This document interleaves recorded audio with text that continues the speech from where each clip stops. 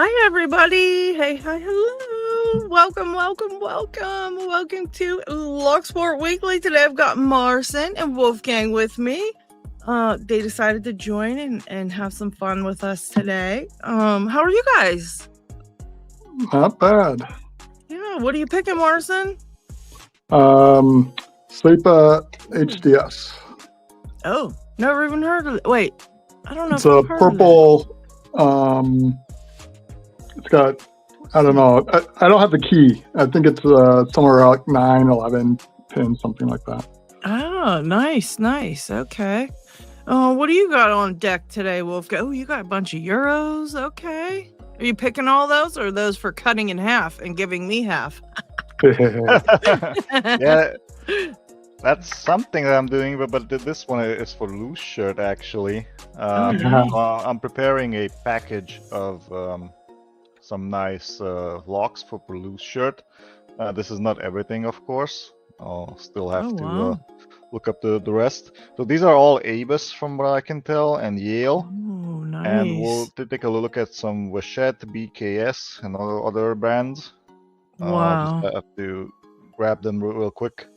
So this is That's what I buy from Amazon normally. Oh, wow. These could come at around 9 euros or 11 euros or something like that. That's not bad. Simple cylinders.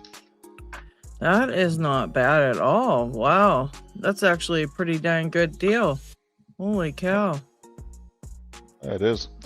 I mean, only the high security stuff is the one that's really expensive on Amazon. So if you want like a wink house or anything that goes above Avis or these Yales, you'll have to dig deeper in your wallet, of course. Yeah. So 30, 40 euros are like nobody's business. They could even ask for 70 euros sometimes. Wow, that's a lot. But you get the full euro. You're getting both sides too, so it's not like, just one side or the other. So that's probably too why it's, they can get pricey. Wow, very nice. Lucy's gonna love that package. That's pretty cool. I love all those Avis. They're some of my favorite locks of all time, just Avis, anything. And the euros are a lot of fun. I have a bunch of different ones that I've kind of collected, here and there and everywhere, but that's really cool. That's really cool. Lucy's gonna love that. Welcome to our audience. Elijah Carney was first. The Unlock Fun was second, and the Lock Dude was third. He says, I suppose I'll snag third. Hang on, let me put him up. I always forget to put him up here. First, second, and snagging third. All right, welcome, guys. And who else do we have? G Keyman is here. Hi, G Keyman. Yet, hello, Doc Machina. Welcome. She says, just in time to listen and get work done at home. I'm only productive when I'm listening to lives now. Y'all have me. We trained her. That's awesome. I don't know. Did I say hi to the Lock Dude? I think I did. Well, hello. Kraken is here. Welcome, Lock Kraken. He says, I guess I'm gonna be here now instead of filming a bunch of pew outtakes. Thank you, Kraken. Yes, you gotta join us. And Snake is here. Welcome, Snake. Keith O'Reilly's also here. Everyone get our lock on. Yes, that's right. Get your locks on today, guys. All right, running down the list here. Let's see. Snake and Kraken on the live at the same time. This has got to be a record. We never have this happen. Snake's usually saying we're in the house Kraken. So this is pretty crazy. Let's see who else is here. Sean Casey, welcome. And Brandon is here. Welcome, Brandon. Who else? Broke Pix is here. And Mr. Inferno is here heating things up. All right. Pilcrow's here. Welcome, Pilcrow. Okay, Dots Locks. Hi, Dots. Oh my gosh. Hi, everybody. McDeepore is here. Hello, Grouchy Lenny. Rock out with your lockout. We got our locks out today, so we about to rock out. PD Locksport is here. Hello. Transparent Eyeball. So hi everybody, welcome. We need a hashtag for the day for the giveaway that we're gonna do. I definitely have, some Locksport swag to give away. Plus I might still have a lock from from a John Doe in my pile of goodies to give away. I can't guarantee it, but I do know that I have is a pick set. I've got a pick set. So if you're new and tuning in at some point today, who, depending on who actually wins, that's what it's going to be. Whoever actually wins the giveaway, we'll see what you're going to win, because we don't want somebody that's been here and has the dang pick set to win a pick set. You know how that is. I mean, you probably already have it. Anyway, so, we try to save the stuff that for new people. So we'll hope that we get some new people tuning in, or newer to picking, whatever, and we'll see how it goes. So anywho, we need some hashtags. Volunteer up some hashtags, people. We got Cracking His Back and Broke is Awesome. all right, okay. Not like y'all are being like, weirdos or anything, but let's get some good hashtags. I mean, come on, people. You're usually good for some hashtags now. Let's see. Lockdude says my video just clicked in. Odd. Oh, what you mean? What you mean, Lockdude? Wonder what happened there. I don't know.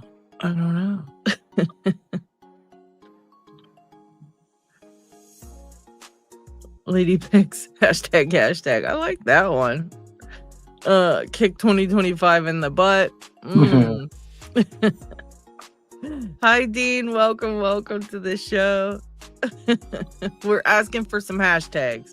Yeah, I did. I started a little bit early, so that's why we're just kind of rolling into things slowly. So if you're late, it's fine. I did say 4:20, so I just thought I'd hop in late because these guys were here at, right at 4:00, and I was actually done. I was worried that I wouldn't be finished doing all my stuff and ready in time. So I was, and I thought I would hop in early. So no worries. We're waiting for everyone. I'm just asking to see about we could get a good fun hashtag for today's giveaway. So we figured we'd prep that ahead of time. I also got a couple of things that I'm excited to show you guys. Just different things that have happened this week, so that'll be fun. And let's see, what I haven't been liking my when I get tagged in Discord in whatever different servers, sometimes it's not in my alerts, like on my phone, and I don't know where to find it on the computer. I have no idea where to find that section on my computer. So when I'm on my phone, I can find it. But sometimes when I'm tagged, it'll say I'm in a server tagged somewhere, and I'll go to try to find it, and I'm scrolling for 25 minutes and I still can't find who tagged me, and it won't be in my notifications. If you're on the computer, on the upper right hand corner, it looks along the top bar, next to the X near that area, there's what looks like a window. Okay. Unread and mentions. Awesome.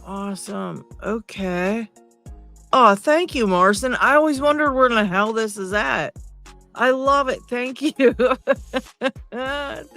Thank you. Oh my goodness. What's all right, let's see. So did that work? Sorry, I had a call coming in. Yeah, it did. I found it. Good. Found it. Yes, I found it. Awesome. It took forever before I found that. Yeah, I didn't know what that. I never even looked at that. Yeah. Wow, I'm super happy. Thank you for that, Morrison. I appreciate that, because I definitely didn't know that was there, and I've been going. I can only check it on the phone. Yeah, it drove me nuts. Yeah, I was like, this is stupid. And I'm thinking, normally the computer has more shit, and your phone, your app on your phone is like, it can be a little bit different. Sometimes it's lacking in certain things. And I thought, this is weird that like your phone got more shit than the computer has for you. Like, what the hell? But I'm glad we found it. Oh, thank you. Yeah, so there's a couple of different things that I wanted to show you guys, but I'm gonna wait until later because I want to make sure everybody's here. But while we're waiting, I want to talk about the raffle because it is coming to a close. All right, it's coming to an end.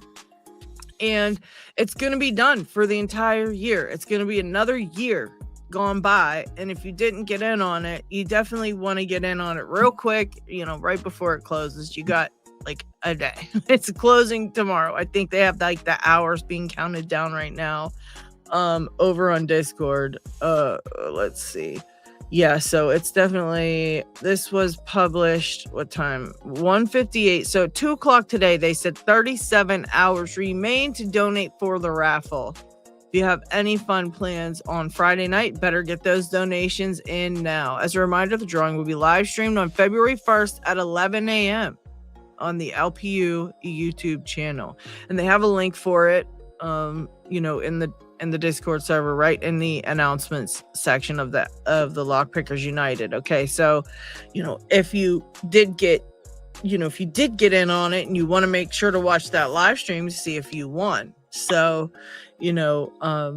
make sure that you go over there and click the link because that's coming up. So you want to get in on that raffle. They got so many cool things over there.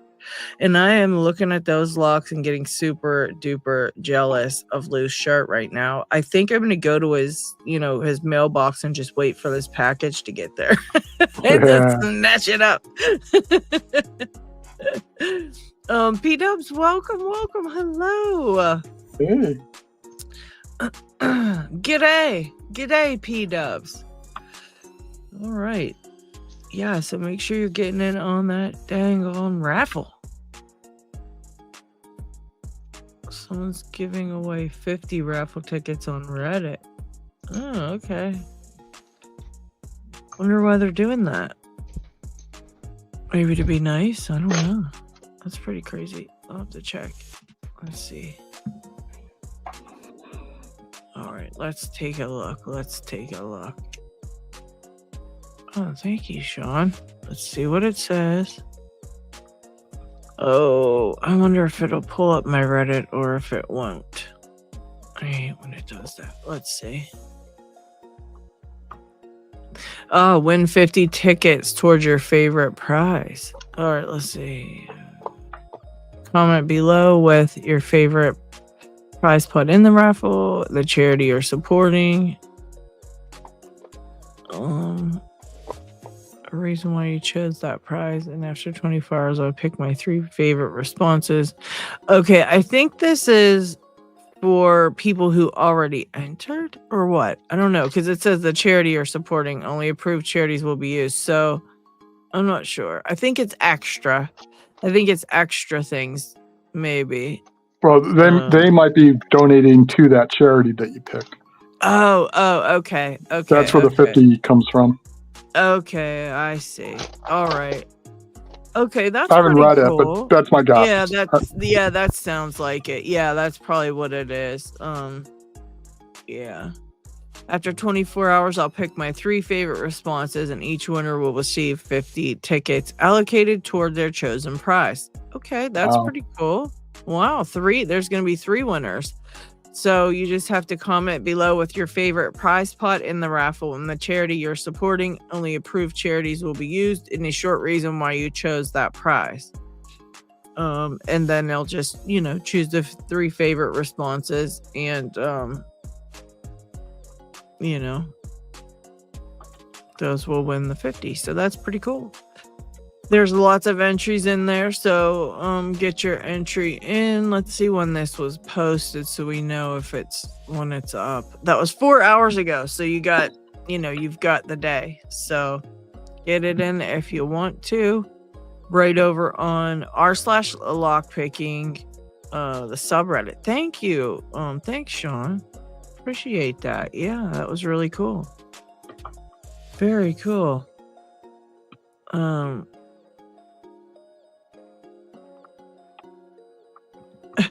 I supported NAMI last year, and while I love them, they have sent me so much mail. I'm not doing it again. Just out of spite. Is that a charity? Oh goodness. Yeah, once you do a charity, you end up on a mailing list, and everybody sends you mail. I see. Grouchy Lenny says just recovering from a dental procedure, so just chilling out and watching the picking. All right. Yeah. And P Dubs is heading up north today and to try to post locks out today. All right. And I don't know what's going on with my eye, but this eye right here keeps dropping one single tear. I don't know why. I'm not sad. I don't know why it's doing it. I'm just sitting here and I feel like a random tear building up and then it drips down. It's like the weirdest thing in the world. I don't know what's going on, guys. So if you see me over here crying, that's what's going on. I don't understand it. Let me show this link. Let me show this that Sean sent me here. Let's take a look at it. So yeah, here is this. Win 50 tickets towards your favorite prize. So that's pretty cool. That was by the Bone in the Box. Good Lord. All right, so how to enter. Your choice must be a real raffle prize pot. You can't buy a win by choosing the lock stick. Since I made it, that'd be like bribing me. But if you genuinely love it, go for it. If you'd rather not choose a charity, I'm happy to select one for you. Winners will be announced after 24 hours, and I'll take care of ticket allocations. Direct messages asking for favors will result in disqualifications. Why? Because Raffle is amazing, charity is great, and I love seeing the community's excitement for these prizes. And then there is obviously a link to the prizes, so you can check it out. But yeah, last day, guys. So, and you can even win, you can even get in if you didn't get to enter. You could still get in on it by entering that way. So, you know what I mean? Grouchy Lenny, please remember to hit the camera zooms in on a single tear. Oh goodness. Brandon says, I hate this lock. I'm trying to single pin pick. The cylinder has too much movement within the lock. It's annoying. Brandon, yes, I've had problems picking those ones, and I'll tell you a little secret that P-Dubs told me. So when you first go to tension that cylinder, pull up on the tensioner, or I don't know if you pick pins facing down or pins facing up. So, basically tug it up or down, whichever way that you're tensioning, pull on it in one direction and keep it tightly up, and then turn the tensioner to tension a little bit, but making sure that it's in that up position first and then turn it a little bit. And that should hold it in one single place while you pick it. And that does help out a whole lot. P-Dubs told me that one, and it definitely helped me pick one of mine. It was just a master lock, number 3, type lock, laminated master lock. And it was such a pain in the ass. I could not get it open for anything. And P-Dubs told me that you have to secure the core so it quits moving around in there. And it's exactly what I needed. And the lock opened. And I also gave somebody on Reddit that advice one time, and they got theirs open as well. So it definitely works. Thank you for the super sticker or super something, Tiwanaka. Thank you. Smooches and Snake, thank you for being a member for 14 months. Oh my gosh, you're amazing. You guys are amazing. He says, what's up, everyone? Very cool. Thank you.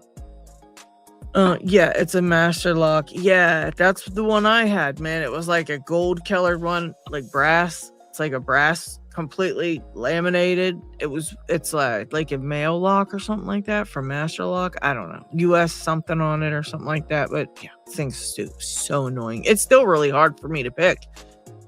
Just for that reason, even when I do pull up on it and do everything right, it still is like a tough little lock to pick. Surprisingly tough for being a master lock, for sure. So yeah, that's the DG 150 master lock. Okay. Yeah, let me see. Let's see if I can find mine right offhand. As you hear a bunch of jumbling around. Yeah, it's in here somewhere. Here it is. This stupid thing. It's this one right here. And it's super annoying. And this cord jiggles around so bad. And I'm going to put my hands up soon, but my phone is completely dead, so I have to charge it up first. So we're just going to wait on that. Then I can show it better detail. But for now, all I did was I put the tensioner in it and like pull up real hard so it jiggles real bad. So I just pull up real hard and then tension it like that while keeping it pulled up, and it does the trick. But you know, it's still tough. Snake, what? You got a belt? You got something? What'd you get, Snake? Somebody said congrats on the belt. Snake, when was this? What happened? What belt did you get?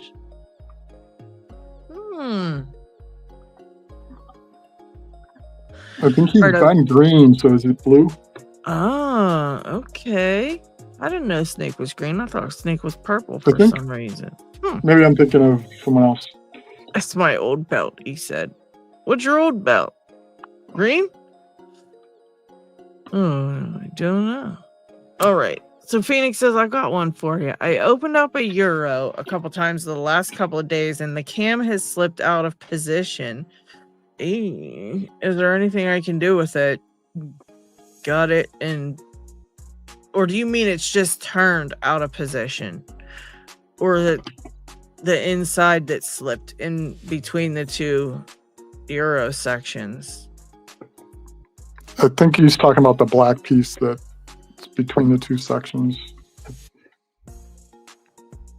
Yeah, I'm wondering, like, some of them have a little button on them. Some of them, I don't know, though. I wonder how it slipped out of position.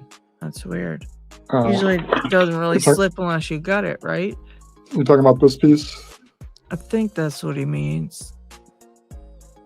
I wonder if it's a double. I mean, either way, it just it just moves. I don't think it really makes a difference. It's not like you're going to put it in the door. Right. Yeah, so if it's just in the wrong spot, I don't think that really matters. Yeah, because I've had them where it's kind of like slipped around a little bit, and yeah, it doesn't hurt anything, Phoenix. That won't hurt anything. Oh, okay. Yeah, cut all the Euros. I agree with Kraken. Yeah. Just cut all the Euros. Like Wolfgang's about to do. Wolfgang, you need to video all those cuttings and make a compilation of it, like I did that time where I cut like 16 of them, and I showed it to Dig, and he almost fell over. Remember that? I wish I bet you I still do have that video on my channel somewhere. But yeah, you should totally make a video of that and show that to Dig. You mean like a montage? Yeah. Especially, if we really want to make his heart ache, Dick's heart, that means we should probably cut one of his high values, his ice icons, and all these other ones. Oh yeah, I've done not that. I would do that, but that would be something if you want to make his heart ache. That's for sure. Oh yes, it would make him so sad inside. Oh my goodness, it sure would. Mm-hmm. Let's see if I can't find that. I did a short. This is actually the one that I started grubbing for the video weeks ago. I just never finished it. Oh man. The one we were doing during the live stream. Oh yeah. Gotta get that finished. Where did that one go? I know I made a short of that. It's gotta be in here. Wait, is this it? No.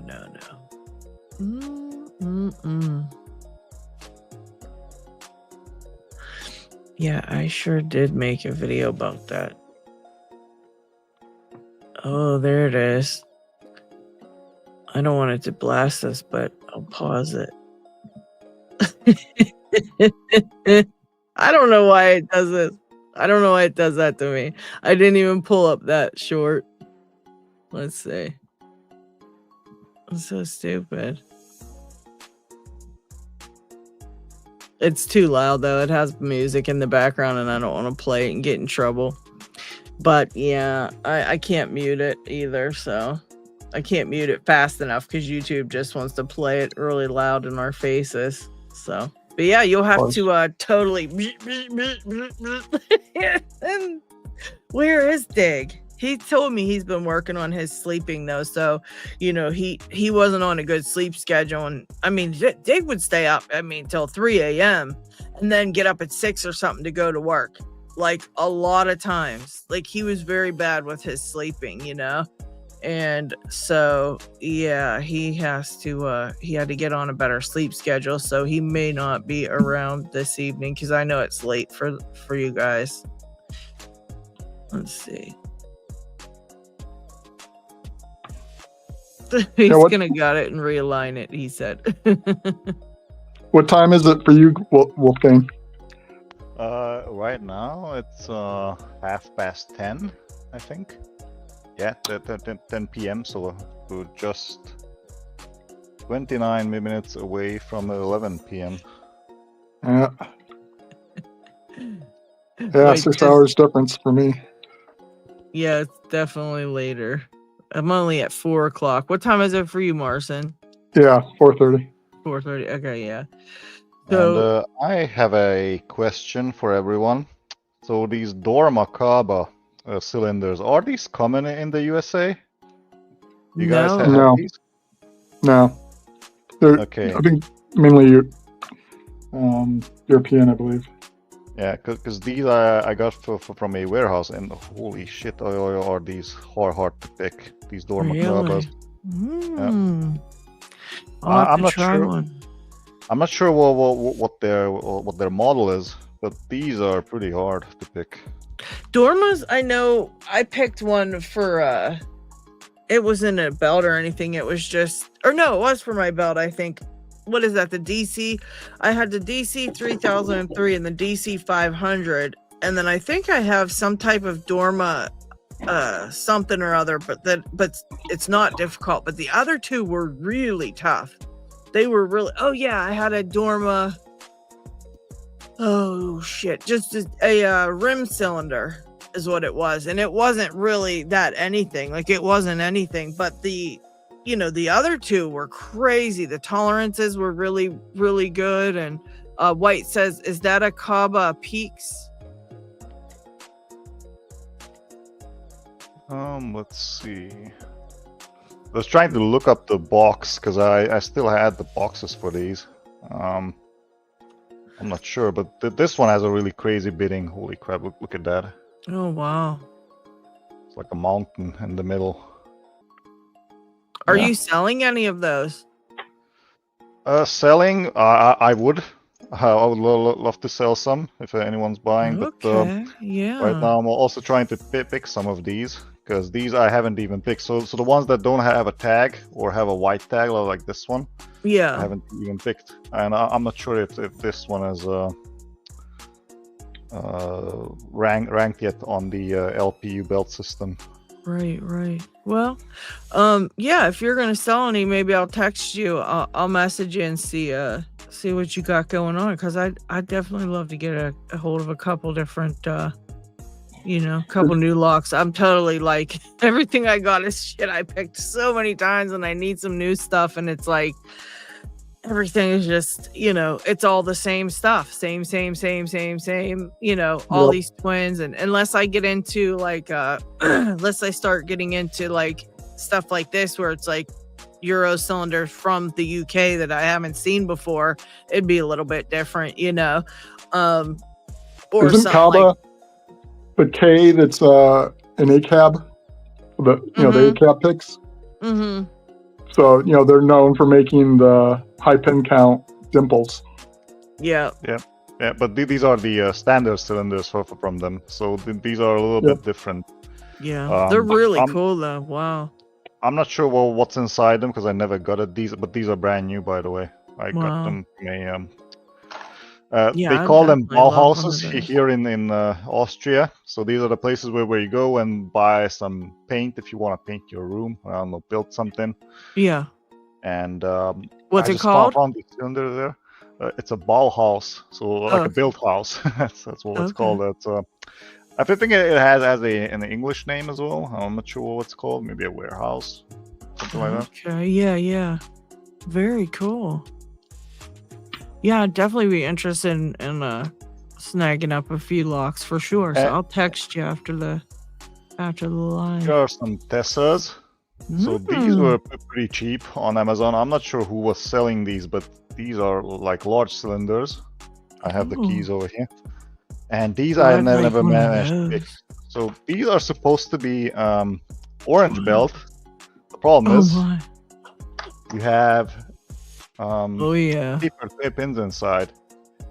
Wow. And what's really interesting about these, I think I saw Talon picking these. What's interesting is the way these pin stacks are placed. So these are uneven, which allows you to create a bidding that makes it a little like a high-low roller coaster. So you can have a max lift and next to a minimum lift, which is interesting. Yeah, those are really cool. Yeah, they are. Really nice looking locks. The keyways look a little nasty too. I can't believe that's orange belt. Yeah, that's orange belt. Oh my goodness. You know how that goes though. Sometimes there's some crazy, they get some crazy tough locks belted at certain, like those new Abus, they're blue, and sometimes, they were green for a long time. So you never know. Yeah, the Tesla T60 I think is blue, and that's kicking my butt. And this HDS White sent me. It's purple, and I still haven't gotten it. Wow. I have one of these gutted, and here you can see this uneven placement of the pin stacks. So here in the middle, next to 2, between 2 and 3. Sorry, that's 4 and 3. Yeah, you have this wider gap. Oh yeah, that's crazy. Interesting, right? Huh. That's interesting. Yeah, that really is. All right, let's move on to something else. I have the E-Series Abus as well. So these were a little bit harder to get. Where are they? It's a Yale. Oh, there they are. I'm not sure if this is the E-Series, but it has a really weird keyway. Look at that. Oh, geez. Has this bidding. That's a custom key, and that's the factory key. Wow. I haven't picked this one. I tried picking it, I think. But yeah, we'll take another look. I'm not sure what the problem was with that one. And then we have these silver one-star Yales. These were all easier to get, and I managed to snag a couple of them. Look like this. Yale 1 keyway. And those I believe can be tough too. Those can be real tough too, man. Yeah, they are. These are blue belt from what I understand. Okay. And Locknoob had lots of problems with picking these back in the days. He mentioned it in his videos. So these are not for the faint of the heart. Yeah, I have trouble with those. Yale. No, I mean the model was. Was that a 500 Wolfgang? Oh no, these are the one-star silvers. Oh yeah, that's a completely different one. Okay. I have the 500 plus and the 500 as well. I'm just not sure where in this pile Check. I think that's a 1-star as well. You can see the star etched in there, laser etched. Yeah, you'd think they'd be 1-star would mean easier. I have boy. like 3 of them, and I You wish. have trouble with every single one of them. Every single one of them gives me trouble, and I don't know why. There are only spools inside. It's so crazy. It's so crazy. I mean, you just try to. There's just some of them locks are just, like I said, a little bit tougher than you would imagine. Yeah, the tolerances on these are just out of this world. So they are well built. There we go. This is the wait a second. Which one was? That's a Yale 500. So I have these in double cylinders. Nice. These I managed to pick. So Yale 500. You are going to be busy cutting locks. That's like, woo. You're going to go through a bunch of discs cutting those. You're like, it doesn't take long once you get it down to, once you get everything set up, you can zip through them pretty quick, but it can be a pain, filing the backs of them also. It's not all, don't slice your fingers off because they be sharp in the back when you're done cutting them. Yeah. These are a little bit rarer. I think you guys don't have these in the USA. These are wing houses. No. Nice. Yeah. These are ordered to come by, and look at that keyway over there. I don't even have a key for these. Yeah, they have crazy ass keyways. Yeah. That's they another have one. Really wild keyways on those. Wow. Yeah. All right. What else do we have here? Let me check. Green belt ones. What is that? That's an EVA. So EVA is an Austrian manufacturer. So they are local. Oh wow. And I remember first time encountering these locks at the lockpicking championship in Austria. And oh boy, I was struggling with these. Yeah. I had to bring one home and try to work on them. The tolerances on these are out of this world. Really hard to pick. You only have spools and standard pipins inside. But still, nightmare. Yeah, I remember. I wanted one so bad when I was picking. Cause like you said, I think it was for green belt. That was I think might have picked that for my green belt because I only got a green belt and that was my first belt I got. And then I don't know, I skipped a couple belts. I don't know, but I remember that lock, that EVA. And I was like, somebody was like, oh, it's really hard. Like you're not gonna be able to get it. And that made me want to get it because I was like, bet. So I got mad and I was like, I bet I could get it. And I remember it was pretty tough. And when I got that one open, I was so freaking happy. That's so funny. Look at that key. Oh my gosh, what the heck kind of key? It looks like it's cut off at the end or something. That's a weird looking key, huh? Yeah, it's just the bitting. Yeah. This one is from the Netherlands. Wow. I got this from Fabiano. Ah. And I think this one should be a nice pick as well for a loose shirt. Definitely. That's pretty cool looking. Yeah. I never managed to pick this one. Very tight tolerances here. What else?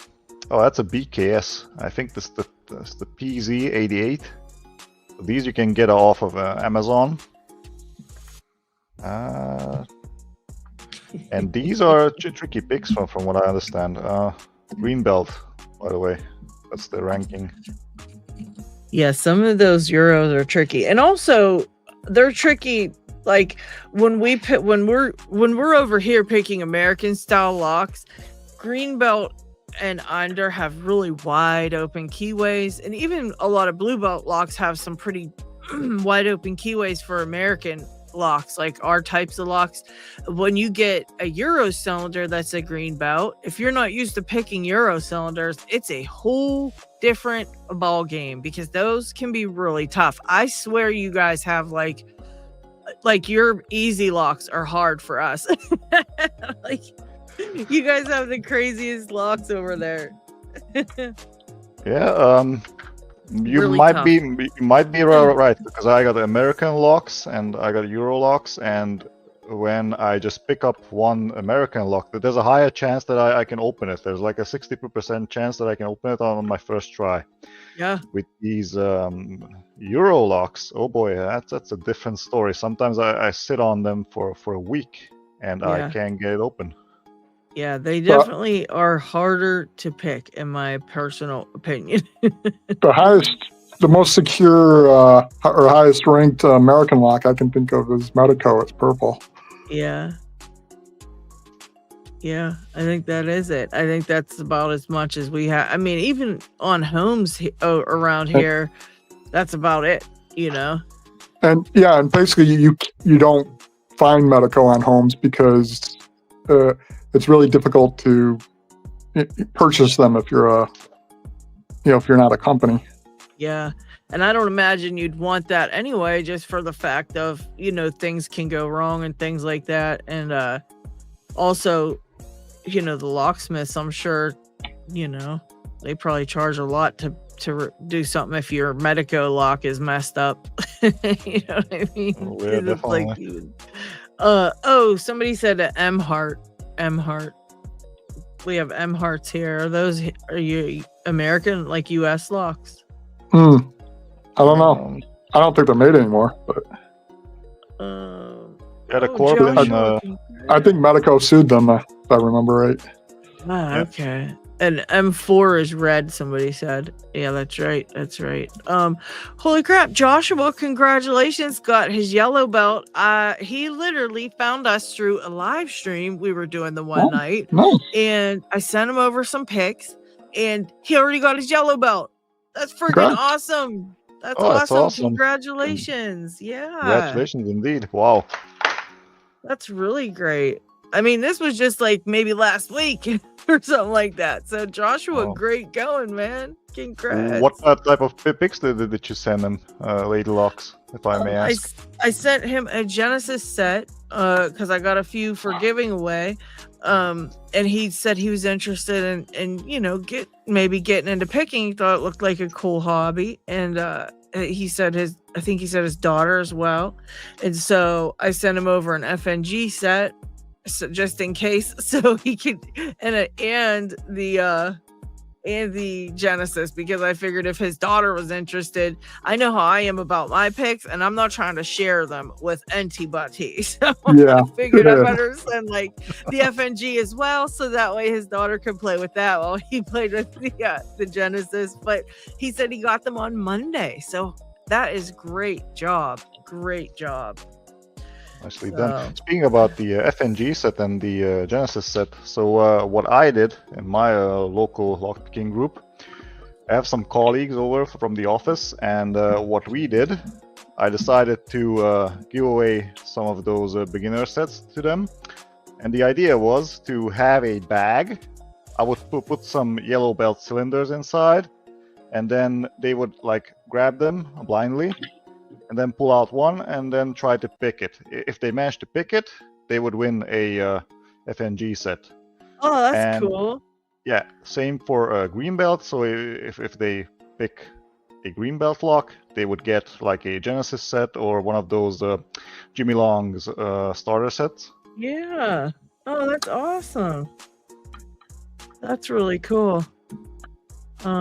Alex said, I got my son an FNG set and he opens a few locks too with them. That's pretty awesome. Nice. That's pretty awesome.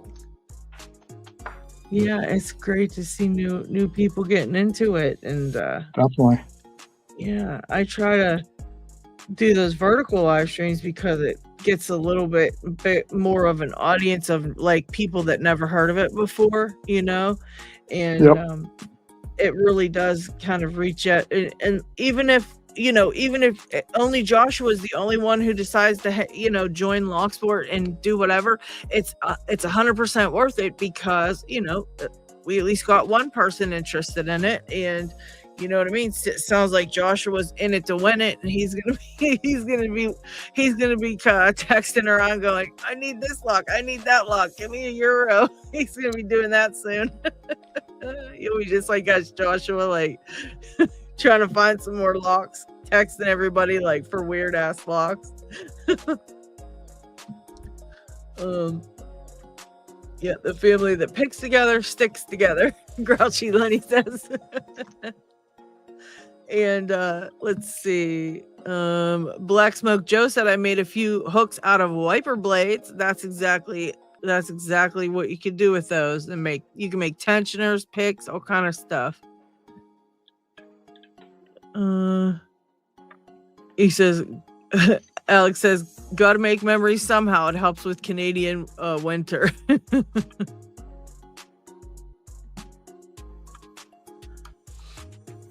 Oh, that's right. Yeah, Joshua said his singles group is going to do it too. One of his friends bought 3 FNGs for her and 2 for her sons. That's really awesome. That's really awesome. Brandon, I have the same problem, and I print out my own handles and I make them extra thick. Yeah, I remember you saying that, Marcin, when it came to the Apex set, and you were asking about, possibly making some more handles, fatter handles for them. Yeah, that's pretty cool. Yeah, a lot of us have, my hands are huge and they swell up now because I have bad like arthritis and stuff in my hands too. It's like everywhere, but it doesn't help when you have arthritis and then randomly they'll just swell up. Like they'll be okay one day, and I can tell when I do this. I can tell if they're swollen or not. Like today, they're pretty swollen, and I can just feel like my knuckles are sore, and my fingers get sore, and like they swell up so bad. So there's days when I have a rough time with it too. Like my hands are big anyway, so then when they swell up, it's even worse. Even worse. I came up with an interesting idea. I saw someone had made their own tensioner for Dimples. And to me, it looked a lot like an Allen key. It was just a bent wiper blade, but it's like, wait a minute. An Allen key probably could be a pretty good tensioner. Yep. So I've got this one. It's, they're really stiff. Yeah, I'm so jealous. How did you... Just fits in there. Oh, nice. You know what? I used one for picking my V18 for a while. I had one for picking that for a while because it was like, it worked a little bit. I wanted to pound it down and make it flat at the one end, but I wasn't able to. I guess they're just too, too strong. Yeah, they're way too hardened. Yeah. Can't do nothing with it. But I mean, they make a good one if they can make one. That's very nice. Yeah, but really you're feeling a lot of feedback. Yeah, because of the shape. They won't be straight across, so they'll either be here or here. That's pretty cool. You mentioned the V18. One of the newer pickers. I guess it's been about a little over 4 months. It turns out he's a neighbor. He's like a few blocks away, and he just. He had picked a couple brown belts. He got his brown belt a few days ago. He just picked a black belt 2 V18. Wow. So he's like blazing through the belts. Wow. That's awesome. Yeah, some people just got that natural touch, man. It's crazy. Elroy said when they're slow at work, he says, when we're slow at work, I'll play with my locks. And now I've got 3 coworkers into the locksport world. That's really cool.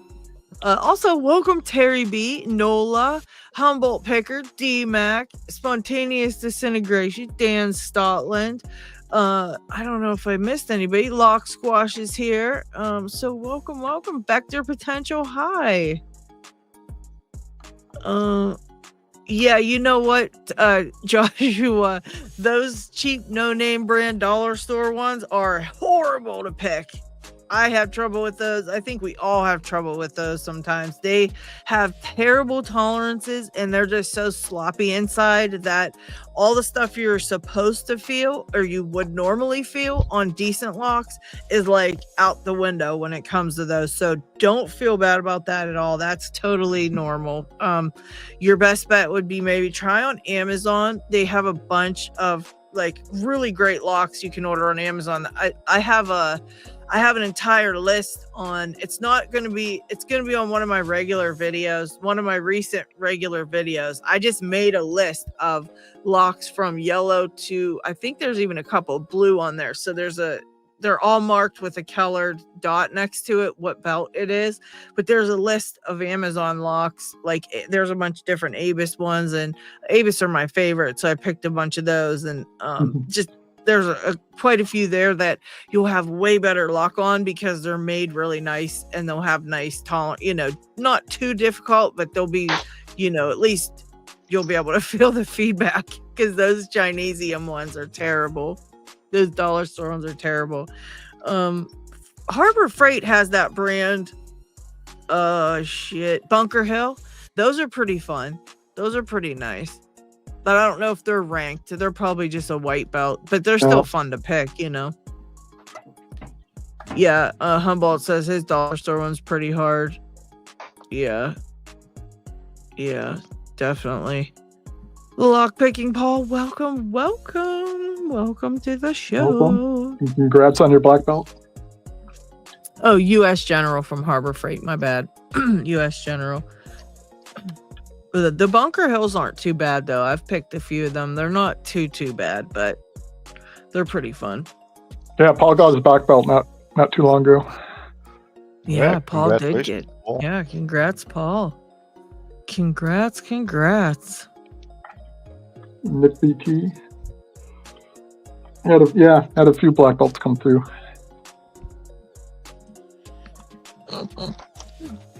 Alex, we can't feel bad for you. Let me tell you, it happens to the best of us. I slipped and accidentally bought an Apex EDC in my first American 1100. Alex slipped. Yeah, we all slip and buy shit we don't want to buy. Ooh. Speaking of buying, I saw you missed it, Lady Locks. I don't know, Wolfgang, if you got in the chain lock group buy. Oh, I got in on the scissors. So if someone got one, I might get one. Yeah, I happened to be looking like 10 minutes after it posted, so I was able to get in. I'm psyched. That's awesome.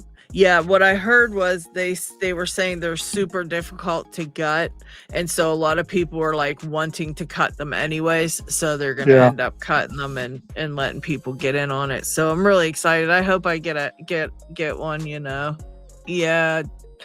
DMAC, you might still be able to get in on the half. I don't know how many of them are out there, but I know that there was Dig sent me a link to click on a thing to get in on a half of one. I don't know how many people are actually going to do that though, because these are in box with keys and card and full euro. So I wouldn't. I'd cut it. I'm tempted to because I cut all my euros, but that one's enough of a collector's item that I don't think I can bring myself to do it. Yeah. See, I don't really collect them because if I had a space, like if I had a space just for like in this room I have now where my lock lab is, this is like where my living room is and everything. Like I hang out in here all the time, but it's all windows. Every wall up to there's just the one over here is just windows, so I can't put up a shelf. I can't, there's nowhere for me to put anything to display anything, and so it's like I'm not collecting things because I have so many locks as it is that you know, I mean, I don't know. But if I had space, I probably would do that. But it's like I'm just not really a collector, so I definitely would only want it for picking it. And then I mean, of course, I would take care of it and put, you know, whatever. But I wouldn't be like super like dig about it. Yeah. You know. Yeah, I think I don't consider myself much of a collector either, but in this case, it's kind of I want to see where the prices go before I Yeah. because some of the recent ones have gone for some big amounts. Right. Yeah, for sure. Let's see. I just saw somebody ask something. Oh, Black Smoke Joe says, does someone have an actual like real cutaway they could show? Cutaway? Yeah. Yeah, sure. Like such? What type Here of we cutaway? go. I think just anything for now, but oh, that's a nice cutaway, Marcin. Did you do that? This is one I made for my black belt Oh. quest. God damn, that's nice. Nice. I thought I seen that one before, but I didn't realize you made that one. Wow. That's beautiful. Hand tools. This is all just hacksaw and Oh my file. God. Wow. That's nice.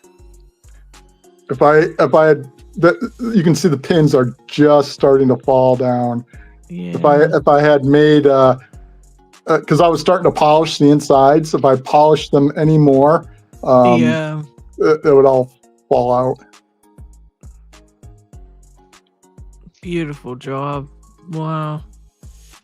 But yeah, they're not hard to do, and someone has a jig. I don't have it out, but you can 3D print a jig that you put the Euro cylinder in, and it's got cut out lines on it, so that you can use a marker, mark the lines on the cylinder, and then you just take a hacksaw, keep it as vertical as you can, you know, make the initial cuts, and then you can come back with a file and widen them out to however far you want to go. Wow.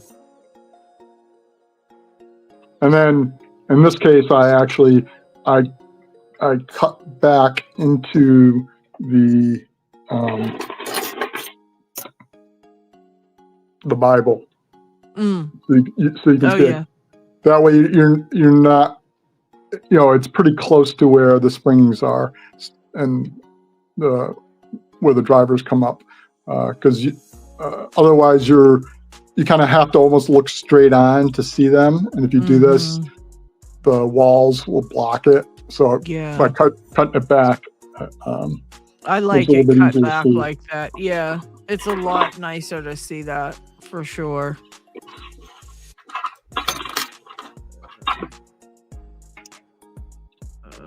Broke Pick says, G Keyman, I need you to vouch for my challenge lock on LPU. I'm just gonna get my belts for my channel.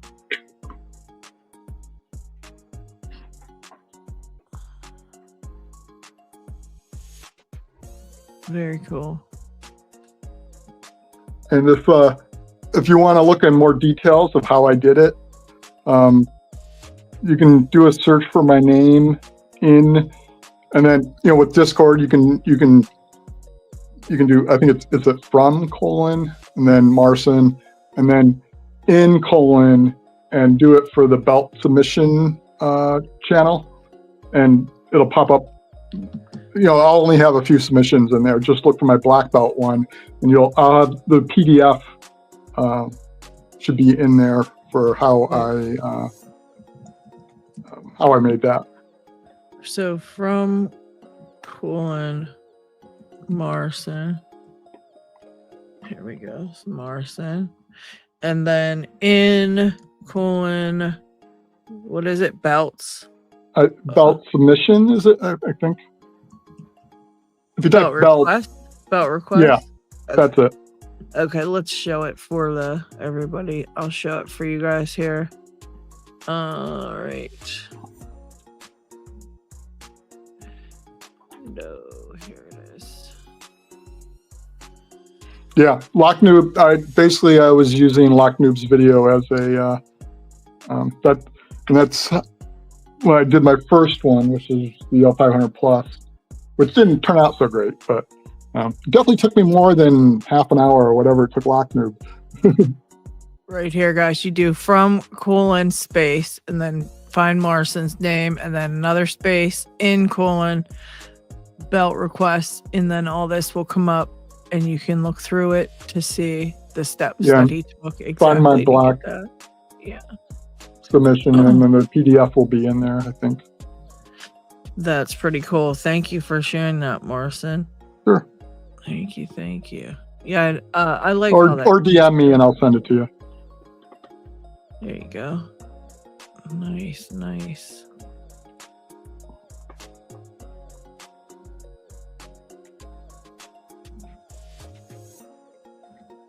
Chris, hello. Oh, great. Chris moved into his apartment. Yesterday was Slinky. That's awesome, Chris. That is awesome. I'm really happy for you. Well, that's great. So yeah, welcome Southpaw Pete as well. Welcome. He says, please click the thumbs up. And yes, please click the thumbs up. I mean, I don't even know that has to be, I don't even know we even have to discuss that, or so I need to look and see if anybody even liked this video. Oh my gosh. I did. Oh my gosh. Thank you, Marson. Oh my gosh, you're the best. Now it's the first thing I do. So don't forget. That's what I do too. I always do it first. This is the channel with absolutely no content. Made many cutaways, but never cut the Bible like that. Outstanding. Thank you. Yeah, I figured I hadn't really seen many like that. Figured it'd help stand out. And Black Smoke Joe says, that is tools and dye work. What is your background? DMAC is absolutely insane when it comes to making all kind of stuff. Go check out his channel if you want to see some like just badass everything. He's insane. Got many tips from him. Yeah, he does some great tutorials, and his videos are just outstanding. Like using the hole punch for pick making. That was a big help. Yeah, DMAC. Drilling 301 just does not work well. Yeah, it's he got lots of cool stuff over on his channel. Definitely check that out. And AJ said, just got my raffle donation in. All right, AJ. We need to I got some stuff we could say, like I know I got some happy stuff, like a big congratulations for getting in your raffle donation. Let me take down the moment so we can see AJ's congrats on there. Yay! All right. And as always, we've got our Lock Chuck just rowing his boat in a stream full of locks, saying, what do these idiots do now? I love that one. I love it. And then for the computer stuff, and I also now have a picture of the Flipper Zero to add to this one, so I gotta add that in and redo it. The Truth Hurts, thank you for the super sticker. Thank you so much. This little guy saying cool. Thank you. Yes, DMAC, definitely a great resource for sure. Yes, thank you, DMAC. Dean says, I have to keep cycling through my low-level locks to make myself feel better. Yeah. Welcome to lock picking. Yep. Welcome to lock picking, for sure. My goal ass makes me feel better when I have bad days. Yeah, we all have like that one Comfort lock. Yeah, I have quite a few of those.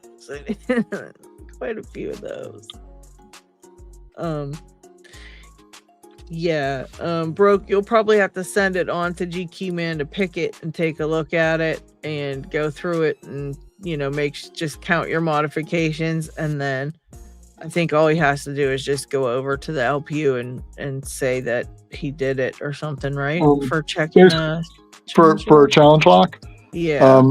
Basically, you'll want to have somebody confirm that it's good enough. There's enough people in the challenge lock channel. You don't need a mod to do it necessarily. There's enough challenge lock people that are really good and know their stuff. They can easily confirm whether it's good enough or not. And you'll get multiple confirmations from people, so you can just take their word for it. By looking at the pictures, you mean? Yeah. Oh, so just post a few pictures, and then that's not official, but at least lets you know that it's going to be good enough. Okay. And then package it up, send it to whoever you're going to send it to. Send them the tracking number,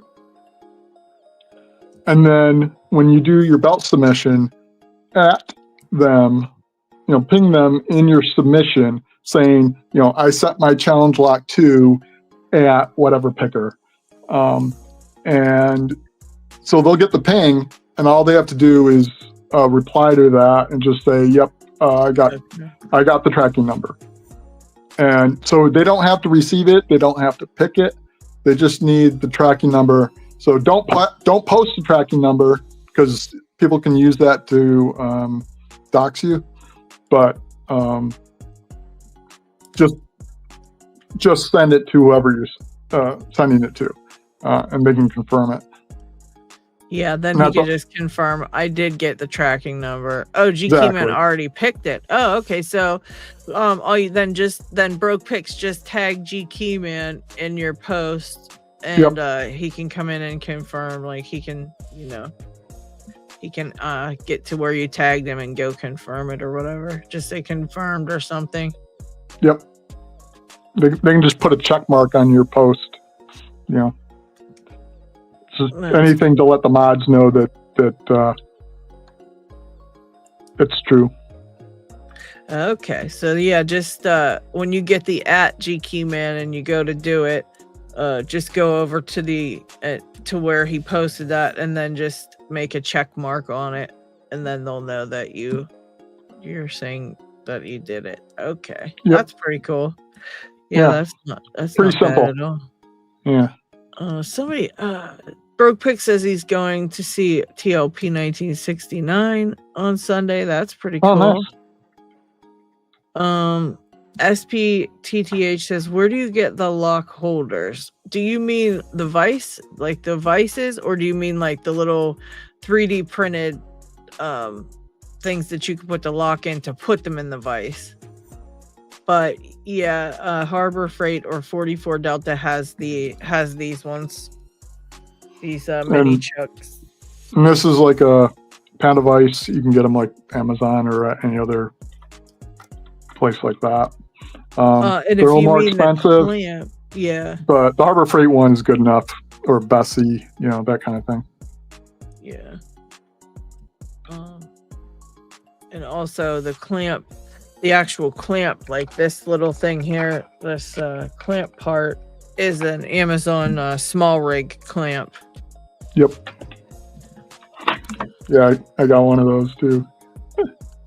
They're great. They're great for even P Dubs actually just puts her lock in the clamp and holds the clamp. She doesn't even use the vise sometimes, so that's pretty cool. Welcome, Tin Hat Picker. Welcome to the show. We still need a hashtag, people. We still need a hashtag to use for the giveaway today. So give me some suggestions of some fun, wonderful hashtags. Hashtag needy. Yeah, hashtag needy, and we'll see what we can come up with. Oh yeah, Phoenix. They just recently did an interview with the Lockpicker 1969. I haven't watched it yet, but I will be soon. Yeah, I gotta watch that one too. I have a couple I've got to catch up on. Brooke Yeah. Pick says thank you. Marson and Lady, I'm going for purple. I think I have everything here I need for that. Nice. And I'm just going to make one long video of picking one from each all the way up. You don't have to do that. All you have to do is pick the purple. Broke picks. They probably would be mad about a whole long video with all of them. Just pick the purple ones that you need. As long as it's time stamped so they know where to go for the purple. Oh, okay. Because somebody actually submitted, they actually got their black belt by picking a black belt lock for every belt. Oh god. So they pick a black belt. I think that's how they did it. If I remember right, they picked a black belt lock for white, then one for yellow, and then one for orange, and then it was insane. That is pretty crazy. Forgot who that was. Hashtag Chuck needs nips. Oh god. Okay, we might have to use that one. Oh goodness. Where is Lock Chuck? We talked about him enough. He should feel us calling for him. Lock Chuck. Where's Chuck? Hashtag where's Chuck? Yeah. Hashtag where's Chuck? That's a good one, actually. Hashtag Flo needs to be giveaway virginized. De-virginized. Oh goodness. Hashtag I need stuff. I like that. I need stuff. Purple was the one that I was most proud of. I mean, I'm really happy and proud of black, but getting purple was when I felt like a real picker. Yeah. And I really learned so much getting purple.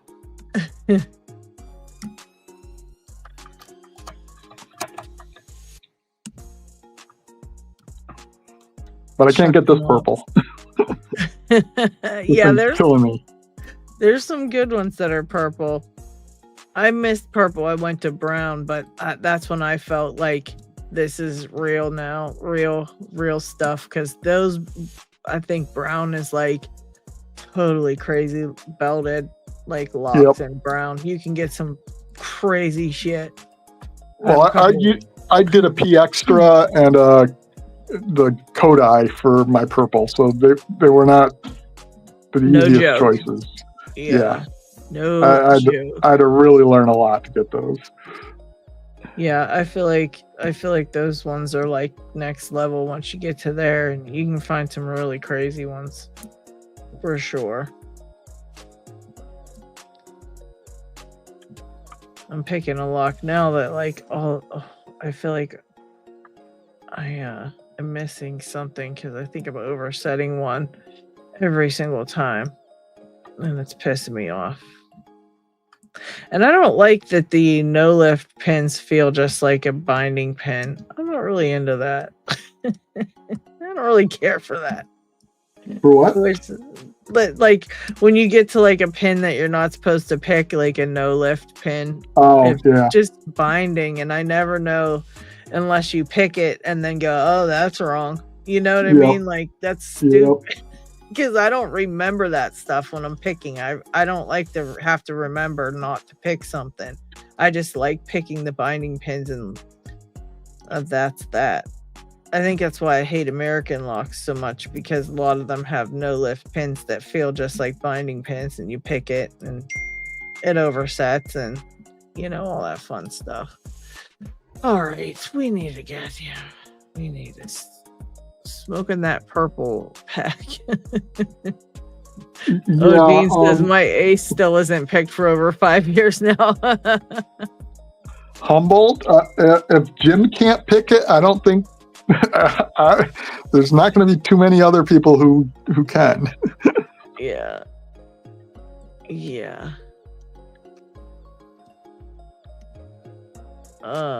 Dots locks, I already said the Apex is wonderful. You are going to love it, no question.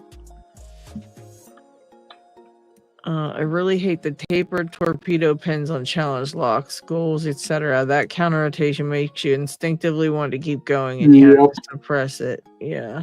The goal P took me forever to learn those torpedoes. And then the 700 as well. Yeah, the 700 is a jerk. But once you learn, I think that's a milestone lock, the 700. Oh yeah.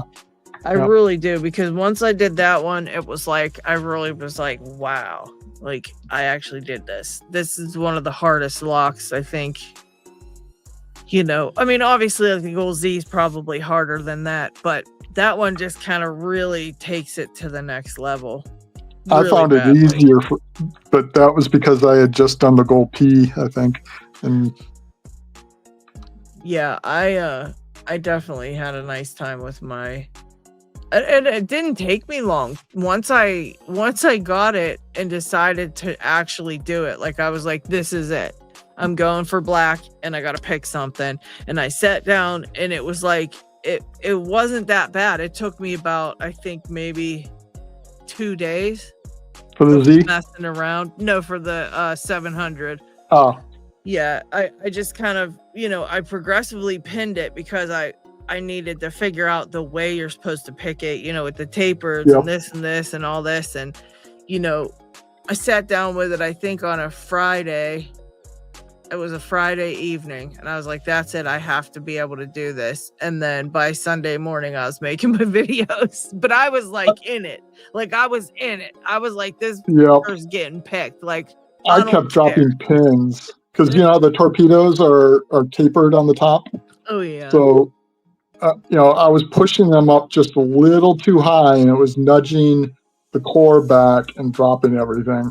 Because, you know, as I was tapping, I would feel, okay, now it can move, and I would just push it up a little too far. Yeah. And it took forever for me to get the stability to kind of only push it just a small amount. Yeah, that's one thing I think the biggest mistake that you can make on those is thinking that it has to go and be pushed up at all. Because to be honest, once you tap it and it moves, it's done.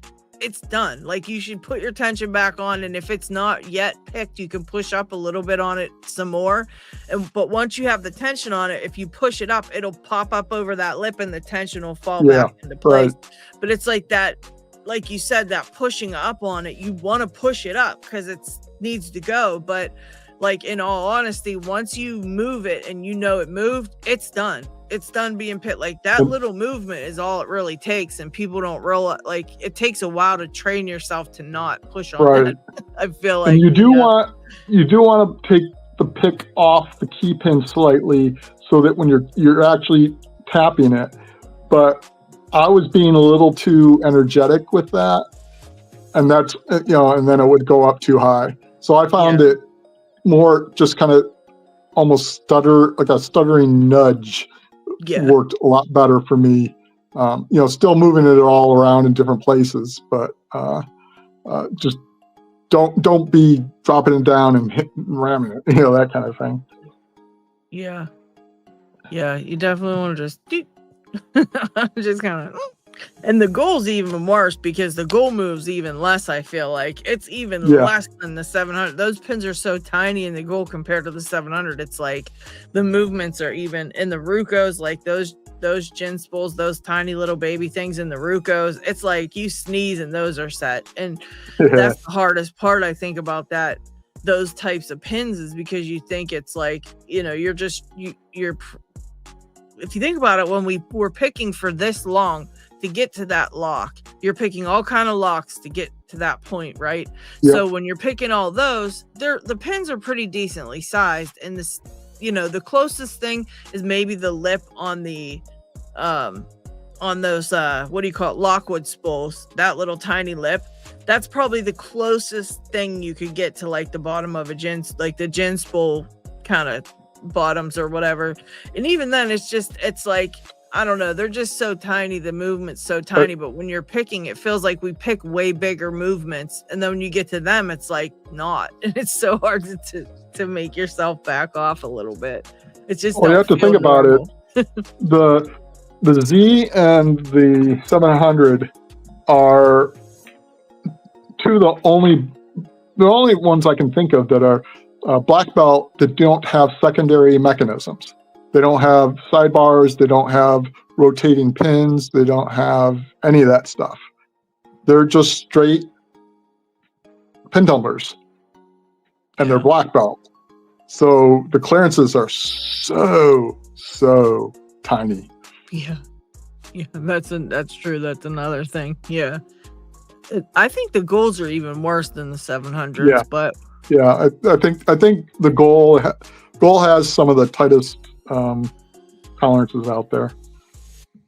yeah, that was tough. The V18 was probably the hardest one I ever picked, just because of that. You're trying to pick how many pins that are like, you have to do it perfectly, because if you overset those, you go into that trap and you have to let everything down to get out of it. And it's like, so you literally have to pick exactly perfectly in order to pick that. And it's so hard to do that. I mean, on a lot of these locks we pick, there's so much room for error, even though it doesn't feel like it. There's tons of room for error. And, you know, we kind of pick them sloppily, if you will, just, you know, push up and it's set, you know, like that kind of thing. And then you get to those and it's like, you got to push up the perfect amount, and you can't be over at all on any of the pins that you touch. So it's not even like one or two, it's every freaking one has to be perfect, and it makes it so difficult.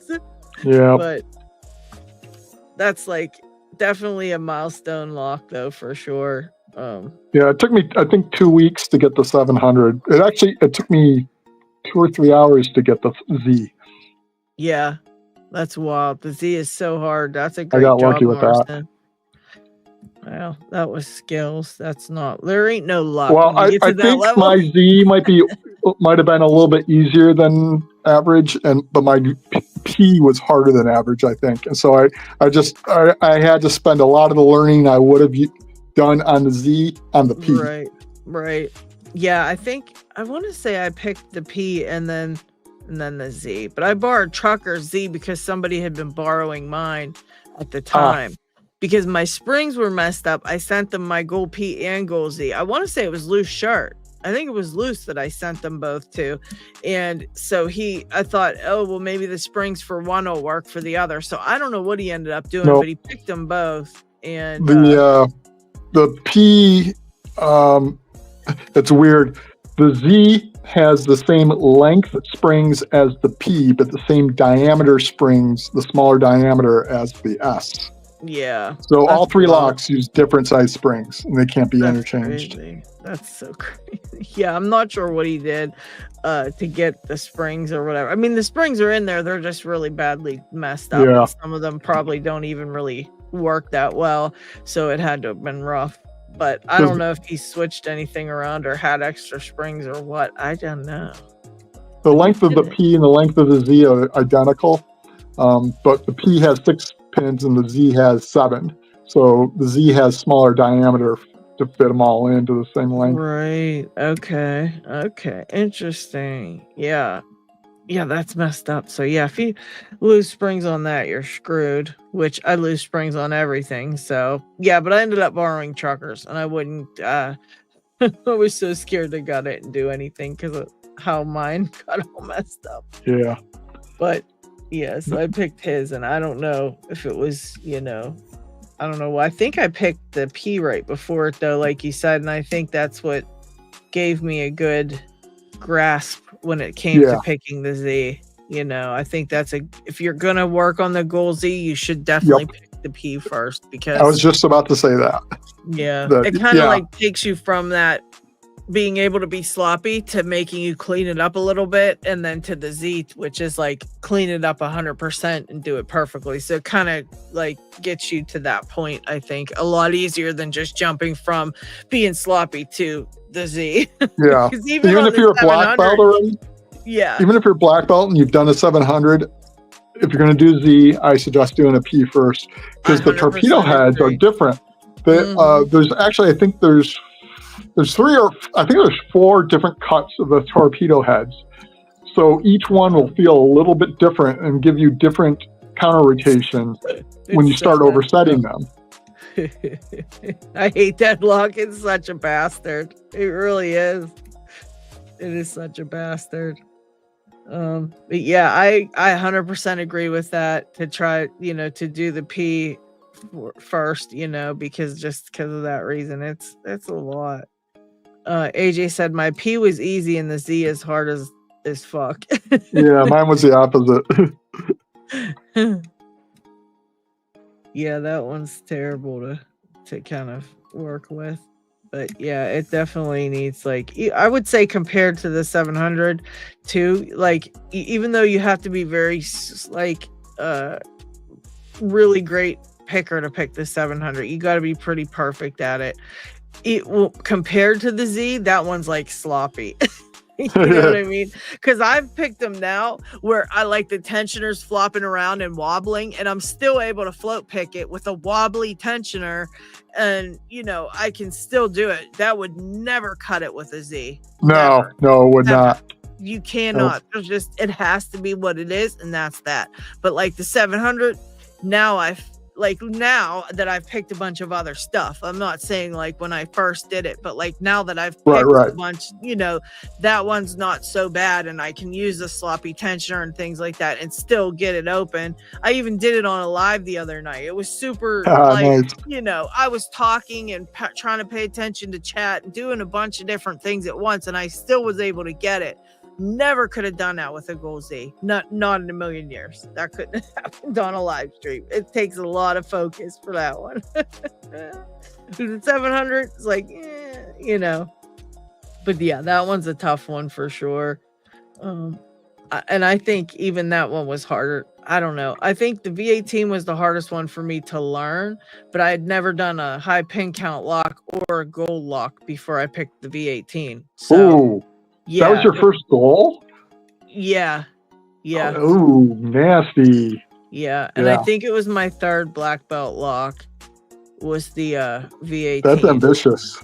Yeah, and I it wasn't because of like trying to be ambitious or anything. I was just looking for like black belt locks to pick, and I hated the twins, and so I tried to find something other than the twins that I could pick, you know. Because I'd already picked the 700, and then my second one was the Miwa U9, and then the third one was that V18, and it was like, that was really, really hard for me. It took me a month and a half to pick that V18, but I kept using the same tensioner through the entire thing. Like, well, no, I might have switched it once, and then after I switched it, I used that same tensioner for about a month.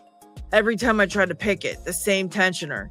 And then somebody was like, try this other tensioner. Because I mean, at this point, I was at my wit's end because it was a month and a half at this point. And I was like, you know, I don't want to give up because it's already been a month and a half invested into this, trying to pick this thing. And if I give up, that's a whole month and a half I wasted in my thoughts, you know. So I was like, I have to pick it. Like, I just have to figure it out. And somebody was like, try this other tensioner. And I'm like, dude, that's what the hell's that gonna do? Like, seriously, attention, like, try different like. So I was like, whatever, okay, I'll try it, you know, because at this point I was like fucking mad as hell. And I put that tensioner in there and I opened the lock immediately after switching the tensioner. You know, fucking mad I was at myself.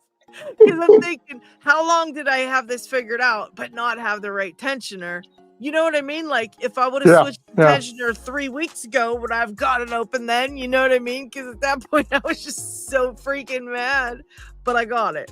Thankfully, I got it. And then I was like, I'm never going to get it on video because this thing had kicked my ass for a long time. So when it came to the video, I thought there's no way. But I was able to get it on video. I was so lucky. That I got it. But yeah, I hated that fucking lock so bad. Speaking of on video, Noah brings up a good point. Things like high pin counts, and especially if they're in hard to gut formats like this Japanese rim, which is absolutely horrid. I recommend waiting until you're black belt to do those, because once you're black belt, you no longer have to gut on video. Yeah, 100%. So there have been people that have, you know, when they've done their black belt submission, they picked a lock that had to be gutted. So, you know, it's like, but it's there's no way to gut it non-destructively. So you kind of end up ruining the lock just to get your black belt. So it's like, just wait until you got your black belt and go back and pick it for damn points. Yeah, 100%. I picked the twin star when I didn't have my black belt yet, because at that point I was working on impressioning and I couldn't get anything impressioned. I couldn't get it. And so I was like, I have to pick more locks then and just fuck this quest, you know? So at that point I was like, I'm gonna have to pick 4 black belt locks. And then, you know, I used picking time as my community project because I'd been doing picking time for like a year. And so I thought I'll just, if I can't get this, then I'll just pick 4 locks. So I was like, what do I do next? And then I found I did the Saturn, and I didn't have any trouble with it. I got it in the mail, and 20-30 minutes later I was making a video of it picked because it was like super easy for me. So I thought, the twin star, right? That's kind of its cousin. It's like big brother, it's daddy or something. I was like, it's relative. I can pick that. We'll probably still have to give it a good go, but I'm sure I can get it. And so I got that one, and I recommend that one you pick after your black, because that one sucks because of all the little parts and pieces and interactive things and things like that like have extra little tiny little dots. And there was those little things down the side for key control, and it was a nightmare. It was a nightmare. I counted, it had 40 parts when it was all taken apart, including the plug and the lock body. 40 parts was in that lock. So, yeah, I highly recommend don't ever pick that one until you're already black, because and the one time I put the key in and then pulled the key out and the whole fucking core came out, everything it was so horrible. I cried real tears when I picked it. I was crying. Yeah, it was horrible. Oh, it's laughable now, but at the time, dude, I was so frustrated. It was one of the most frustrating things ever because of all the parts that you had to put fucking back together. You know what I mean? And those pins, like, you can't put them in the wrong places because they're tilted. They're angled pins that go in there. So it's like, now I got to play, this game and see which fucking pins go where. It was horrible. Oh my God, that I hate that thing. So yeah, I definitely wouldn't have done that until I was black if I would have. But again, I was trying to do 4 locks for black at that point. But then I ended up getting the impressioning done. And so I ended up having the 2 quests and just having to do 2 locks. But I did have the 4 picked. And luckily, when I submitted them, the gutting of a couple of them was kind of jacked up. And so I would have had to do them over anyways if I would have been submitting 4 picks, So thankfully, the 2 that I submitted were good enough and everything. But yeah, it was like the V18 and the twin star, which are 2 horrible things to gut, what I mean, and show. And so, the guttings weren't. I think the gutting on my 700 was bad too, because when I actually picked it, it wouldn't focus on the pins. And it was like a 30-minute video of just me trying to get the focus to work on the gutting. I was so mad. But yeah, it was a nightmare for me doing the black belt. I was like so frustrated at that point. And man, and then once I got the impression, I was like, thank fucking God, because I hated that. I hated impressioning so bad. So AJ, there are no easy black belt locks. But Noah, yeah, I think the only ones I can think of are the 700 and the Gold Z that are just pin tumblers. Standard pin tumbler type stuff. I mean, you can do twins, and they are definitely guttable. You get the right format. They're just you just have to pay more attention when you do them. Yeah, they're a little bit tough because of the side pins, but yeah, I just yeah, any black belt lock is formidable, and I still spend when I'm trying to learn a black lock, it still is like the first time I'm learning a black belt lock. It's never like, oh well, I'm just trying. I don't know. It's so difficult. Like every time I do a black belt lock, it's like I'm doing the first black belt lock I ever picked. It's not like I get better at black belt locks because I just feel like I don't. I've picked like up the belts. So say you're picking like green and then you want to go for blue. A lot of people will pick several green belt locks to get better for when they decide to pick blue belt. And it does work up to a point. You know, you can pick a few, and you do pick up new things as you go, which you can then use. But after a certain amount of green belt locks, you're not learning anything new that's going to take you to the next level. It's all going to be that same level. Right. So you have to do something different, which is a blue belt lock, to get a better, more, you know, to learn to be a little more careful picking and tighter tolerances and things. And you, again, with blue, then when you're going for purple, you want to do a few blue belt locks to get better at the blue belt locks and pick up more things.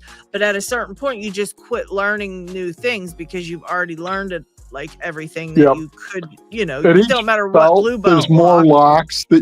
There's more differences in the locks at each belt level. So there's more variety at blue than there is at green. It's more at green than there is at orange. Yeah. Purple is where I think things really expand out. A big time. But, yeah. But like, you know, when I got to black, then it took me a while to pick the 700, and then I got that. Then, you know, then it took me a while to pick the Miwa, and I got that. And then it took me a while to pick the V18, and on it goes. But each time I get a black belt lock, it still takes me a long ass time to figure it out. It's not like because I picked 9 fucking black belt locks that I can pick a 10th one real easily, because I really can't. I've been trying, and I just can't find one that I want to pick, that I want to focus my time with or do, because they're all frustrating the shit out of me.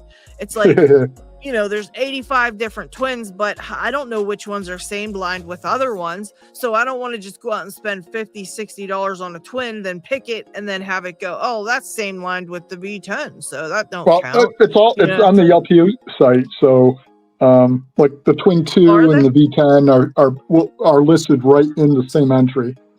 Let me see. So you can see that they're same lined. Oh shit! I didn't realize that. I'm gonna look now. Yeah, look up a V10, and I think it's the Twin 2 that's the same. Because I have a Twin 2. Because I have the Twin Pro I wanted to pick, but I'm like, that's probably same lined with something else. And Pro? I haven't heard of that one. Oh yeah, the Twin Pro is the same as the V10. Yeah, it's like a super rare one. Dig will not allow me to cut it or nothing, so it's not like I can, you know, gut it to kind of to progressively pin those side pins to try to figure them out, because I'm terrible with the side pins. So yeah, there it is. You're right. They're all listed. Okay, so here we go. The V10 is listed with the Twin Max, Twin Pro, Twin 2, Twin Global. So all those are same line. And then let's see and then the 6K is kind of it's like the Jin 6K is its own thing, because that was like Jins were early, and there wasn't anything else, I don't think, that was.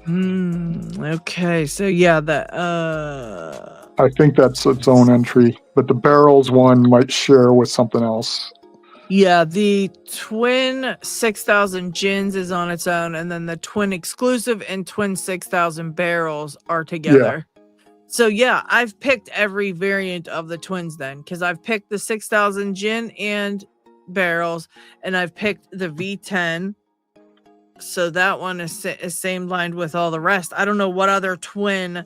I have the JPM Surf, but I hate that, and I absolutely refuse to pick it. And I think that's it at black. I mean, there's ones below. I think like it's a black one, yeah. The Max Plus restricted kind of thing. The Ruko Combi Plus is with it. Yeah, fucking thing. I hate that thing. So I could pick that one, but I hate it. It has, I guess, who picked it? White, I think, picked mine. I think, and he said that. Oh yeah, he's like, it's not bad to pick it all. He's like, it takes about 5 minutes on the side pins because they're that's tapered. White. Yeah, tapered side pins. Are you fucking for real? No. Yeah, fuck that. Never. I guarantee you, I'll never get it. And at one point, I got close. Oh God, the 4400. Yeah, that one. Yeah, it's a. I think it's a BB2. Oh shit. DP. I think that's the one with the split side pins. Oh yeah, that one's with the Troving DP Ruko Garant Plus. That's a black belt 3. That's a 3. 3. That's right. That's right. Yeah. The DP44, the DP11, the Troving DP, and the Ruko Garant Plus. Yowza. Yeah, I don't know. Yeah, go for that one. And I didn't realize when I picked that one what is it, Miwa, that was black belt too. I didn't know that was black belt too. Well, if there's no mastering in it. Yeah, there wasn't. It was a bastard. Okay, so the twin I got a bunch of them now. Oh wait. Oh, the ball kick is on its own. The twin exclusive ball kick is on its own, or the twin combi is on its own. So I could pick one of those, but I hate them both. I hate them. I hate all that.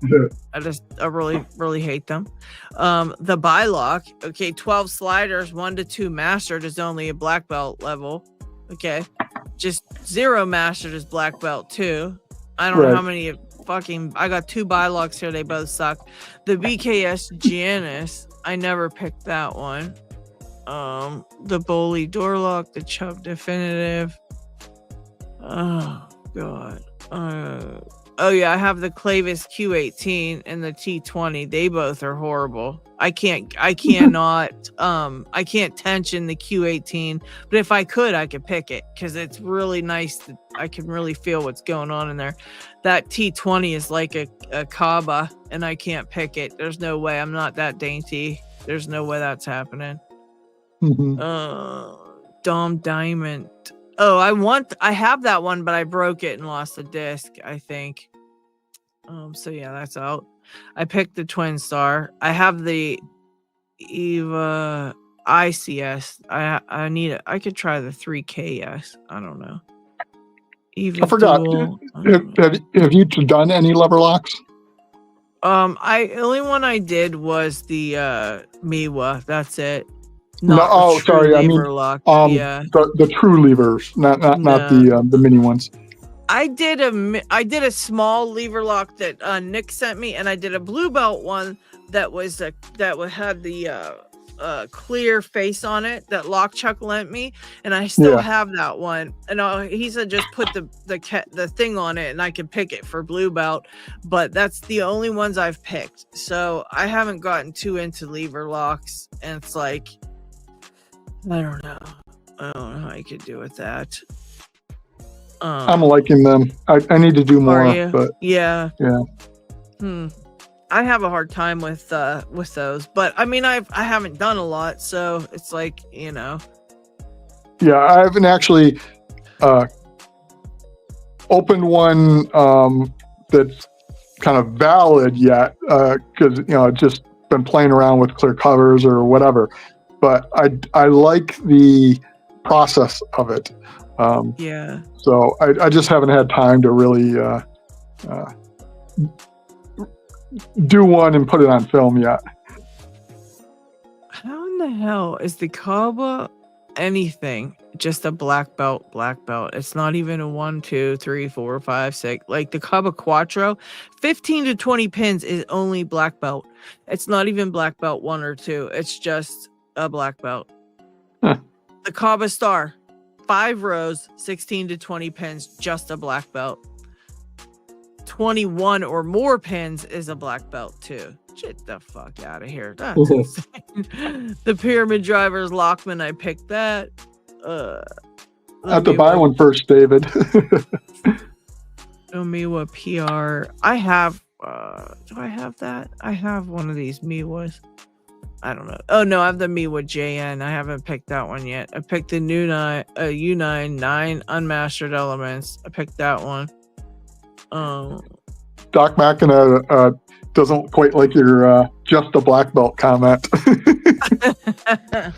Speaking of Lockman with the pyramids, just got this one from JD. It's a brand new one.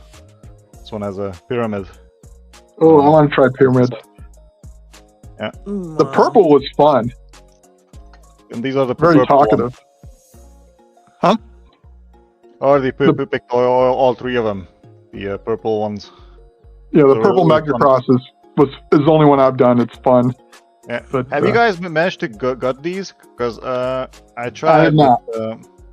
Yeah, these are kind of hard cookies. Oh, Oh, they wait a look minute. terrible. Yeah, is that the yeah? That's the Japanese style, like this, right? Oh, that's crazy looking. Yeah. Yeah. So these are horrible. These three are horrible for gutting. You mean? If it's this style, Turn it around there. Yeah. Terrible. yeah, because No gutting. if that was a kick if that's just the housing, a kick in a housing, that's not bad. That might be a kick in a housing. Yeah, that might be okay. You have to pull the plates off to take a look. The plug may be a different size than an average plug, so you might have to get a plug follower that matches it. The one in your hand is like this one, and if they're high pin count, I do not recommend gutting those until ever. Wait and then use them once you're black belt, and then you don't have to gut them. Because this style is even white does. He's like no. Okay, so I shouldn't gut this one. Okay, no. Right, Even that one. That one, I don't know. If you take the plate off and it looks like this, then no. If it's an actual kick, then yeah, it should be okay. Yeah. Let's see. I got one here. Just if you do take that plate off, you'll be. What is that one on the far left? Does that have a plate on the back? Oh no, that's a no-go. Yeah. You could probably do that one if it's not high pin count, but again, the plug might be a different size than average plugs, so you might have to 3D print or get something to do a plug follower for those. They're sometimes weird sizes. The Nagasaki Kodai I had it uses a completely different follower than anything else I've done. Yeah, Jesus. It's a good thing that I haven't got these. I think. Yeah, I wouldn't. I managed to pick 3 of these. So the purple ones. This I haven't even tried. The black belt one with the pyramid drivers. That's a fun. That's a fun one. That's a fun one. Is that the Mega Cross? Yeah, all 4 are Mega Crosses. Oh, okay, so they 9 pins. Yeah, I don't think you need to gut those at all for that, honestly. If you have to pick one for a belt, you could probably sacrifice one since you have more than one. But I think you'll be able to gut that one on the left because it definitely just has a regular kick inside, and even though there's 2 pins, they're coming out of different places.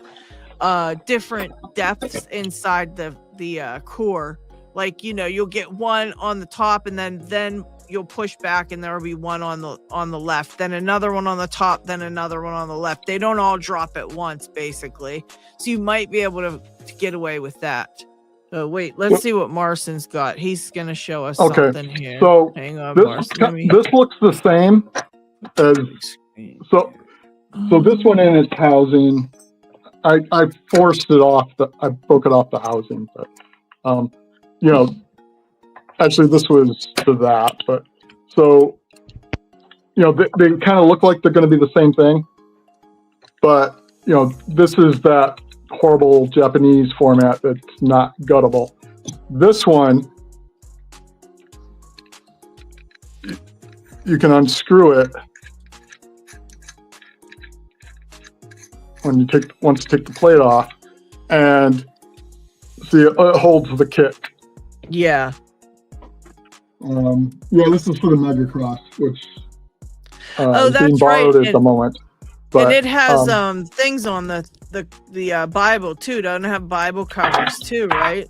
Right. So you it don't have to has the Bible covers like the goals that you can just put a screwdriver under and just pop off the Bible cover. Yeah. And then you pull the springs out. You can show the spring cups, so that it shows the orientation, so you don't have to worry about fumbling the pins afterwards. And then you can dump the pins. And then you pop the next cover, take the springs out, show the spring cups, so that you're showing orientation. So it ends up being much easier. Could you show me the housing again? So there it is. This is a 3, so it won't go in there. But yeah, so that goes in there, and then take that plate off the back there, Wolfgang. We could check it out. Right. So this had that same kind of plate on it. Yeah, because I think that one, they might all be guttable except that one on the very right. Does it have a threading on the side? Could you show me that a little bit? Because I was just... there's no... oh, yeah, there it is. There it is. Yeah, there's threading on it. Yeah, mine also has it. Oh, there you go. Yeah, if it's threading, then yeah, you should be able to pull apart, and there should be a kick inside. Yeah, because that's going to be a lot easier to get. The silver one doesn't have that. It has a screw in here on the side. Yeah. The ones that have these wings, like this, don't bother trying to gut them. Okay. They're terrible. There's the only way you can get in there is, pulling the screws out and pulling the core, and because they're high pin count, you have the multiple rows. The pins are interlocking like this. It's really hard to do just one pin at a time. And the slightest slip of the follower, and you'll have multiple pins suddenly just flying out of the lock. Okay. Good to know. Oh man, these Japanese locks. I already had a mishap with one of those gold S's. I just couldn't get the screws out from the back. Oh yeah. They use an adhesive which is like black magic, I think. Yeah. So getting like this is a vessel, but getting JIS bits are really important for the Japanese locks. They're not Phillips, and Phillips are actually meant to cam out because they're meant to be used by automation. So what happens is there's a give and some clearance in there, and it's slightly angled, so that the bit doesn't get caught in the screw when the machine is retracting it. So it's actually meant to, once that you tighten it a certain amount, it'll pop. The Japanese are right angles, so they're you can really over torque the screw by accident. So you do have to be careful with that. But you can really tell if you have a JAS versus a Phillips, because when you put the Phillips into the screw, it'll often wobble a little bit. With the JAS bit, you put it in there, it's solid. There's no real give like this. If there is, you're probably using too small the bit because it's coming to a point, and the point is wiggling. I didn't realize that. Thank you for sharing that. I didn't realize that. Yep, and this is the number 2. I think the Japanese use the 1 bit. So like the gold locks, and we'll use the J1. I'm gonna have to get that because I don't think I have that, and I've had so many problems unscrewing those screws. It's insane, and that's exactly probably why. I don't use the Phillips screwdriver once I bought this. These will work in Phillips screws, and they will work so much better. What is it called? A JAS? Yeah, Japanese Industrial Standard, JIS. There's a new standard, I think, that supplants it. I forget what it's called, but if you look for JIS on like Amazon or whatever, this is a vessel, and it's got multiple bits. There's got a flat head. There's what's called like posi something, posi for bit that's got extra little fins on it. But it's a nice set, and I have not stripped a single screw since using this. It's awesome. Oops, industrial screwdriver kit. I just want the screwdriver. IND. But that's a Vessel, Vessel, but there's other brands that make them too. Here's a 3. Here's 3 of them. Okay, you can get a set with 3. Oh, here's one 4. Okay, I like this one. Let's see. Yeah, you want to make sure you have like a number 1 and number 2. Yeah, this one has let's see. See details. Come on now. All right, I gotta jump off now. Thank you. Well, thank you for hanging out. Appreciate it. Really appreciate it. I hope you had a nice time. Oh yeah, I did. Thank you very much for having me. Yeah. And I wish everyone a great rest of the day. You too. Have a good one. All right, let's see. Yeah, AJ, kick for the win. Yeah, definitely. I got to the point. I think it was after I had the Nagasaga, the Kodai. I had so much problems gutting this thing because this plate won't come off. So my hands are shaking enough. It's been weeks and I still haven't been able to put this back together. I do not buy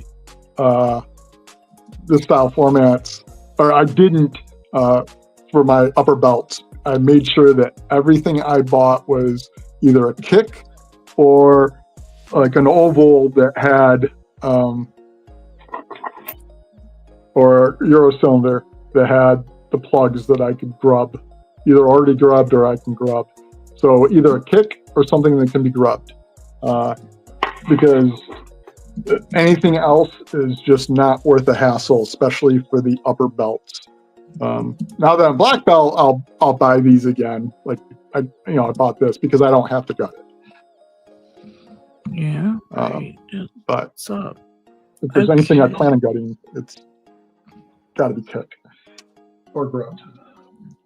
Yeah, I hate those screws so freaking bad. It's not even funny. I'm glad you showed that. Yeah, Posi Drive, David. Yeah, that's the other one that comes with the Vessel. Yeah, I'm glad you showed that. Those suck. I found a set and put a link in the description if you guys are looking for that screwdriver set. I'll have to leave that with my links. Helpful shit, because I definitely can use them so many times. You're stuttering a fair bit. Whatever you said in the past paragraph didn't come through. Uh-oh. Is this better? Yeah, yeah. Okay, it was like that. I think it was a bandwidth thing. Probably. I just said I put a link to that set, screwdriver set I found on Amazon. It's the same thing. Again. What the Maybe it's censoring you. Maybe it is. All right, here is the giveaway. To get in on the giveaway. I don't know if you guys can hear me or not, but there it is.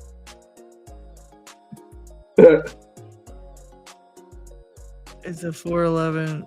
Can you guys hear me, or is it all messed up still? Yep, you're good now. I wonder what the hell's going on. I don't have nothing else on my computer here. Were you playing anything? Any other video? I was looking things up on a different thing though, and I also had the Streamyard giveaway tool and all that. Yeah, somebody said in the chat, "Pork hot dogs suck," and I kind of thought that was funny, so that's our hashtag of the day. If you want to get in on the giveaway, "Pork hot dogs suck" is the hashtag that we're looking for today. Okay.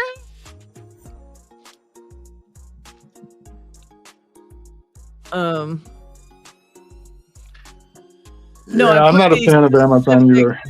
Yeah, I put the specific product link because that way people don't have to look for it. But yeah, it's in my Amazon. What do you call it? My Amazon associate links list. So they have such horrible business practices. What's up? Amazon. Oh, I hate Amazon because of all their I'm not gonna say, but they've been importing stuff that I don't care for, and it looks like it's real stuff. You order it, and then it's not. Yep. So, and even No, when they become AliExpress.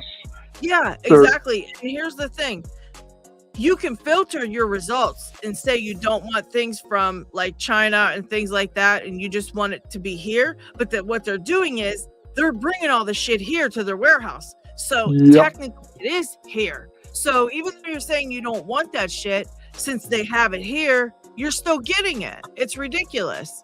It's ridiculous. It's the I forgot what to call it, but it's the massed inventory, where all the inventory is together, or at least it's not stored together, but it's treated as if it was stored together. So if you're selling stuff and I'm selling stuff and it's the same thing, and someone buys it, it'll randomly pick between us. Even if they bought mine, they could actually get your stock. That's messed up. And that's why you get the fake stuff, because you'll have legitimate sellers who are selling the real thing, and then you'll have sellers that are selling the fake shit. That's fucked up. And so you're selling the real thing, someone buys it from you, they get their fake shit because it's drawing from the same inventory. It's treated the same. Yeah, I don't like that one bit. I absolutely hate it.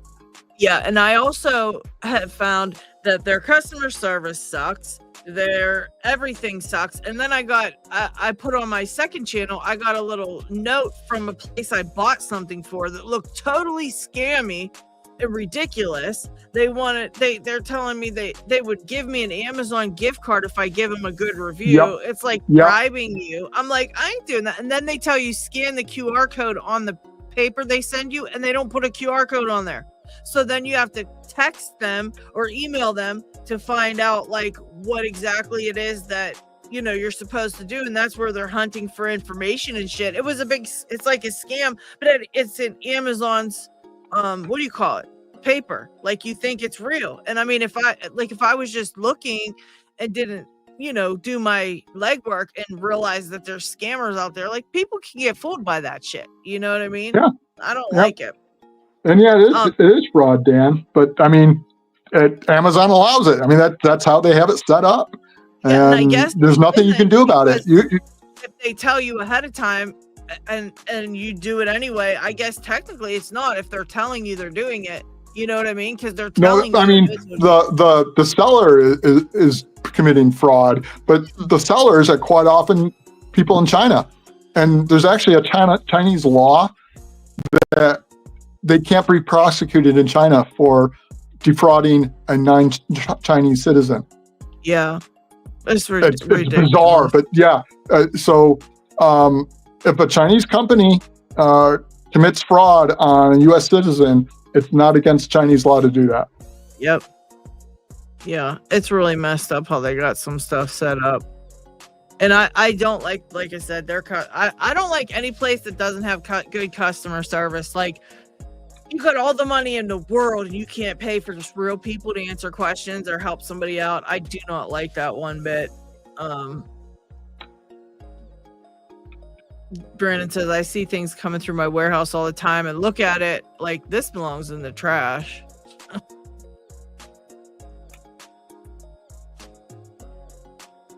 Yeah, don't you love that? They're like, well, we can refund you this or that. Yeah, they try that shit, man. I'll tell you who's good at making them pay is my mom.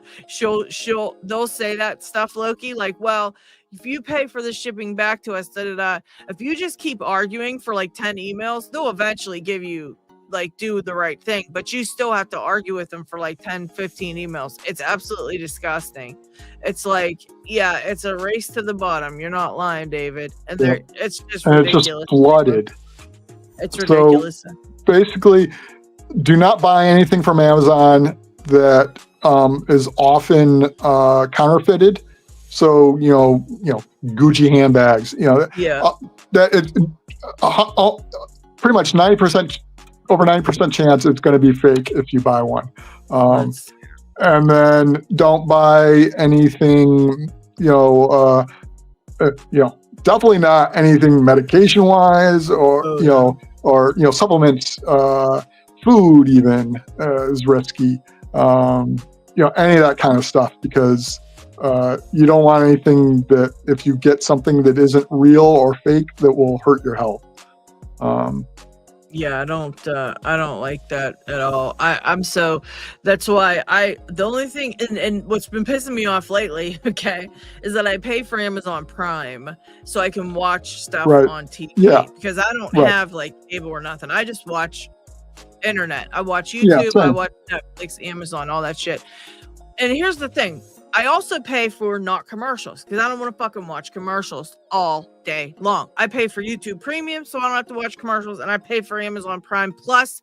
Now you have to pay extra if you don't want commercials. But here's the thing. Here's the catch. Okay. I pay extra for no commercials for Amazon stuff, but they import shit from like Paramount Plus and this other place and that place.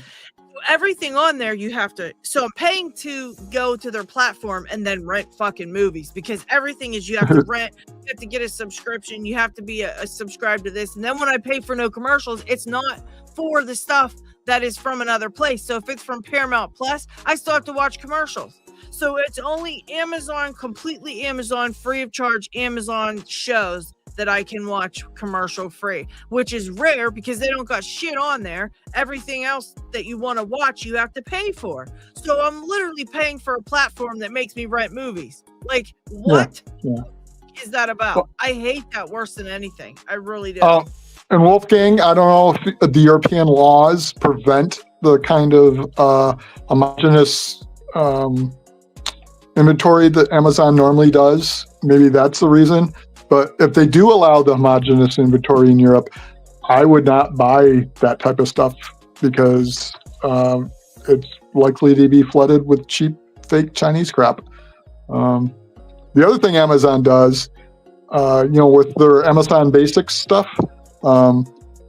they'll, if they see a product doing really well, because they can monitor all that stuff, they will copy it, make it cheaper, because they can mass produce it. So you have a small business that comes up with a cool product idea.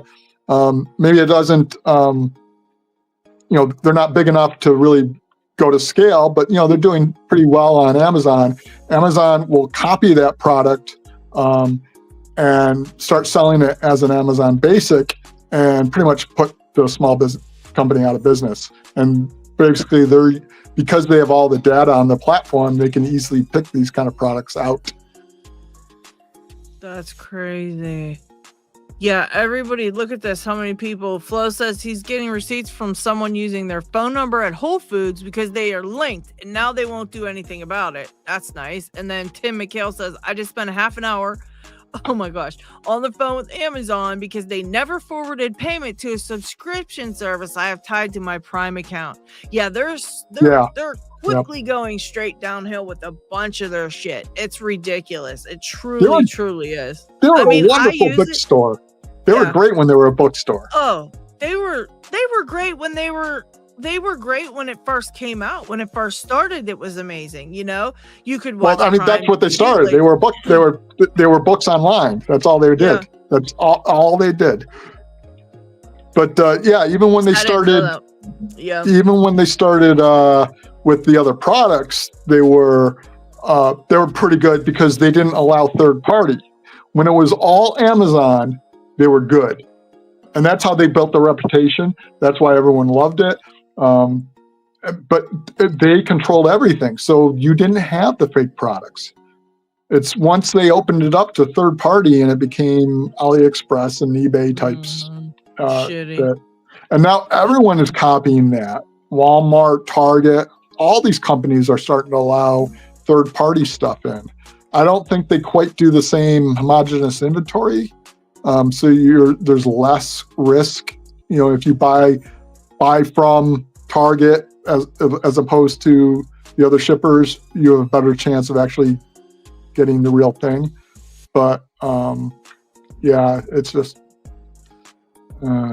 it's you all going downhill. Yeah, you have to know you have to know that what you're buying is what it is. Like, certain things like, and I buy locks from there mostly because they come like this, and they're here, and that's what I want. I want them right away. I don't want to wait around. Yep. So I do buy a lot of, but again, they don't have many. And then you have to order out of the country. I won't do it. I'll go on Discord and order locks or I'll ask somebody that I know to get something.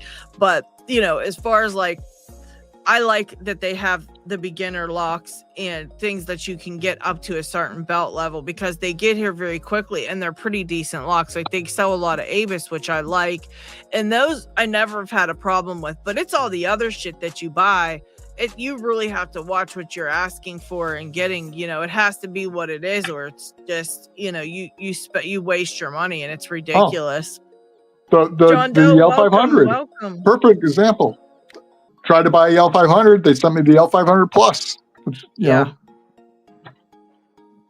Yeah, see, I won't get anything that's like out of the country locks just for that reason. It takes too long too. And if I'm gonna wait, I'll just ask my friend to get it and probably have a better chance of, I'll get that plus some other stuff, because it's like, you know what I mean? It's like, you just never know with the Amazon. So like I said, I the only thing I have that I buy is the locks. That's what I know will come, and it's very quick because I have Amazon Prime. That's the only thing.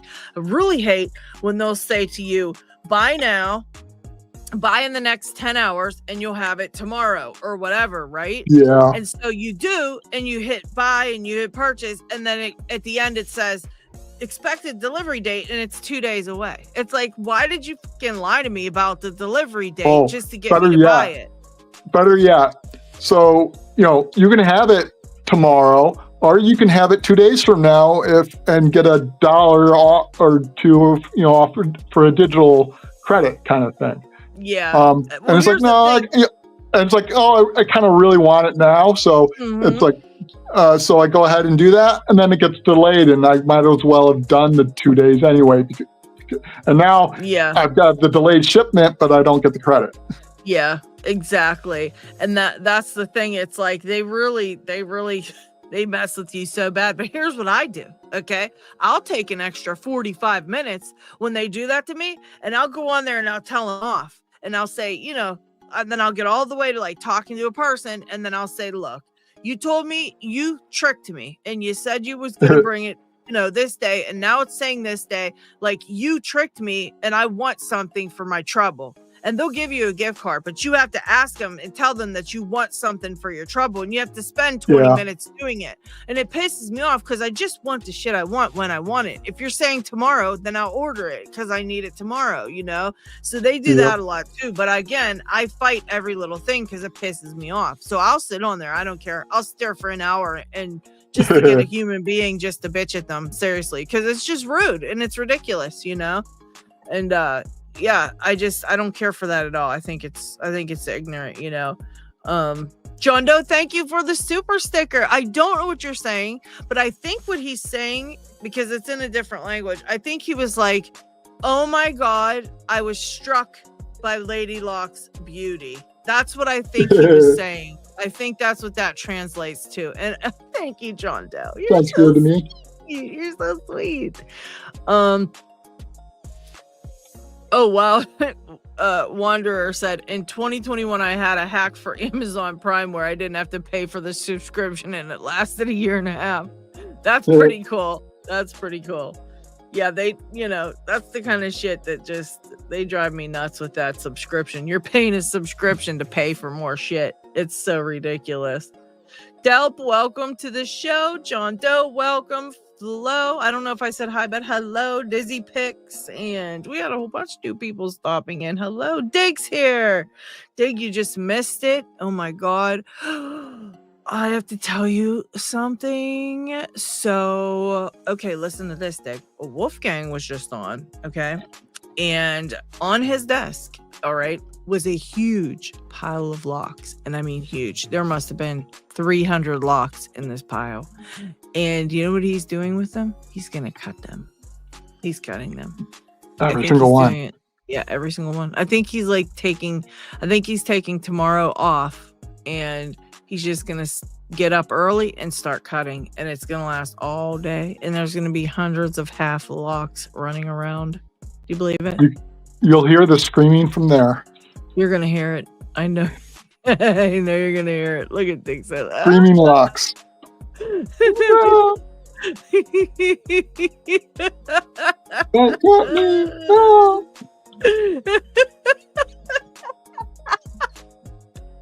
He's cracking me up with his emojis.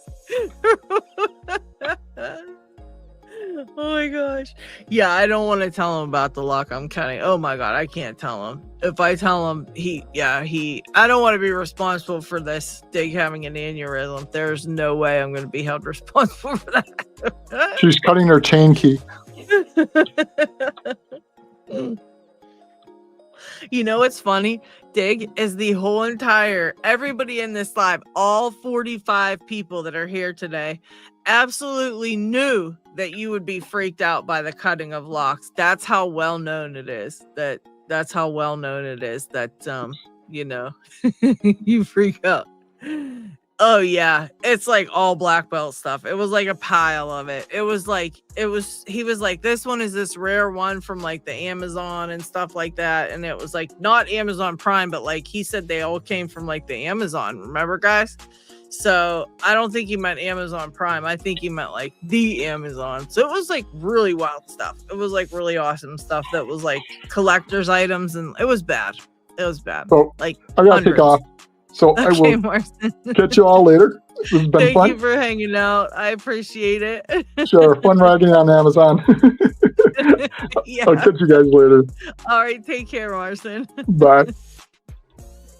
Yes, Dig. It's pretty bad. It's pretty bad. The stuff that he was gonna do. You can rewind it and definitely see, you know, what it was, but I don't know if you should. He said, take that back. Take that back. Oh, also, yeah, I want to give a shout out to a couple of people. Broke Picks is really trying hard to get to, I think he said 300. Let me type it in. We got to find his channel. Broke Picks YouTube channel. So I want to share it with you guys. And of course, it doesn't ever just bring up Broke Picks channel. It's Broken Picks. And oh my gosh, it's ridiculous. What cracks me up is I'm subscribed to these channels and still I cannot find them. All right, let's just go to YouTube and then I'll look. Let's do that. Let's go to YouTube and then we'll try @Broke Picks or something, right? I don't know.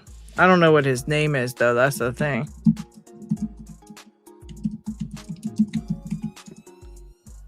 I know it's in here somewhere. But here we are. Here we go. Okay. So it is. Hang on. I don't know why it does this to me. Okay. Sorry, guys. All right. I want to copy his link and put it in here because, yeah, if you guys want to go to his channel, I think that takes you there, or that's his @ so go check it out. I don't know if that's the actual link or what. I can't get my shit together to get you the thing. Yes, thank you guys. But yes, go over there and check out his channel because he's really trying to get to, I believe it is 300 or 200 maybe. He's trying to get to 200. He's at 186. So he just needs a few more. He's trying to grow his channel. He's going to try to go for the belts and stuff like that. So he would like to get a couple more subscribers over there. If you could, that'd be so very nice. Does anyone know how to remove recommended channels from your channel, like the list on your homepage? No. I think that you can go to them and say, I don't want to see this anymore, or I don't like this, or something like that. I can't remember. Let me see if I can't. Let's see if I can figure it out. So if you go to your channel and then the home page, I would guess, right? And that's where your recommended stuff is. Shit. Let's see. Oh, okay. So you go to each video that you're seeing and you click the 3 dots and then you go down to not interested or don't recommend channel. and that'll take it from your homepage. That'll take it off of your homepage. Yeah, that'll take it off of your homepage. Yes. Hit options on the specific video and hit not interested. There you go. This is just YouTube, like my homepage. Like if I went to my channel, and then go to the home, and then you do it. Or you could just probably do it on any video you see. If you're not interested in that specific video, you can get rid of it. Oh wow, congratulations, David. Yes, congratulations. I love that. I like to celebrate anybody they can get to their, ad revenue time, because this is another place where they are making money from us. So, oh, the ones you recommended to your subs on your channel. Oh, yes, you can go to probably YouTube Studio. Yeah, go to YouTube Studio and then go to customization, and then you scroll down, then you go to home tab. There it is. And then you can fix the layout of your channel. So, you go to your home tab, and then you can decide, like I have a home tab on. So when somebody goes to my channel, they can go to the home tab, and then I have it laid out how I'd like it. I have videos, live streaming, playlists, most popular videos, and then you can add or take away that customization and get rid of that altogether. So that would be on YouTube Studio. And then, go from there. Tequila Dave. Yeah, it needs to be PC. Yeah, definitely don't hold your breath on ad revenue from YouTube. It is very small. However, guys, even though it is very small, we get paid the most out of probably a whole bunch of different categories for our ad revenue, because we are very small genre, and not many people in our genre are monetized. So like compared to gamers who make probably like, I don't know, $3 for however many thousand views, we make like 11. But it has to be like so many thousand views, which I never hit anyway. So I hit like 100 views, 500 views. It's terrible. It's terrible. But the point is that YouTube makes money from all those ads. And, it's not, they're showing them on your channel, whether you're monetized or not. And so therefore, let me see if I can figure out how to do it from my phone, Sean. Let's see. If I go to YouTube Studio on the phone, there has to be a way to like fix the layout, you would think. Oh, I got comments I gotta answer on my channel. What row? I don't like that. Let's see. Yeah, I think unfortunately I think it has to be done there, because it's not anywhere on here. What's this plus sign? What's this? Oh, that's to do something we don't want to do. Yeah, it looks like you're stuck with however it is at that time.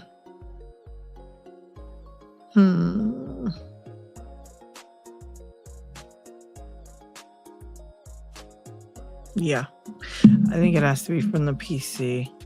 Yeah, Stu's made 4 cents on ads so far. Yeah, it's terrible. That's great, Dots. That's how you get it. That's how you gotta get your watch time.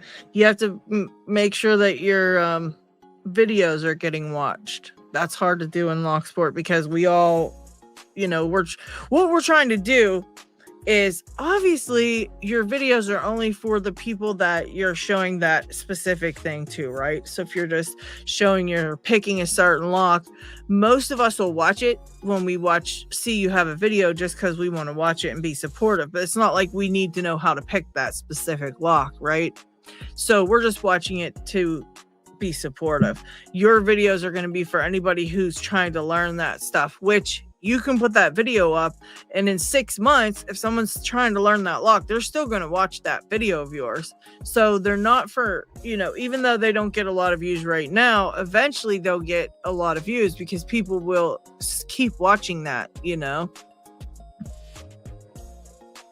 And even when you have I don't know, I think when that lockpicking lawyer video I did had 54,000 views, and it was a long form video of 9 minutes. I think I made $100 from that. And that was the biggest I ever made on anything. That's it. That was all. That's all I ever really made anything off of, was that one video. But that had to get 54,000 views. Nothing else gets none of my videos get 54,000 views. None, at least, that are over so many minutes, So, yeah, no. And is it Stu's birthday and Paul's birthday? And what? Natsu has been a member for 8 months. Thank you so much for being a member for 8 months. I love you. Thank you so much. And he says, happy birthday to the great Stu Dini. So happy birthday, Stu. And somebody else had a birthday. Who the hell else had a birthday? Does Lockpicking Paul have a birthday? Wow, happy birthday, guys. Happy birthday, everybody. That's amazing. So those Paul and Stu, they both turned 25 today, I guess. That's pretty nice. Yeah, happy birthday, guys. I've started having random people I don't know subscribing to my YouTube channel. Help, what should I do? Oh, celebrate. That means they are interested in you and your channel. That's awesome. That's great, Dave. That's what you want. You want random people you don't know to subscribe. That's exactly what you want. It's just hard to do that. It's hard to get random people you don't know to subscribe. Just keep being you. That's right. Just keep being you. Jim Pachi, welcome to the show. Welcome to the show. We're just saying happy birthday to Paul and Stu. It's their birthday today. Or I think somebody said yesterday. Somebody's birthday was yesterday. But happy birthday, guys. Yeah. You beautiful maniacs. That's about right. So, Dig, can I tell everybody about that thing you did for hunting for locks and stuff? Or is that just going to be something that you don't want a ton of people to be doing?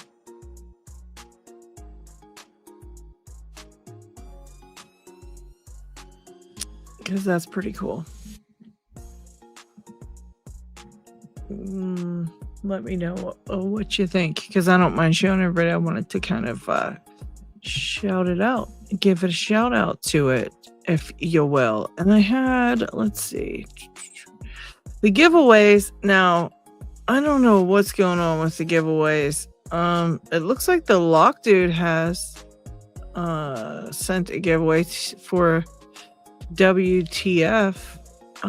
That was only on the 28th, so that was recently. For WTF lockpicking. Let's see. Let's take a look at this link, because I don't think we did a video or a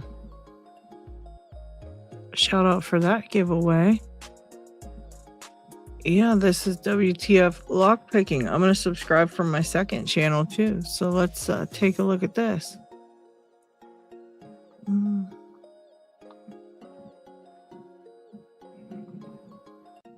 And if I can get it to work right. Okay, that's better.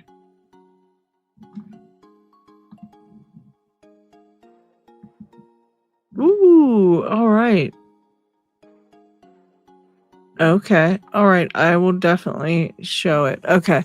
Let's take a look. WTF. Lockpicking is doing a giveaway. All right. We're going to take a listen. Let me turn this music down so we can take a listen and see what he's giving away and what he has going on.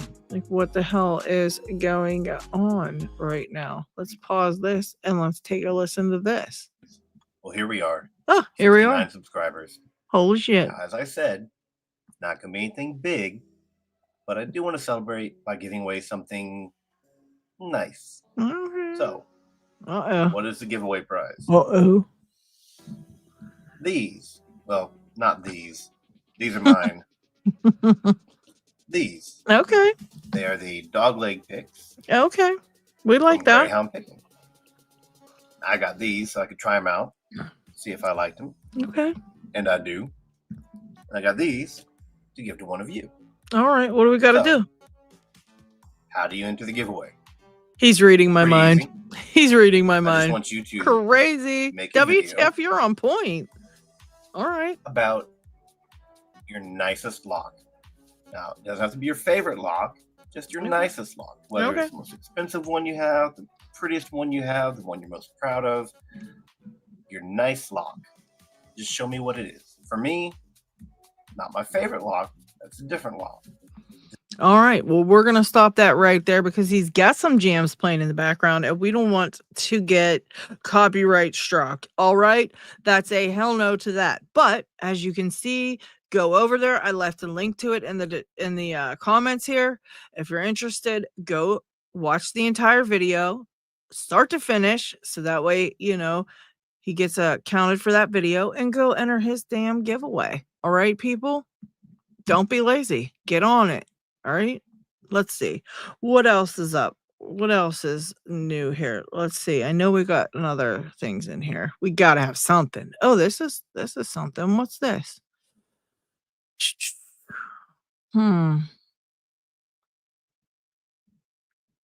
I'm not really sure what's happening. There's a whole big giant bunch of chatter in there. Okay. Broke Picks. That was on the 18th. All right, so it looks like Broke Pix is still doing something as well. You guys, we just talked about his channel and what have you. And of course, Mr. Inferno is doing the skid mark challenge. So, you know, make sure you get in on the skid mark challenge. Now, we did have a document thing pinned to the giveaway channel. Okay, we had something for documents pinned there. And for some reason,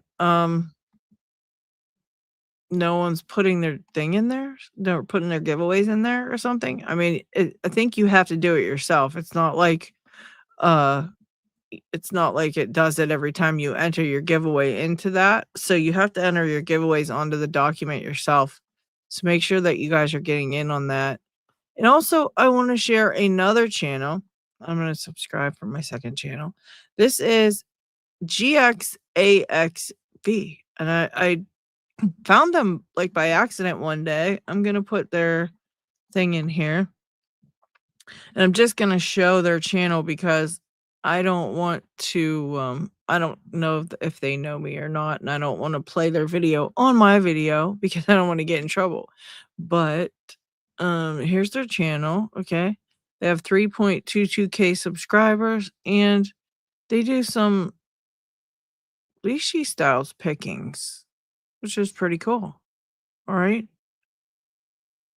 So I don't know how we didn't find it before, or how we didn't know about them. I don't know them at all. Does anybody else know them? I don't know them. Oh, okay. Okay. All right. WTSO will be okay for the copyright. But yes, got to get in on his giveaway, people. So make sure you get on over there. And Doc, I cannot believe you just broke your first pick. This is insane. What is going on with Doc today? Breaking shit. I cannot. I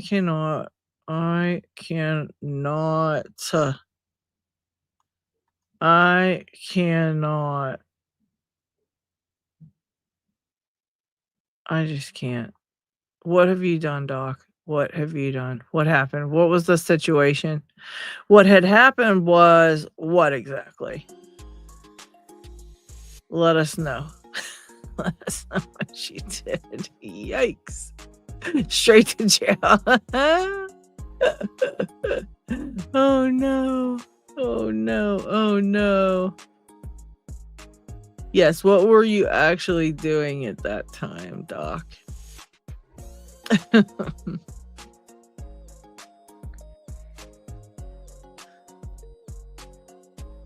Okay, so we got a good question here. Hey Lady Locks, I'm a newer blue belt. Up to now I've only picked pin tumbler locks. I want to explore other mechanisms. Dimple and disc seem intimidating, but do you have any advice at this level? I would definitely say that don't be intimidated at all by dimples or disc detainers. Now, I would say disc detainers are great, probably to try next. Or I'm sorry, dimple locks. Dimple locks are probably good to try next. Only because disc detainers can be a little bit expensive to buy the tools and stuff. So truly, dimple locks will probably be a little cheaper depending on what part of the world you're in too, because we don't have a lot of dimple locks here in the US. And so, you're gonna have to get on Discord and go to the lock bazaar to get locks, and also the tools for dimple locks. You can actually buy single flags from multi-pick, or you can buy like a huck set from AliExpress for only $35. When you get into disc detainers, the tools for picking disc detainer locks can be really, really expensive. You have to make your own disc detainer pick tips for each lock that you want to pick. And you have to find locks that are disc detainer, which again, you'll have to get on Discord. Right when you get to about blue, if you want to go any further with your picking, you're going to have to probably hop on Discord to find locks, because we just don't have, if you're in the US especially, because we just don't have a lot of those locks around. We don't have dimples here. We don't have disc detainers here. We have a few. We have a few disc detainers, and you can actually order some on Amazon and stuff like that. But the tools to pick them is what's expensive for disc detainers. So I would say to try dimples next. Also, purple belt is a lot of dimple locks. And so, you're going to end up with dimple locks at purple belt level anyways. So you might as well give them a try, now, so you can get something for purple picked. You actually go on the Belt Explorer to see what locks are there, and then try to find them specific locks that you want. But yeah, you can get the tools right up from AliExpress for $35. They're a great deal, and they're pretty great. Timo Nagametal, thank you for the super sticker. Oh my gosh, I love you. Thank you so much. All right, I'm trying to solve the mystery. She was picking the Rust one that Stu sent her, and it's kind of sticky. So this is all Stu's fault, Doc. To be honest, I can see that it was Stu's fault. This doesn't fall on you, girl. Stu. If you knew better, you'd do better. Come on. Poor Doc broke her pick. She says your lock was sticky. How could you? Ooh, AJ said, I did the same thing a while back. An 18,000's Jimmy Deep hook in a 5-pin Brinks of all things. That was my favorite and opened everything I thought until then. Oh, man. Or everything I threw at it until then. Dang.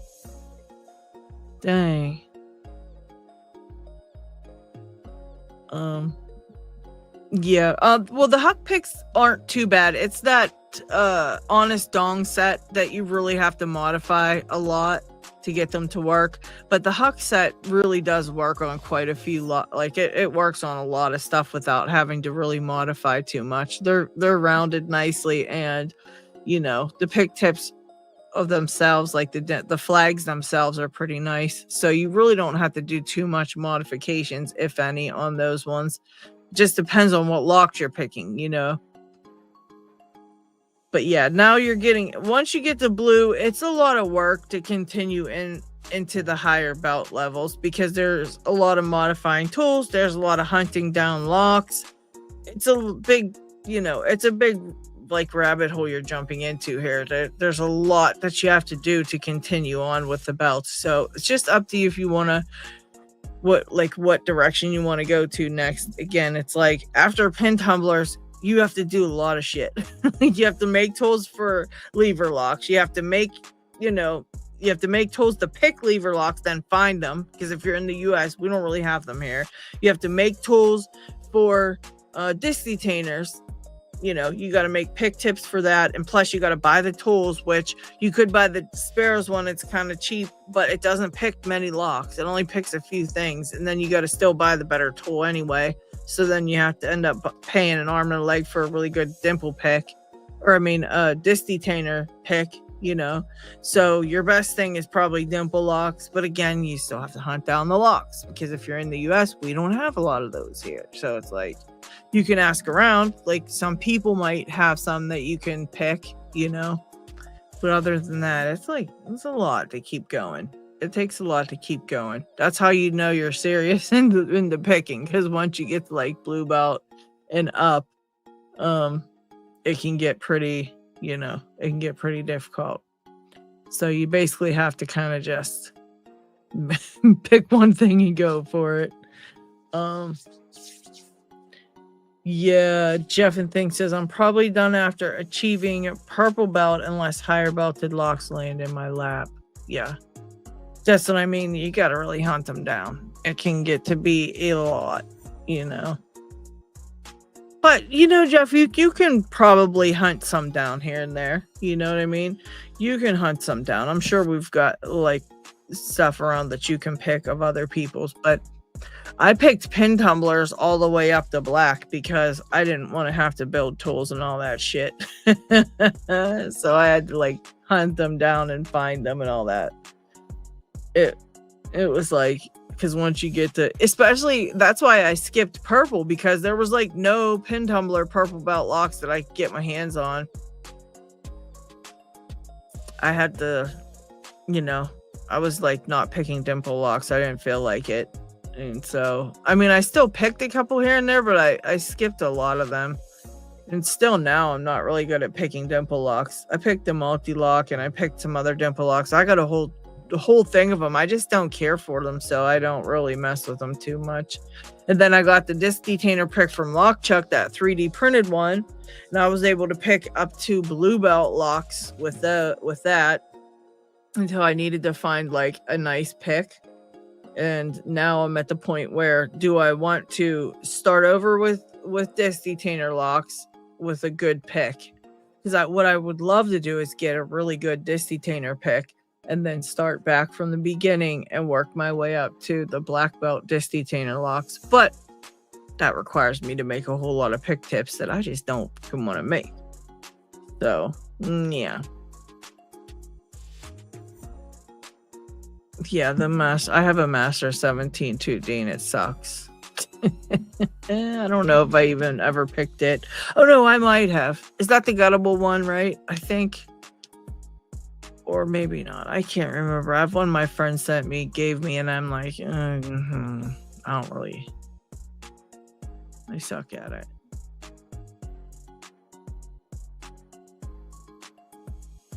Yes. Yeah, grubbed locks still count, Jeff. As long as like the pins and stuff are factory and everything's still completely factory, inside the lock, it will still count.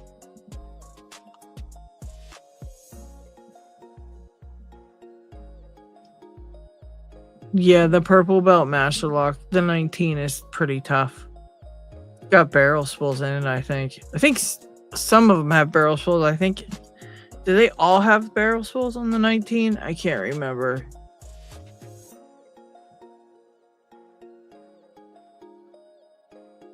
Okay, that was creepy.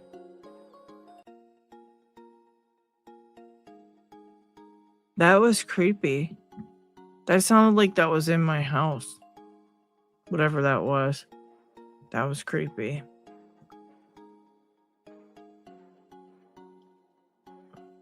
Wait, what are you looking for? Medicos? Wait.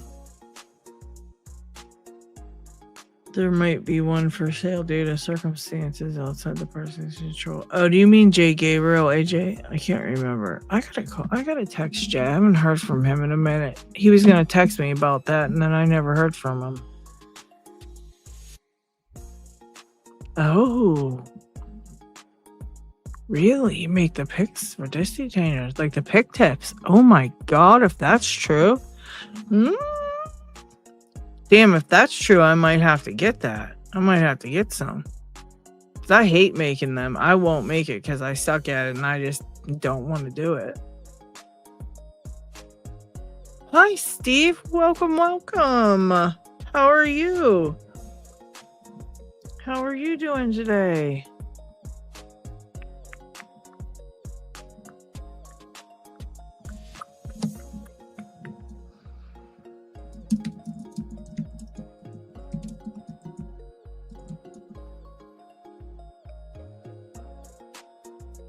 Yeah, I would love to try one myself. Jeez. Is it the whole pick? You make the pick? Because that's crazy. I might get one too.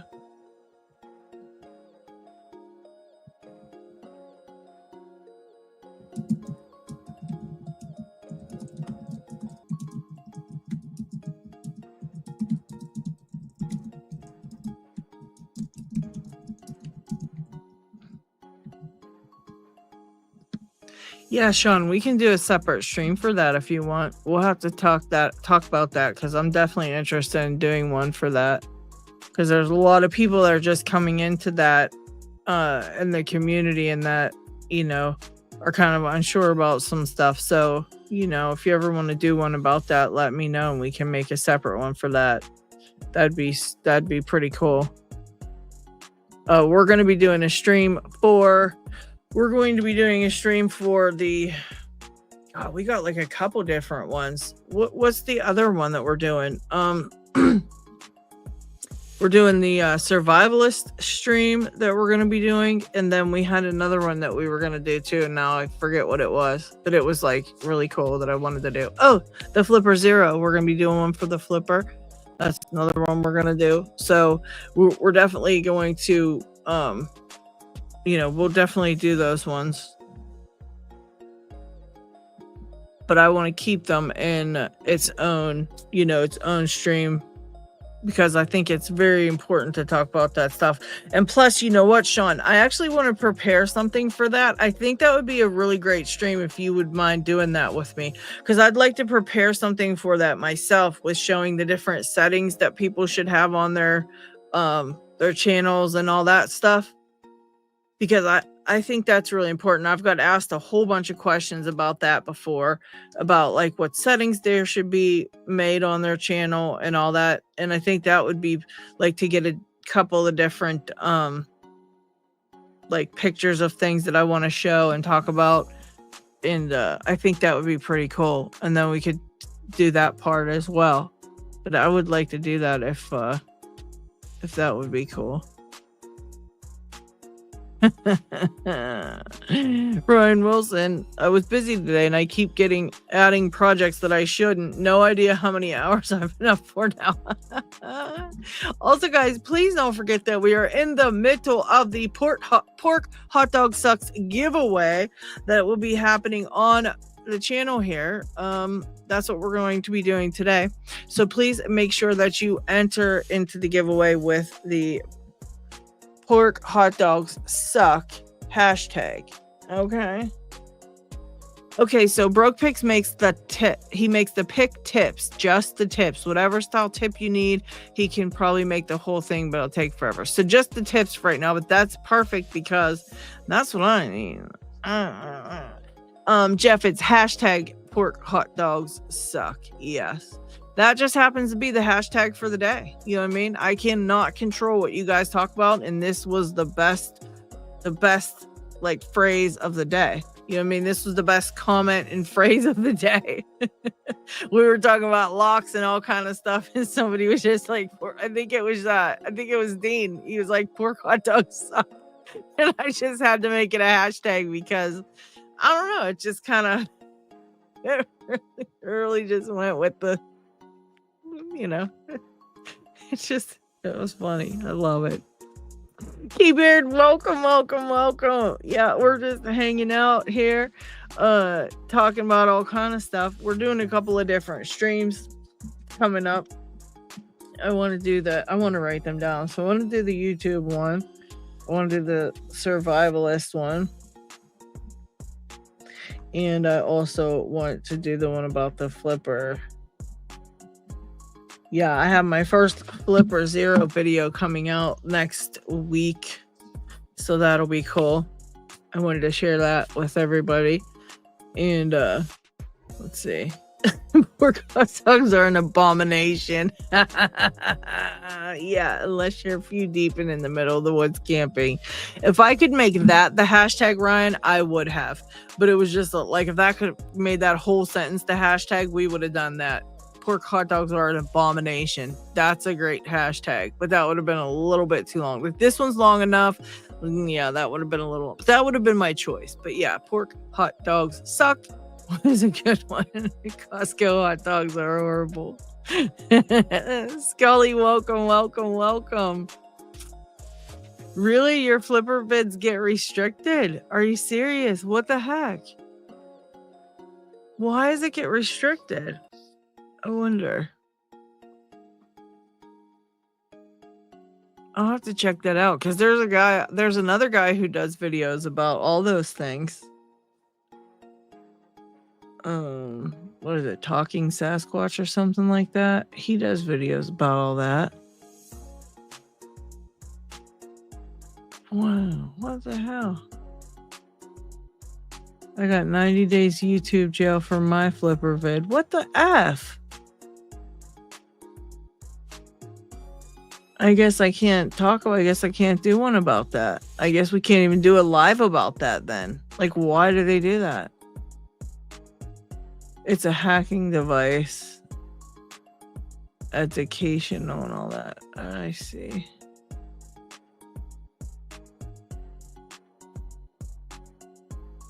Yeah, I didn't actually show anything. I just kind of showed. I just talked about how to set it up and showed the website and stuff like that. Wow, that's so rude.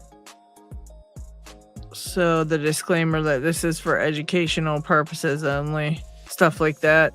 Yeah, good thing I didn't do the live about it that one day because we might have got in trouble for that because we were, what's his name? Dalp wanted to come on and talk about it on the live and stuff.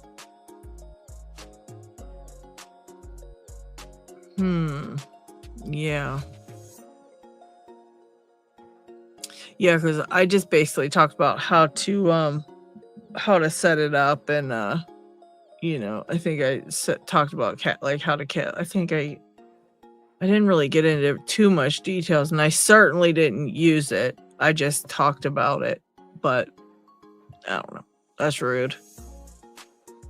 Wow. Okay. Yeah.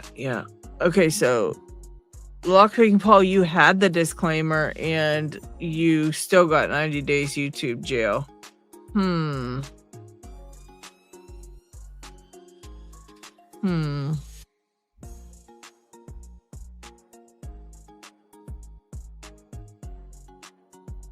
Yeah, I might have to not do that video. Maybe I won't do that video at all. That's rude. What the hell? Oh, yeah, I might have to take that one out of the to-do queue then, because I don't want to get into YouTube jail. That would be rude. Oh my gosh, I would literally be so mad. Well, oh yeah, hotel hacking vid. Yeah, that's what I mean. Yeah, I wonder what I might have to look into what they say on their other channel. I'm gonna watch a couple videos myself and see what they have for disclaimers and all that stuff.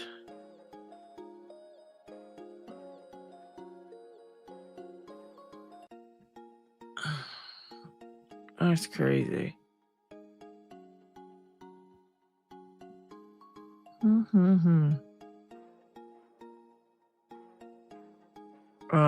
Okay.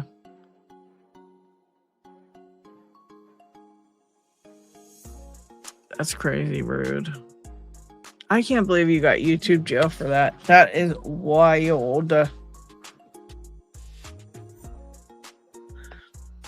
Yeah, I think I will.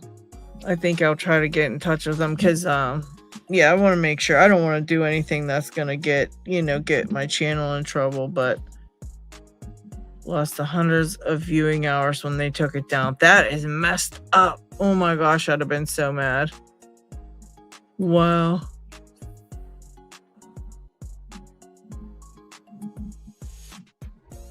Uh-oh. All right, Ryan. We're gonna hope for the best. I hope nothing bad, man. That sucks. That really sucks. Wow, Paul, that's really, really rude. Yeah, that is. But it just cracks me up because they'll let so much crazy, horrifying things go on YouTube, and that's totally cool. I literally just watched a video about that streamer who let his friends do terrible, awful things to a woman. You can hear her screams in the background, and that was on YouTube.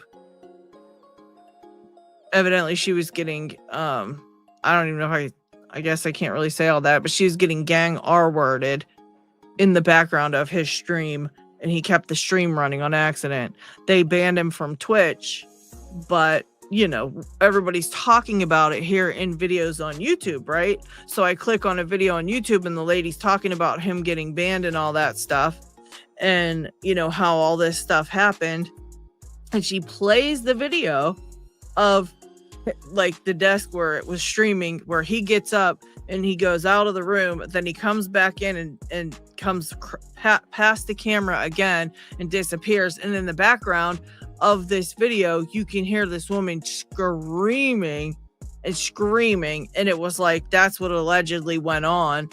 And yeah, they let that on there, and they let her talk about it in her video of somebody getting that happening. But you can't say here's how to set up a flipper zero. That is fucking crazy. This world is a shitty place. Yeah, Tequila Dave, that's a good thing. You want people you don't know to subscribe to your channel. I have look, the 50 of you, I know, okay? Out of my 8,000 subscribers, I know you 50, all right? So I got all them that I don't know. So, it's a good thing. You want people to subscribe, and because they like you, they like you, they like what you're doing. They have they like to watch you do your thing, man. That's awesome, actually. That's what we all want to happen with our channels, and it's so that's good if you're getting subscribers like that. Yeah, it's terrible. It's terrible, Elijah. Honestly, YouTube Kids is a rabbit hole of awful content. Wow. Yeah, that's what I mean. It's insane. And then, I don't think they're trying to get you banned. You don't do any kind of crazy stuff to get banned, You'd probably know if they were reporting you for something, because you would get it. But I mean, the key fob duplication capabilities. I see. Yeah.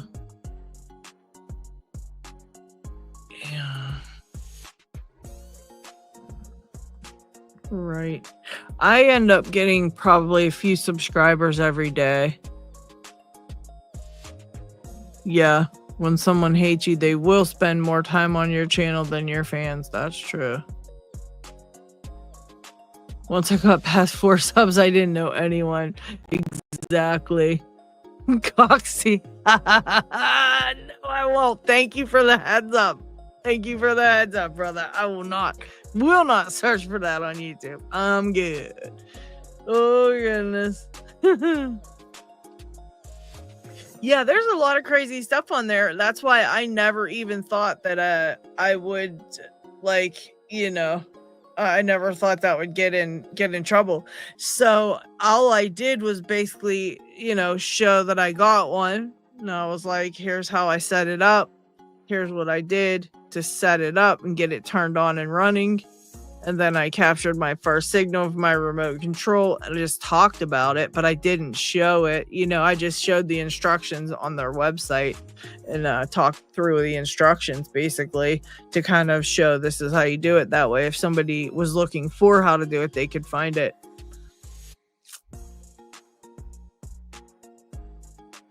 It's the potential for misuse that's triggering the ban. Yeah.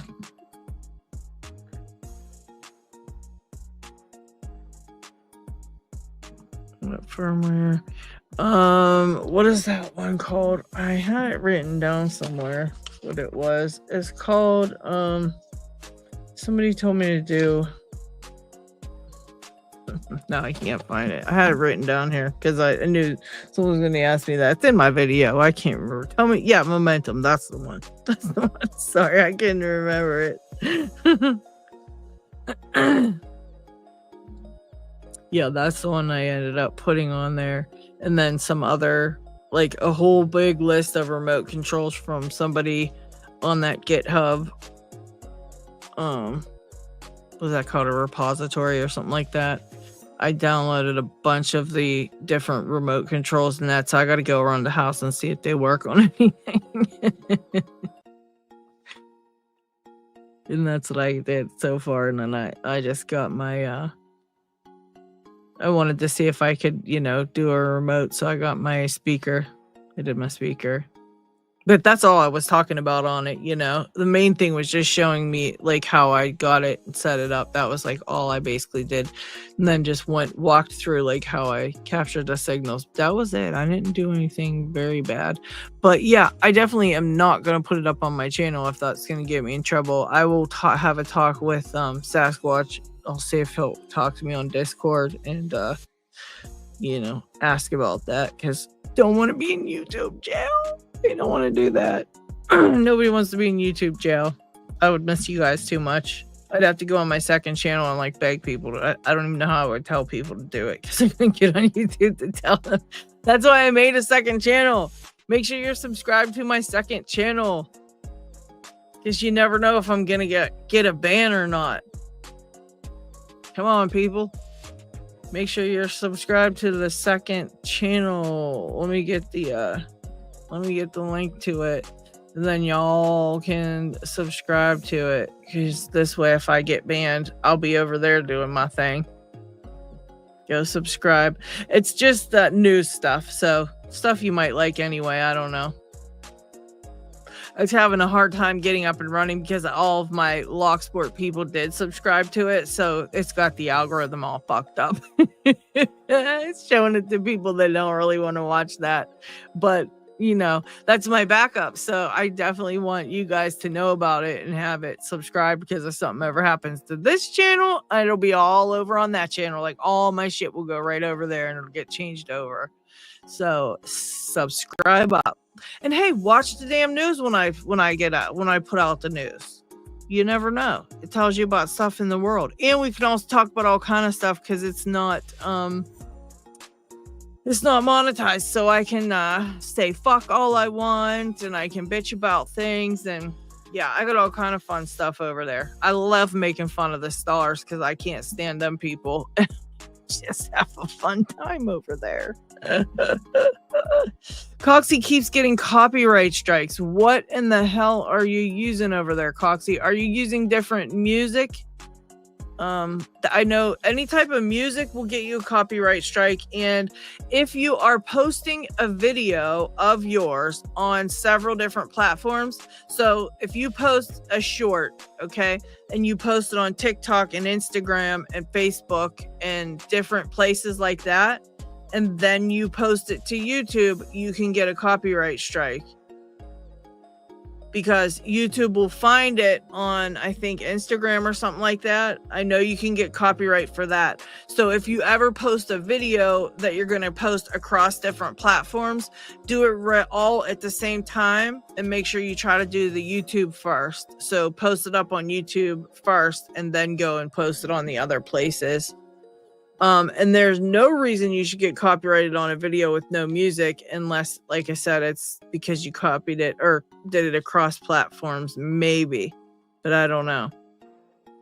I know somebody got in trouble for that. They posted a something or other, a short on something like Instagram, and then it was like a couple weeks later or something, they were like, oh, you know what, I'm going to put that up on YouTube too, and they posted it on YouTube, and then, you know, YouTube copyright struck them because they had posted it a couple of weeks before on a different platform or something like that.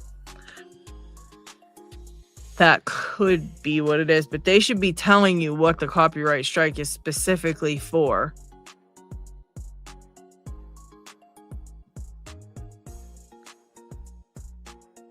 Like, I know I run the risk of doing it when I played WTF's video to show you guys his giveaway.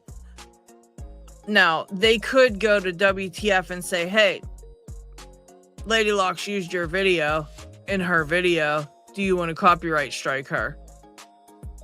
And, you know, he could say yes, but I could fight it because I was just I transformed it because I was basically showing it to you guys in a different way, you know, in this live stream that was just a small piece of it. It's not like I used that for my main content of my video, but you know, you have to be careful doing that too. I get copyrighted with my TT vids that I post on shorts. It's not like a major issue, it just makes me laugh. Your TT vids, what the hell are those? What am I missing? That I post on shorts. Wonder why. Can't you use music in videos as long as you give them credit claiming it's not yours? I'm not 100% sure on that, Brandon. So here's the thing. They used to copyright strike you for using any type of song at all. Like any real song that's out in the world. So if you had it in your video, you would get copyright struck for that song. And you would get in big trouble by YouTube. But you only get 3. And then they take your channel down for good. And you can't put your channel back up. You only get 3. That's it. So if you get 3 copyright strikes, your channel is gone. Period. Unless you fight them and get them removed. So Coxie, you have to be very, very careful if you're going to plan on keeping your YouTube channel, because if you get 3 copyright strikes, you are done. Now, if it's a hard strike, like, you know, them saying you've definitely misused your content, you know, 3 of them will get you taken down. Now, I know they can copyright strike you for music because they put a big like repository of music that they now will take any of the income that you earn on that video and send it to the people who made the music. So say you're monetized and make a giant viral video and you put someone's song in the background and you get like 100 million views on that video, YouTube will take all your money from that video and send it to the people who wrote the song. You won't get that. But they made it different because too many people were getting copyright struck for music. So they changed it and made a big like repository of music that you'll get struck for it, but it's not like a hard strike or something like that. It's kind of weird. It's kind of weird. There's like hard strikes and then there's like, like Tequila Dave's is saying, it's like a different type of strike.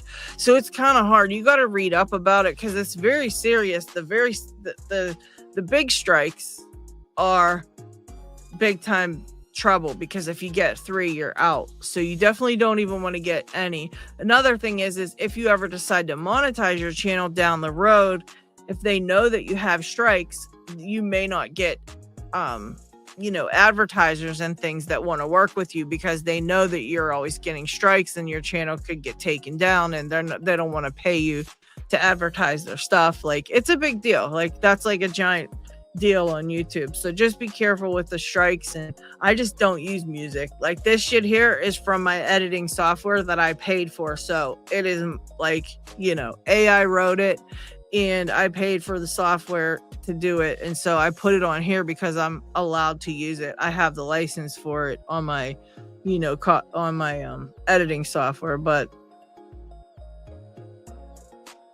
the best thing you could do, Coxie, is just put them on here first. Oh, you mean that you're, oh wait, TikTok, basically just people put themselves in. Oh, okay. Okay.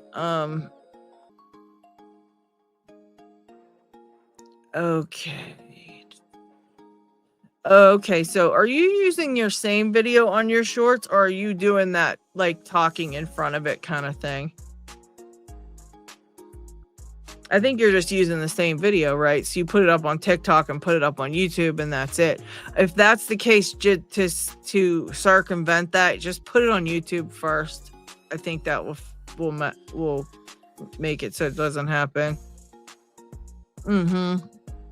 Yeah, they will contact you through the email that is, I believe, that your channel is under, which no one should ever know.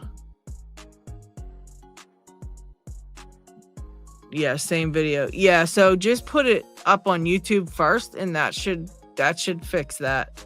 Like the time that you put it up, just put it up there like a little bit ahead of time, and then put it up on TikTok. I think that'll make sure you don't get a strike. But if you're saying it's yours and they're letting it go, then it doesn't really matter. But no, if you're using music from a video editing thing, that all should be copyright free, because they give it to you to use in your videos. So even if it's free, it's still an editing app that is for that. They could, in that case, they could strike anything that you would do, like a sticker, anything, but they're not striking it because it's through an app that you use for that reason.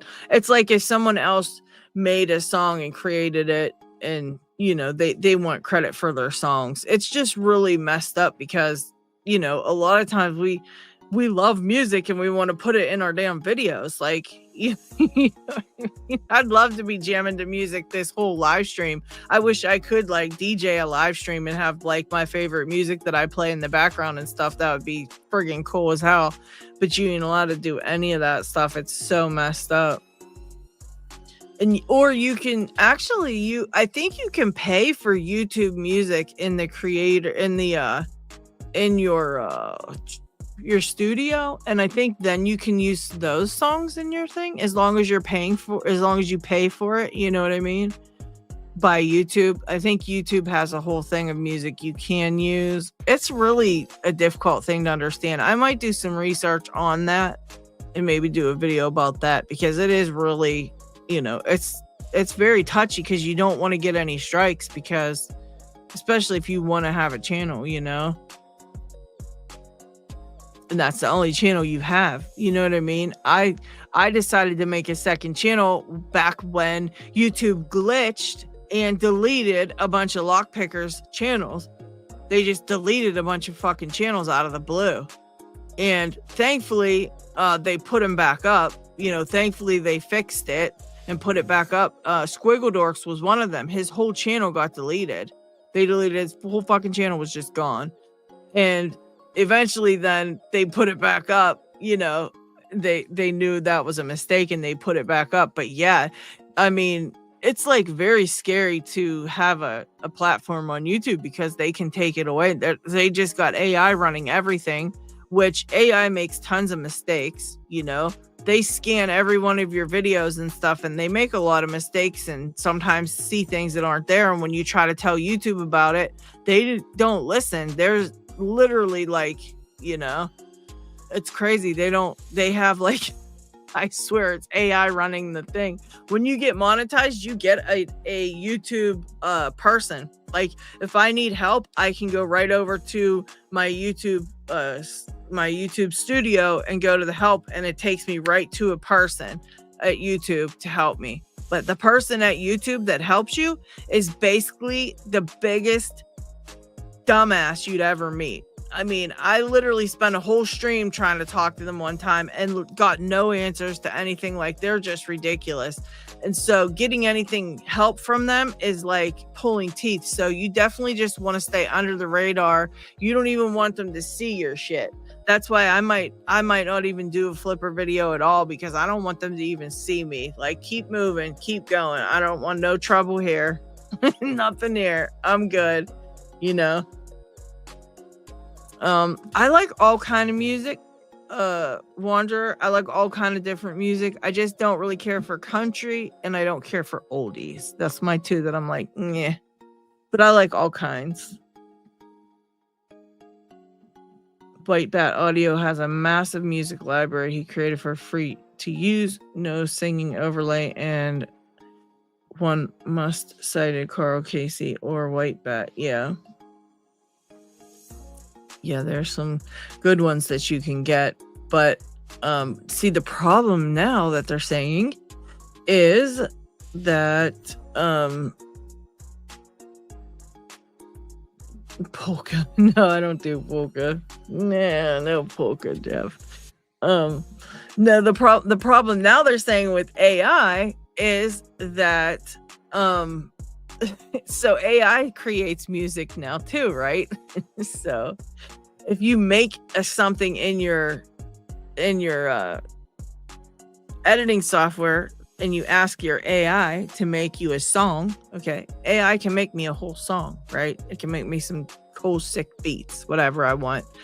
And so, you know, AI will make it, and they're saying like then another AI somewhere might make another one. And so what's happening is, yes, AI can't own property, but what's happening is YouTube doesn't realize that it was AI. They just hear it in two places, right? And so they go, hold on, this isn't right. This is copying. Somebody's copying somebody.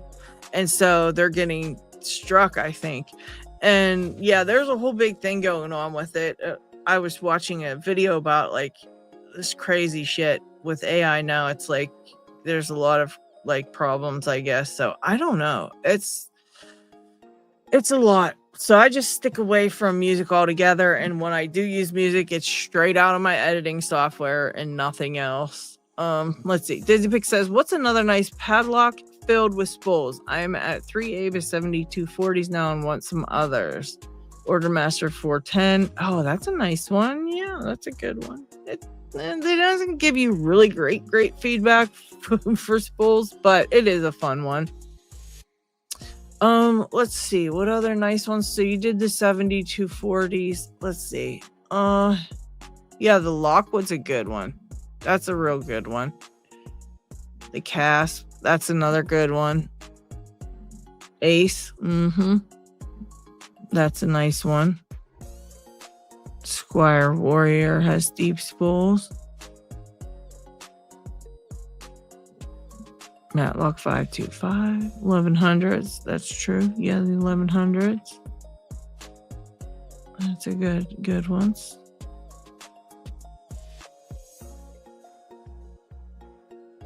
Yeah, there's some really pretty much any lock that you're gonna get past what Greenbelt and up will have some good spool pins.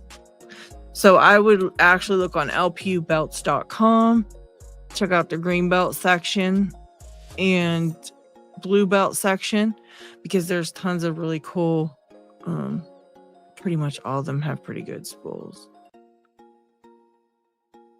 Lots of spool pins in green and up.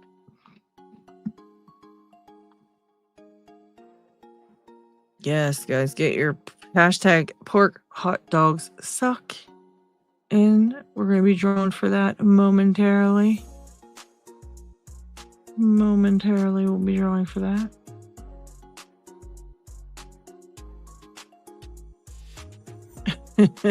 Yeah, some Ace locks do suck. That's true. Very true. Ace can be tough. The lock dude, he has trouble with some Ace locks. Sometimes he gets really mad about it. He gets in trouble with those sometimes.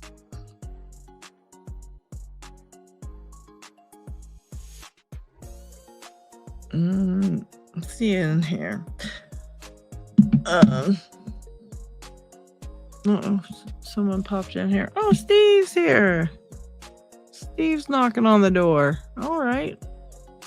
Let's see. Is Steve coming on voice only, or is Steve coming on with everything? We're gonna find out. Yeah, Steve came on and showed us some stuff one time. There he is. Can you see me? I can see you and I can hear you. Hi, Steve. I'm going to Hello. take this down for a second. You know what? Welcome to the show. Welcome to the show.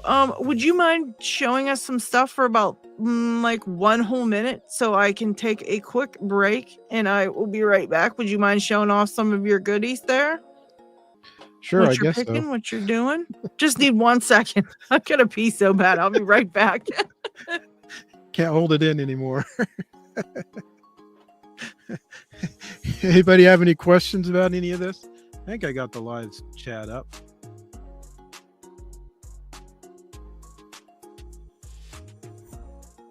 Join the chat.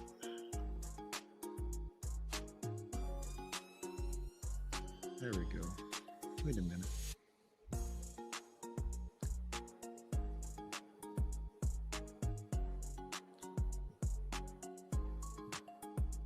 Okay.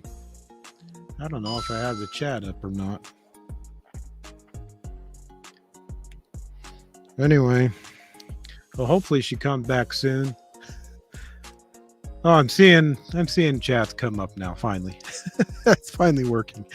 Anyway, hello everybody. Anything anybody wants to look at? I basically have my stuff out here doing playing with the RFID locks and tags and stuff, which is fun. Let's see. So I do have one of these here, but it's not even turned on. Got to show off some of my stuff. This is the LilyGo T embedded C1100.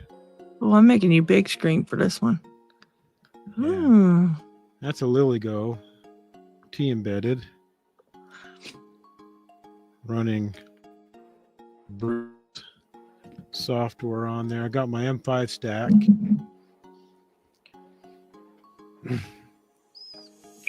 Well, I do have it here, but it's not turned on. But even though it's like this thing will do a lot of what this does anyway. And this is half the cost. A lot cheaper. That's wild. Yeah, somebody else said that too, like something about that kind of thing. And being a little bit cheaper than, or a lot cheaper than Flipper Zero, like there was another thing or whatever. Even this guy, look how small this thing is.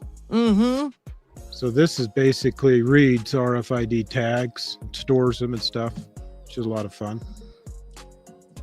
Has 8 slots in there, so you can store tags in there, and then emulates it so that you can walk up to your door and open it up, or a lock like one of these. That's wild. Steve has tons of these. Steve's made so many of these things. This guy. Yeah. So I put the RFID module on there, and then I wrote a program to read the tags. That's so cool.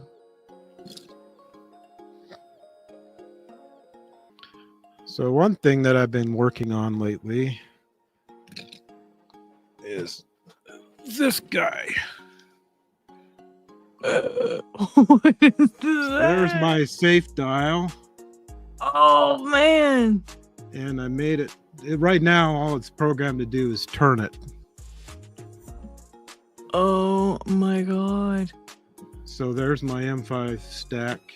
Oh my goodness. There's my computer right there. And it's built out of Legos. I love that. Oh my god. So it will turn it. Oh my god. Oh my god, they're loving that, Steve. Made out of Legos. And I got the 2 servos that are one on each side. And then I have a little down here. I love it. There's a little a little encoder so that I know the position. Oh Oh my gosh. This is wild. That's what I think I'm playing with. Now I just need to program the rest of to do the rest of it. Doc said literally saw the Legos and dropped everything to pay attention. Yeah. We're into the Legos. There's my servo controller on the side. Wow. It gets a little heavy after a little while. That's wild. Holy And cow. it actually is. I took these parts and put magnets in there, so it actually just magnetizes to the thing. Yeah. That's awesome. And then I just attached a big old gear to it. Oh, that is really So cool. then that just connects up underneath.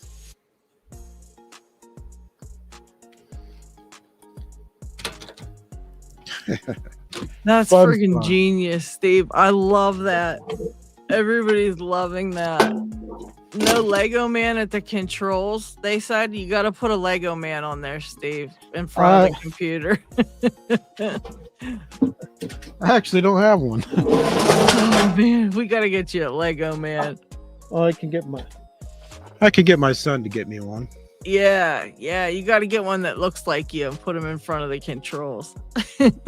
Okay, so Jeff said cheapest to expensive.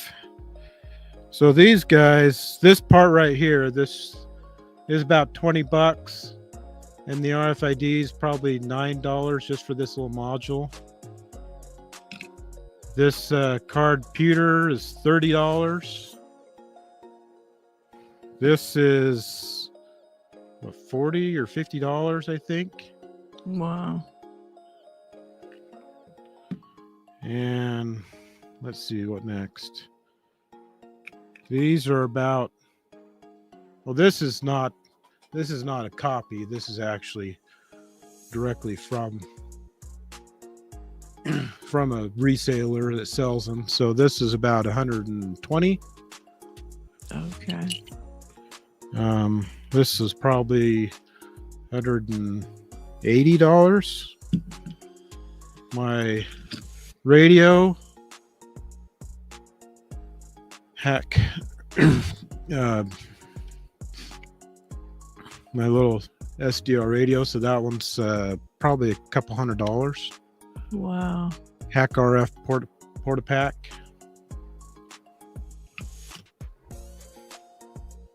This is probably the cheapest, $10 for this little reader rider.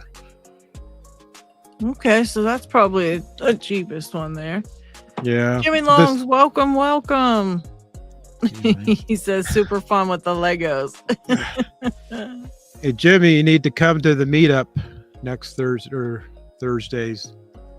The first Thursday of the month.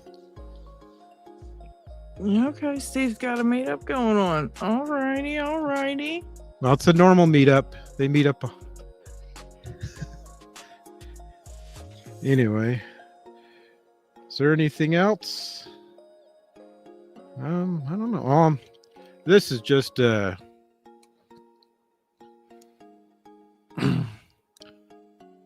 is just a spectrum analyzer, so it's showing me That's really neat. there are radio signals that are coming through. So right now there's a little spike right there at 13.5, which is coming from probably from my RFID reader there.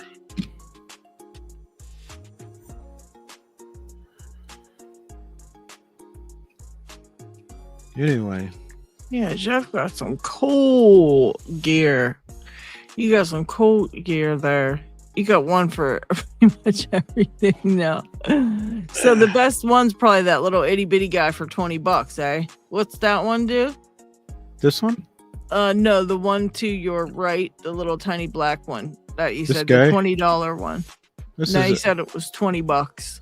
This is 120.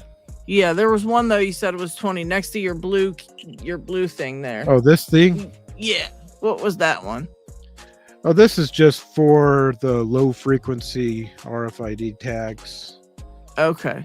So it that doesn't one really was the do much. cheapest one, but yeah. Too much, and you can get these pretty cheap on Amazon, and they don't really do too much. They don't even have a display screen, just reads and writes. Okay. But anyway. Wow, Steve, you got a whole bunch of them there. The first one you got, what was the first one you decided to get? Oh, thanks for hanging out, Dizzy. I hope you have a great night. Appreciate you stopping by. And we will let you know if you won the giveaway. Don't forget, if you didn't yet, type in hashtag pork hot dogs suck. That's our hashtag of the day. So we will let you know if you won, if you put in for the giveaway. So, out of curiosity, how does the microphone sound? Your microphone? I got a brand new mic. Sounds great. Yeah, it sounds great. Jimmy said, Steve, I partied with Iceman a couple months ago. I don't remember much, though. I've come to a couple of those meetups on Thursdays. So they're... Anyway. Steve somehow keeps changing the subject off the Thursday meeting. So I don't know what you guys are meeting up on Thursday, but I need to stop by one of these. They sound like fun. What the hell are you guys doing over there? Yeah, I come, and then some other guy's like, well, I think Jimmy might come, but I don't know. Maybe he will, maybe not. You'll have to show up one night, Jimmy. Surprise everybody. Just walk in and be like, bam, I'm here. Just have a jacket made of picks and everybody can just grab one. Little Velcro picks stuck to the jacket. People can pick them off and pick with them. Oh, take care, Paul. Recognize that little pin? Oh my gosh. That's cute. That's cute. It's from that movie, Hackers. I love that movie. Anyway. Jesus, he'll work on it. Jacket of picks, grab one. Anyway. Yeah, that's pretty cool that we were talking about that. I said I'd like to do a video. You know, I did a video with when I got my flipper and set it up, and they were saying, oh shit, you might not want to put that out there because they will put you in YouTube jail or get you in trouble. So now I don't know what to do. I guess I don't know if I'm gonna put the video up or not. I have to get a hold of somebody who puts those videos up and see what I gotta do to not, be on the radar, because I don't know what the hell the deal is. Well, that's kind of crazy, because these little devices, they'll, you talking about your remote control and stuff. You can buy a really cheap universal remote from Walmart, and it does the same thing. Yeah. You can buy an RF reader like this for $10. Yeah. It does the same thing.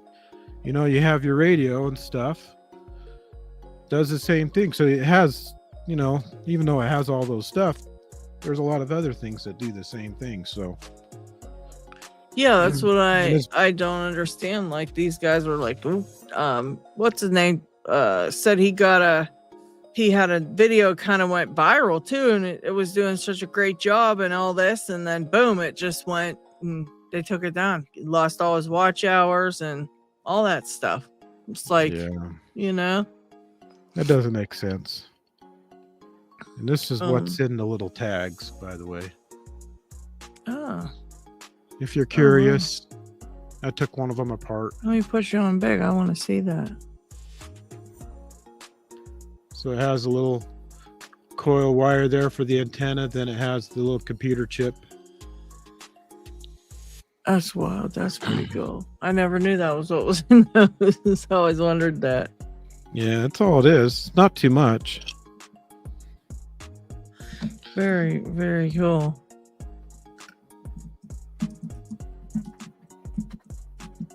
Anyway. There you go.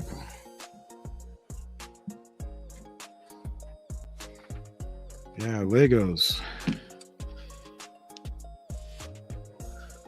I'm loving the Lego. Loving it. Lockchuck, you must have felt us talking about you earlier. It took you a couple hours to get here, but I was talking about you, Lockchuck. Hey, Lockchuck. Yeah, we were trying to talk about this before with Lockchuck, him doing a safe dialer thing too. But yeah, I made mine out of Legos. That is so cool. That is so cool. Humboldt wants to know the middle thing. He said, is the middle thing he says the middle thing for testing radio antennas. Is that for testing? Oh, do you mean the middle thing inside the RFID thing? Or I mean I'm not sure. Oh, this? Is he talking about this thing? I'm not sure. Let's see. We're waiting. Humboldt, which one were you? Big black thing. Yeah, I guess that one. Yeah. This one? Yeah, so this is just, it basically shows the radio signals as it's getting them. For example, I can put it on the regular FM radio dial, and you can see all the FM radio signals coming through. That's cool.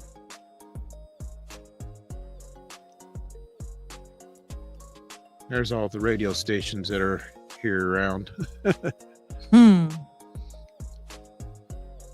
you can see, that's crazy. You can see the signals coming through down here. We have a lot of radio stations around here. Yeah. That's really cool. He said, Jimmy is that a Nanova or something, I think he said.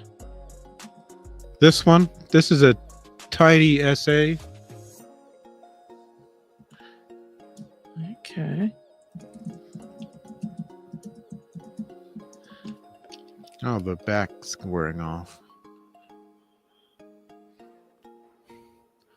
Used to say something on the sticker. Now it's kind of wearing off. Where can I get one? Humboldt wants to know. This one, I got this one off of AliExpress. Oh, okay. They have a store on AliExpress. And I have a little marker here. That number 1 is a little marker, so then I can get it right on the peak of that signal, and then that will tell me what the frequency is right there. Oh, okay. So let's go to this big one. That's interesting stuff. Yeah, If it goes really up cool. There. Yep. There's the signal. Yeah. So then anyway, pretty fun. Yeah, that's pretty neat. Looks like I need to charge I need up. one for my radio. Yeah, AliExpress. Dog. Radio's dead.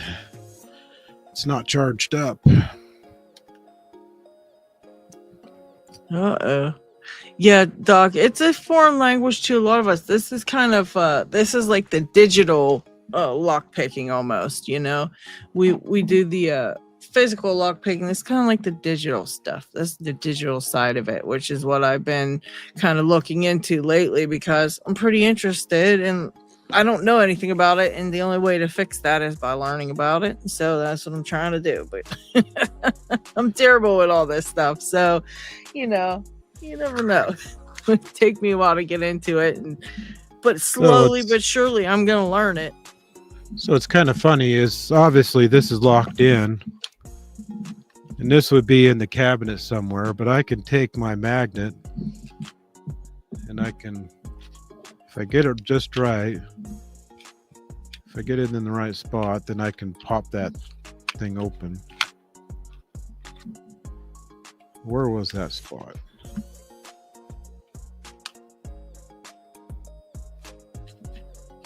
Somewhere. think this one was a little easier.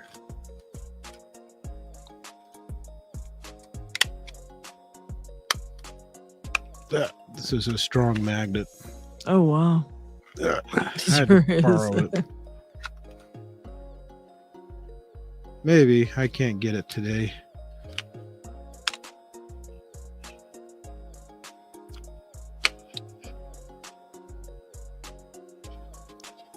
Is it coming?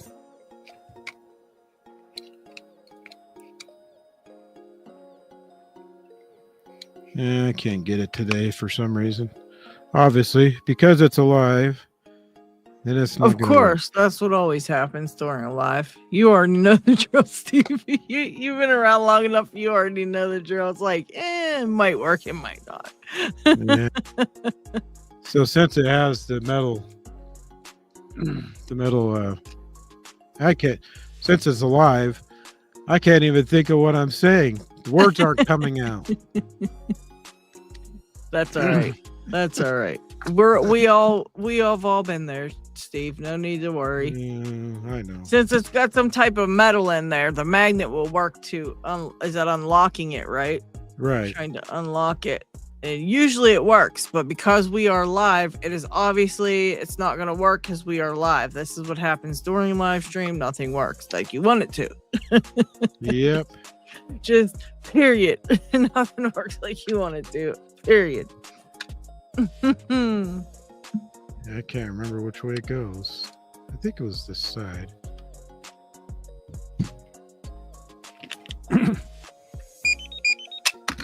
It works. That's funny.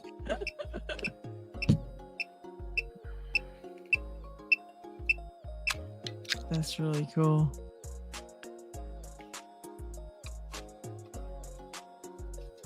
You never know. There it goes. There it went. Good job, Steve. You probably just needed to kind of like get it going, prime it up there with the They went flying. Humboldt said he has an old school handheld TV with a 62-inch antenna. Okay. I love that. That's so cool. That little spring likes to send that thing flying. But yeah, just a little magnet. Boom. That's it. Dig says, I count that towards a bypass since you basically directly throw the bolt with the magnet. Pretty I would much. say so, yeah. I would say that too. It's kind of like a nice little bypass there. That's wild though that you can do that with a magnet. Mr. Inferno's back. Why, hello. No, I haven't been paying attention to the chat. People making fun of me. No. Nobody's making fun of you. Everybody knows how lives are, Steve. Ain't nobody making fun of you. Trust me. Like, people, a lot of people wouldn't even be able to get on live, because they're very shy about being live, so it takes a lot to come on live. People don't realize, and doing stuff on live, picking locks and stuff is very stressful on live. Magnetically or otherwise. Yep. Anyway. So GQ wanted to know, was that pulling the solenoid or the relay when you do the magnet?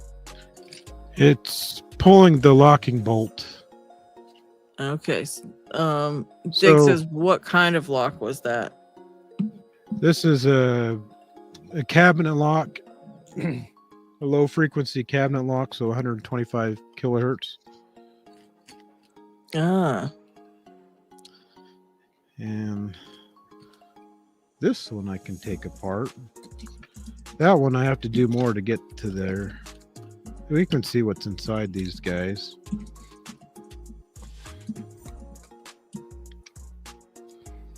Where's my electric screwdriver when I need it?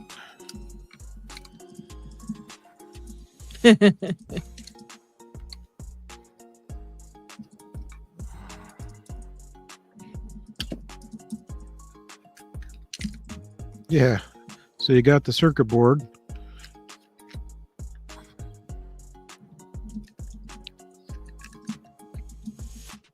Why is it stuck on that side?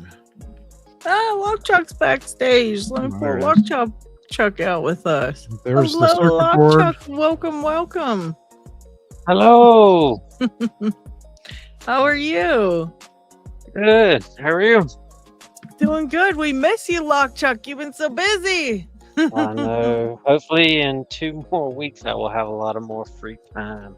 Oh, that'd be awesome. Yeah, we'd love to. We'd love to see more of you. How's everything been going and everything? Oh, it's good. Just busy and not much time to do anything.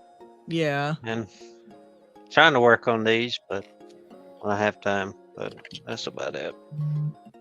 Time. No, one thing we never have enough of. Oh, I know. That's right. And even that's right. Restoring this old beauty. Wow. Let's see. Let me see that. Oh my goodness. Let me put you up on. Let me move the comment because you're right under the comment there. Oh shit. Let's see that. Oh, that's awesome. Like one of the original Sergeant and Greenleaf from the late 1800s. I'm in the middle of restoring it and repainting it and getting all the rust and getting it back functioning. Wow, it looks gorgeous. It looks good now. I mean, wow. It's funny how they took all the time to do all these little details on the wheels and everything, the cam, the fence gate and stuff. Yeah. And I mean, because once you pull these off, the next wheels are not, well, it's pinned in, but the next ones are not like that. But this is all by gravity. So that has to work by gravity. Like the new ones are spring right there. They have a spring to pull the fence down. This was all by gravity. Oh jeez. Where'd you get that one at? It was on a safe a friend of mine had that they couldn't get into, so they gave me the safe to get into, and but it had rusted so bad that the handle wouldn't turn, and this was stuck, and so ended up having to go destructive to get into it. But I went around the lock, didn't drill into this. I just cut everything out to get to it, and then I could bypass it and open up the safe. Look at all these safe dials. Pretty cool. Holy safe dials. Oh my gosh. Why would they do that to the inside of the lock where nobody sees it? It's kind of weird. Well, I mean, that was their showmanship, I guess. You think it was all craftsmanship back in the late 1800s. So Jimmy says, that's freaking gorgeous. I've never seen anything like that. And Dean says, it's got hieroglyphics. Yeah.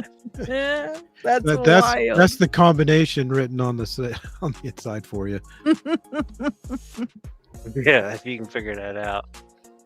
That's wild. Let's see, I gotta get the chat up. I don't have I just went straight to the Streamyard. G He-Man says if you grease that kind, it will eventually hang up and not open. Yes, I had to that's me, sorry, I'm muting. There we go. Yeah, so I cleaned it all with carburetor cleaner or brake cleaner to get it all cleaned up. And I have a floor safe that was the problem. They greased it and it was causing all the wheels to turn together. Yeah. So, but this is so I've actually, which ones have I decoded? This one I've decoded, that one I've decoded by manipulation. Those are just group 2s, and now I'm working on a group 2M. It's kind of fun to work with them, that's for sure. Yeah, but I do have an amplifier which does help take the readings, so.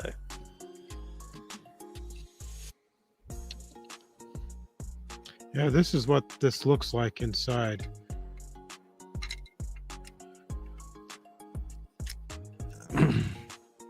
So basically, you see the locking bolt right here, which is just turns by little electric motor. That's it.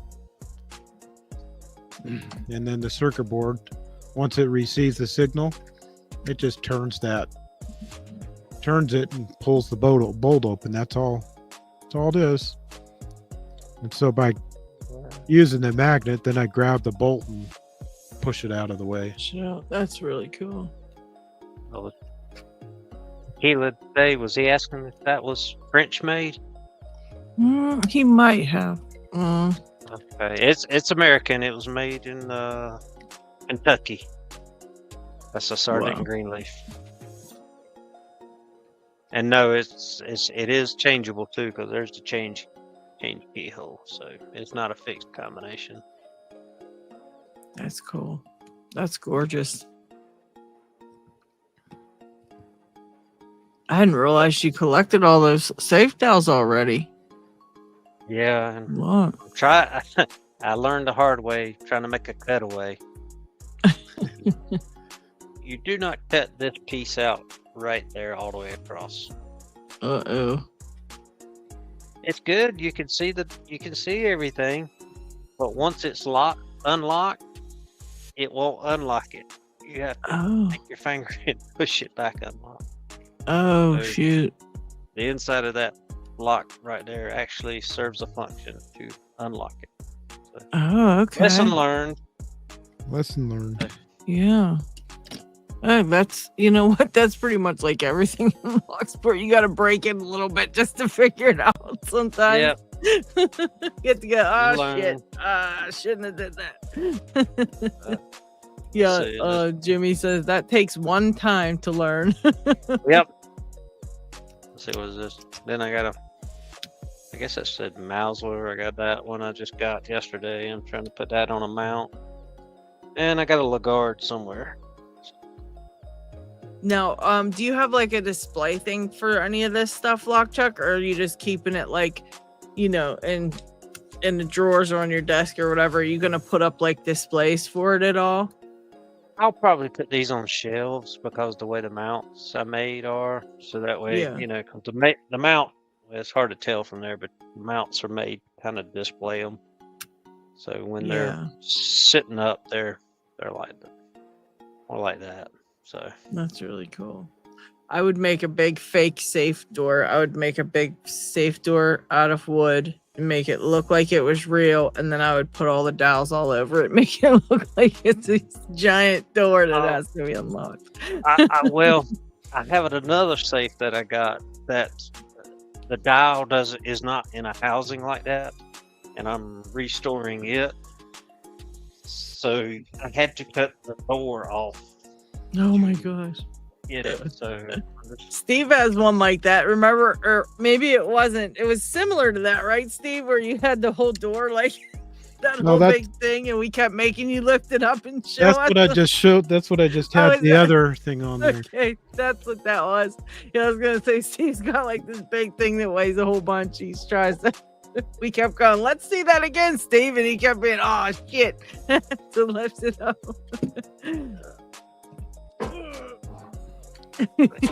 I can hear someone's picking something up. Steve, there it is. Yeah, that thing. Oh shit. I love it. There went my computer. Remember the time, Lockchuck, and you were doing the live and it went down, you kicked over the computer or something? Remember that? Yeah. I can't remember what we were doing, but that reminded me of that time. It's like, oh shit. And then it was like dead air. I was like, oh shit. Yeah, so this is I'm trying to remember the term, like direct action for this one. So the handle has to be part of the lock. So I had to cut this whole part off the door. Oh wow. Goodness. That's going to go on a piece of wood to display it once I get done repainting it and everything. That's really cool. Steve, Doc wanted to know what was that picking contraption you had there. So your what do you call it, lock there? Well, I got the Chubb Cruiser, and this is just the 2-in-1 lock pick by RW Lock Picking, Lock Tools. Yeah, okay. Yeah. Makes it a little easier to pick the lock. Pick these. Yeah. But have you picked that one that I sent you? Because I can never pick it. Yeah, I have it right here. Did you ever pick it? I keep saying I need to go out to the garage and start tearing it apart. I'm not worried about it. Trust me. But it's cold. I just wondered there. if you've ever picked it because I never could pick that one. I did. I tried, but I know there's like false gates and all kind of shit in it, and I was like, yeah, no, I can't do it. Of course I did. See, I don't know how you guys do that shit. I need to get one of those picks. That's a 2-in-1 pick, huh? Yeah. I'm gonna write that down actually, because was that only work on those locks though, right? Yeah, they have different ones for different locks. Okay. That's RWB. Just because of that shape is there for just the Chubb Cruiser. Yeah, because I don't have that. Go ahead, Lockchuck. I will say I don't know how much he's charging, but Nigby started to sell a basic kit. That's pretty nice. I love that. Is that your ringer, Steve? Yeah, that's my phone. I love that. I love that ringer. Let me see. Let me put you on mute. Okay. Steve, I love that ringer though. Oh my god, that's great. That was one of them. What video game is that? Pac-Man, right? Yeah, sound like Pac-Man. Doc's over here cracking up. Doc says, yeah, I want one. LOL, give the deets. So that was a RWB 2-in-1 pick for the Chubb Cruiser, I think he said. But you said Nigby's making some stuff, Lockchuck. Yeah, he's selling stuff. Okay. He's making I think it will do. He's selling like a pipe key tensioner. It's really nice. He does, all his work is very polished and beautiful. Yeah. He makes art tools. Yeah, he's pretty nice. Tequila Dave said Nigby's still in the prototype stage. Okay. Oh, is he?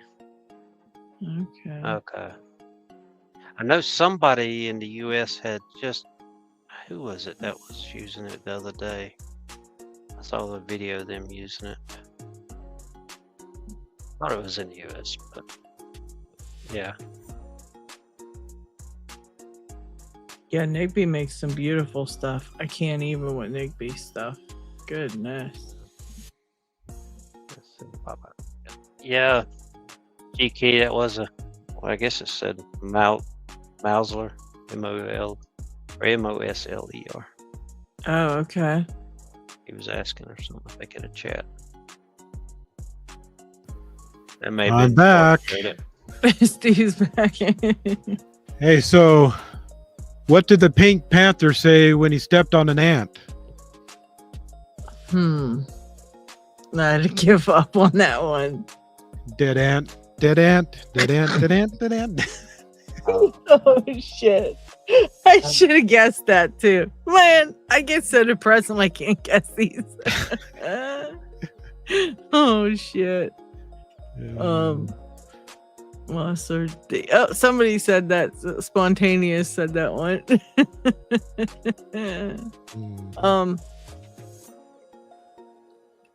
Okay, Tequila Day said Nigby is willing for feedback and is looking for feedback and test users.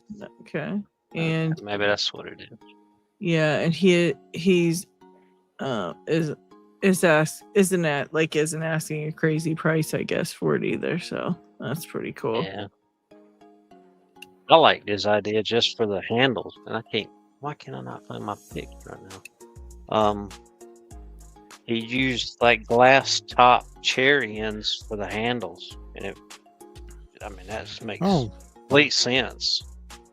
Wow. It's already got a threaded part, and you just need a little threaded rod between them, and it tightens right up on them. That's wild.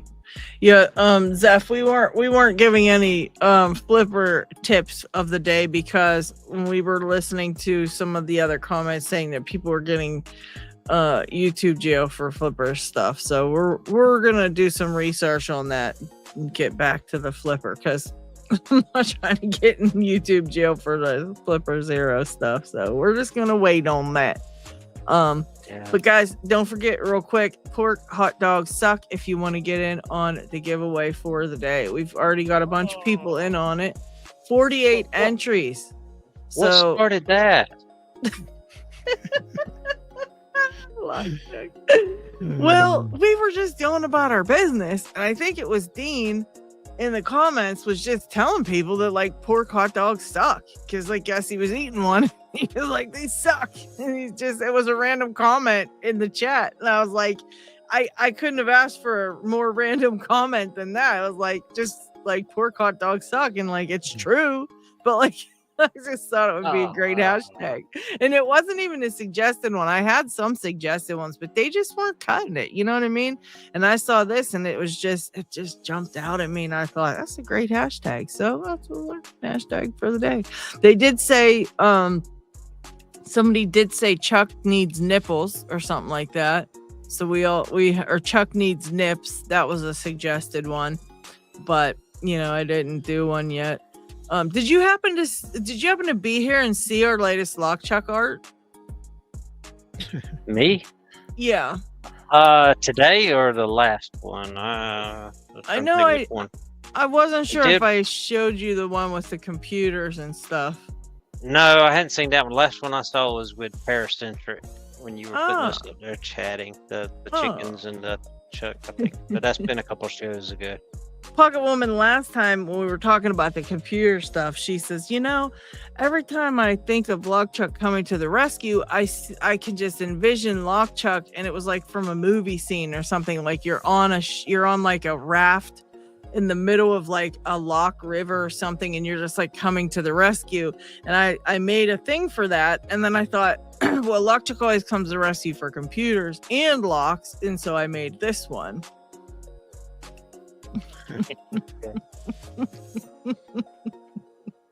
Lock Chuck sailing to the rescue. What do these idiots do now? So that was our latest Lock Chuck art. It's really one of the best. I love it. I was trying to see if I had that computer or not. Yeah, that's the one you're using when you're helping us. Yeah. Reminds me of my old Candy 1000 I had. So is that the first computer you've ever had, Lock Chuck? No. I had the first one I ever had at home was a TRS-80. Yeah, we borrowed a TRS-80 from a neighbor, but then my dad bought a Commodore 64. Yeah, I wish we'd have got that one because that one was a lot more powerful than the Radio Shack Candy version. But and I do still have that computer. Oh, really? And it still works. Wow. And I also have the first program I ever wrote for it still. So that's cool. Kind of cool. Yeah, that was fun. I mean, taught me the language BASIC, because that's what it was back then, was BASIC and stuff. So that was pretty fun. Didn't do much with it, but it was fun. I really am into this whole entire. Let's take this down. I'm into this whole entire like thing that Lock Chuck has up here with all of the like pieces and parts for all these picks for picking all these. I'm so like, I need that. I need one of those. I got a couple of those. Yeah, what the hell, guys? Share the love over here. Come on now. These guys are all these fancy things and tools for picking lever locks. There ain't nothing fancy about them. That's just what come out of the workshop. I cannot even. I don't have anything to make stuff. That's the problem. I have no garage to make it. Like no little space to make stuff like that kind of stuff. someday when I move, I'm gonna have a big place for all that, so I can make my tools and things. Well, the basic ones like that, you don't need nothing but a file, really. It's a key that's been filed down. How do you Key have blank. it on the? How do you have it on that tensioner part? It's just screwed together, right, or something? So it's Just screwed together. Yeah. Yeah, it's just a bolt, really. You can get a long enough bolt or what we call all thread or threaded rod. And you just, usually there's a hole already in the key, so you just cut it flat. Yeah, I think, I can't remember. Steve, did I send you mine because I messed up the key or something? I can't remember. I thought I sent Now something. this is what Yeah. this is what you sent me. So I think I messed up something or other. I can't recall. yeah. Well, Or did I good. break the key? I broke it. I don't fucking know. I did something stupid. Surprise, surprise. Well, yeah, because this one that it looks like you were working on, you broke it. I did something bad, yeah. And then I think Chris sent me another one, or somebody sent me another one, or Lockchuck sent me another piece of it to fix it. And then I don't know what I did. I think I think you filed it too much. Yeah, I think Got to Ryan did that actually, because I don't think I worked on that one. I think Ryan did it, and then I know there was one that I think was already made. I think Chris sent me, it was already done, and I think I broke it. And then I think I was like, shit, I broke it, and I only have one other key for this. What do I do? And then I think he actually sent me a spare key for it. I think I'm not 100% sure. That's probably what this is, and then it looks like you have some markings. Yeah, it might be. I don't know if I did it right or wrong. I don't fucking know. I screwed it up. I've done them I screwed before, it so up. it won't be too hard to do. I messed it up. I just bad. got to get to where it's not so cold outside. Yeah, I'm not. Trust me, I'm in no rush for that thing. I have no rush for that at all. I told my wife I need to do this today, and then she's like, "Did you do that?" And I'm like, "No, I didn't." Yeah, you can't be doing that. You got to do your honey-do list first. Break the key sounds like a Kraken unboxing the Digby Alpha. That's a Lady Locks normal. Break something. Yeah. That's how come I know so much stuff, because I broke it all and I already know. I already know the repercussions. Oh, jeez. Oh, Jimmy says one of our first fights. I love it. Oh no. My wife threw away my C64 23 years ago. One of our first fights. That sucks. We get mad and just throw shit away. We just be doing shit like that. I'll find something like, I don't know, something that Ryan will do. He'll clean and throw something of mine away, and I get mad, right? And I remember, because women don't forget. And I'm like, two months later, I'm like, oh, I remember when he threw that away. And then I get mad and throw something his way. So I totally understand. That's totally understandable, Jimmy. These it ain't no we all out, and I guess Doc doesn't get mad and throw things away. This is the hardest part about lever lock, is getting your pick out. Yeah, you After can't you've turn it unlocked. too far. Well, it's already around, so that's the problem. Oh, can you see that? Oh yeah, let's make it big. That's a wireless keyboard for your computer with that. Looks like is that the Commodore? Yeah. My wife got me one for Christmas. Oh, nice. Pretty cool. Oh, that's cool. It's in the other room. So there you go, Jimmy Longs. Just get one of those. Take you back. Yeah. Yeah, he says looks just like a C64. I hope it's big and bulky. Is it big and bulky? It's not too bad.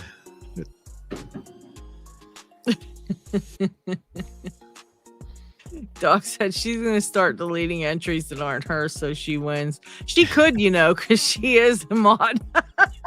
I never thought of that.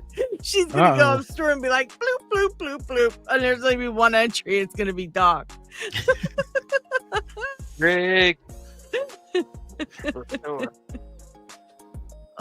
Dig, I have, with the help of the amazing Lock Chuck, I've picked a lever lock, and it was actually a blue belt one, so I was very happy. And then I took it back to him when we were going to the thing at Covert Instruments, and then he said, well, wait a minute, you can put the face back on it and pick it for points. And I said, well, hold on, let me take it back, because I left the face plate at home. So I brought it back home, and I still have it.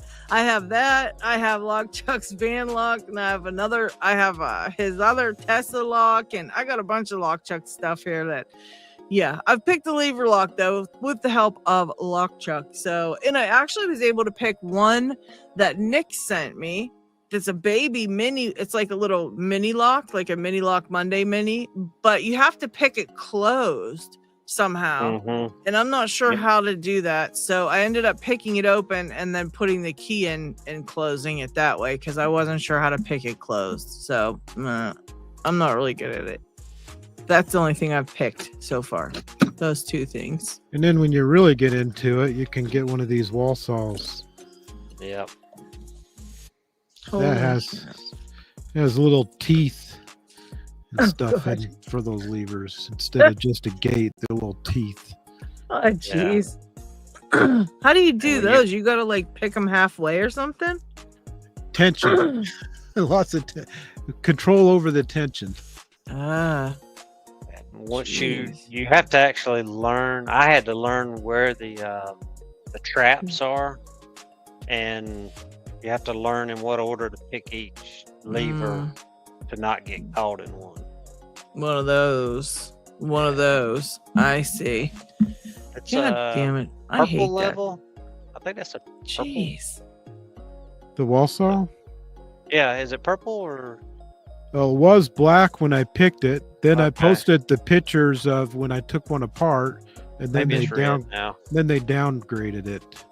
Well, as long as you picked it when it was that color, you're allowed to take that color. So if you picked it when it was that color, it counts as that color. It's on my channel somewhere. Yeah. Doc wants to collect all the cool lever locks. Got that.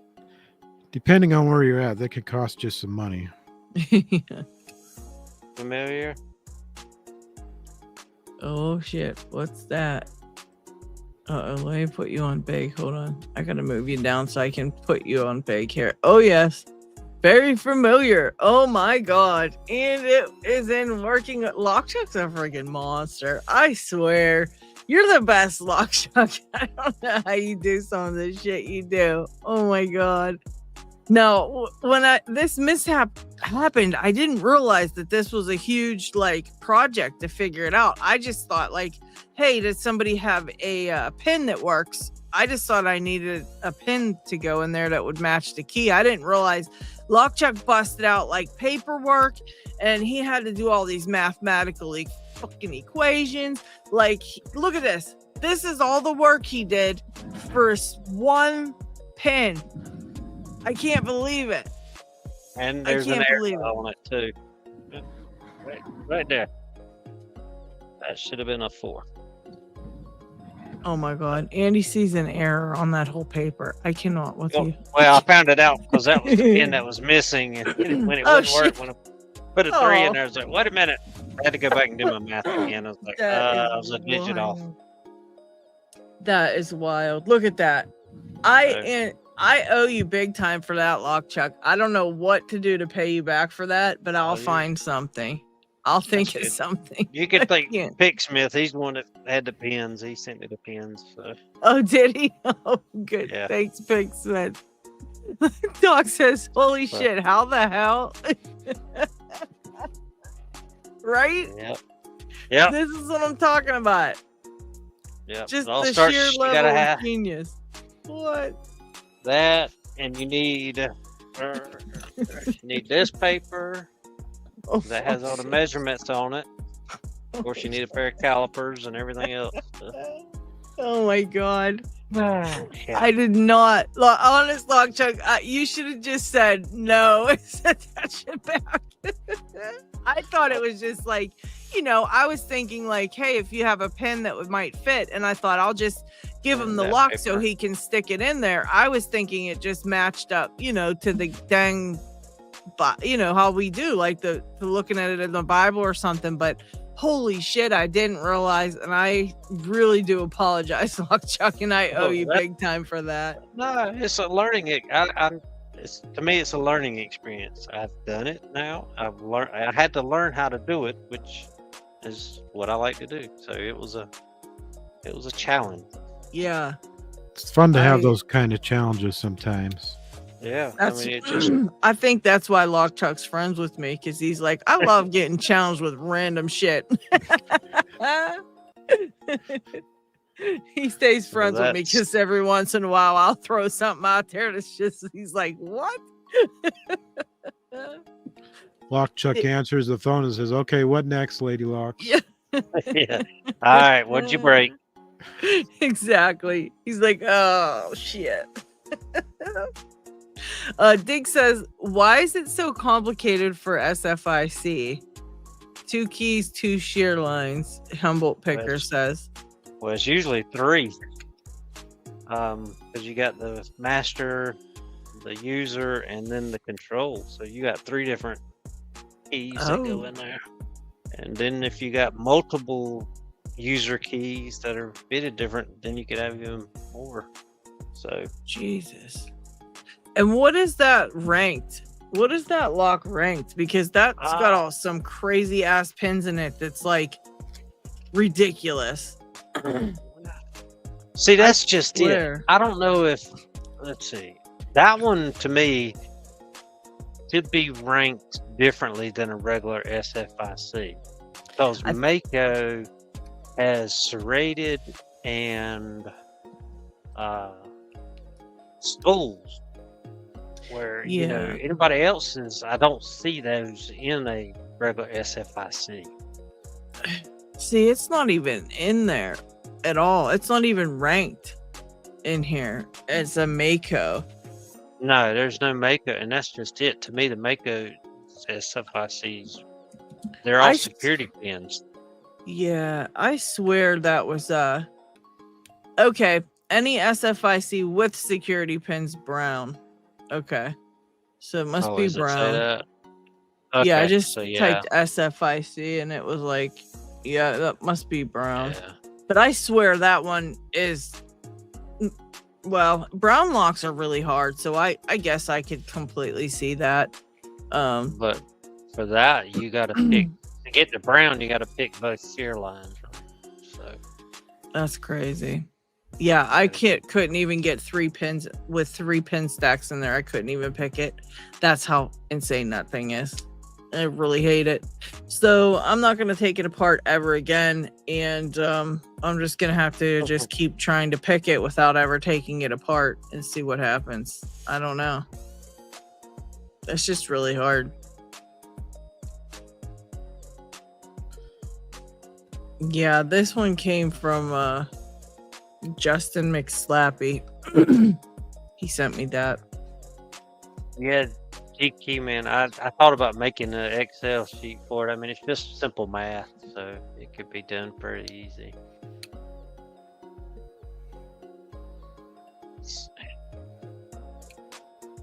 Oh, that's gross.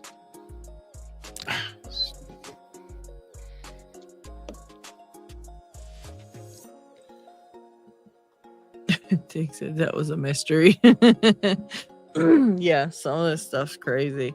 Yeah, I just I appreciate you, Lock Chuck, and thank you for hooking that up for me, because I was really bummed out about that, because I just, that was a very special lock, and I was just so bummed out, and I was like, well, I guess it's just gonna go in the drawer.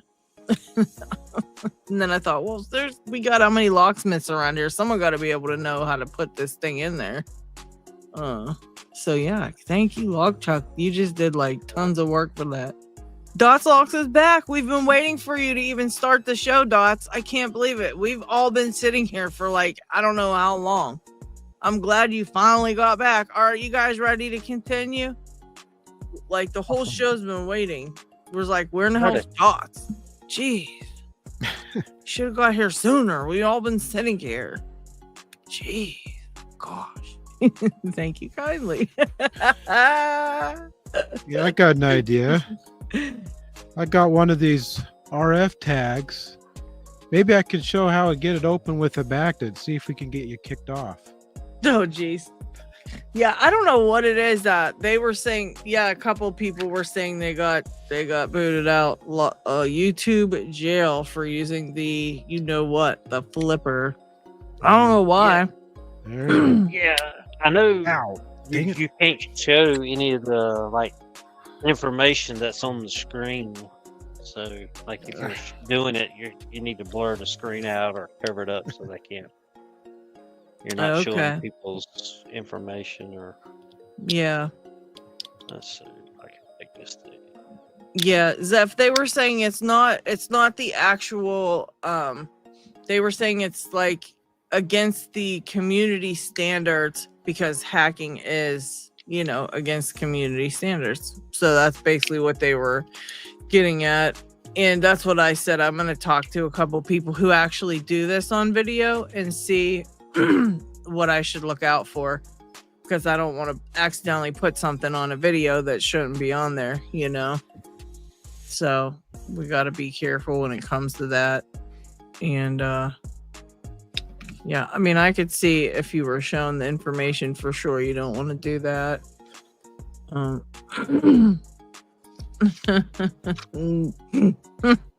Kraken. No, we're not going to YouTube jail together. We're not going to serve time together, Kraken.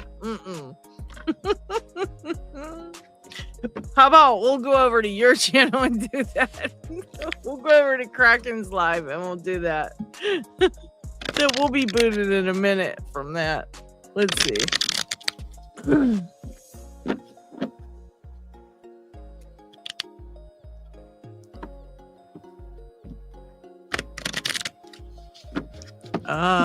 Okay, no wonder I couldn't pick it.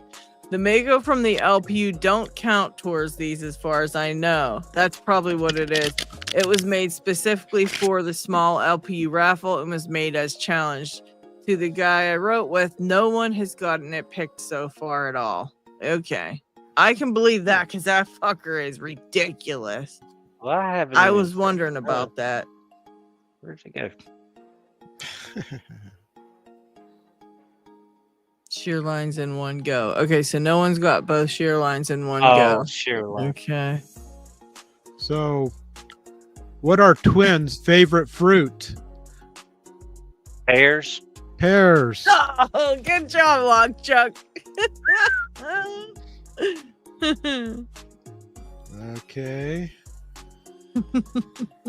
Why did the can crusher quit his job? Because it was so depressing. No, that's a good one. That's a good one. All right. Why did the fisherman put peanut butter into the sea? I don't know. Have To go- jelly, peanut butter jelly. To go with the jellyfish. Lockchuck's on point today. Damn. Yeah. That's the dad coming out in me. Why did the skeleton go to the barbecue? To get another rib. Yeah. Another rib.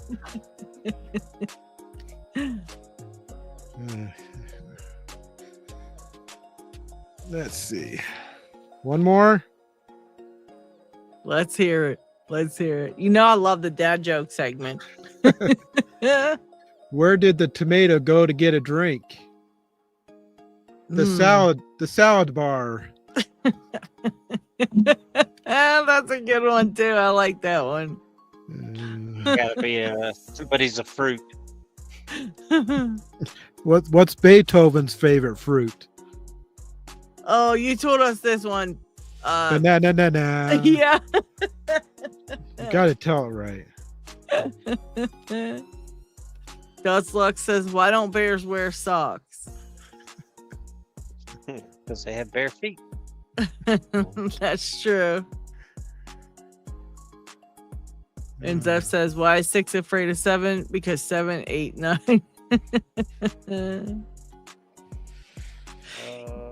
Dig wants to know, does that one have 3 keys? I think it does, doesn't it? It does, but I think 2 of them are the operation, and those 2 are operation, and that one is control. Lockchuck, you might be the one that gets it. You might be the one that gets it both. You can pick that. I've not picked the SFICs yet. So. Yeah, see what you can do. I want to see what you think about that thing. I think it's a horror fest.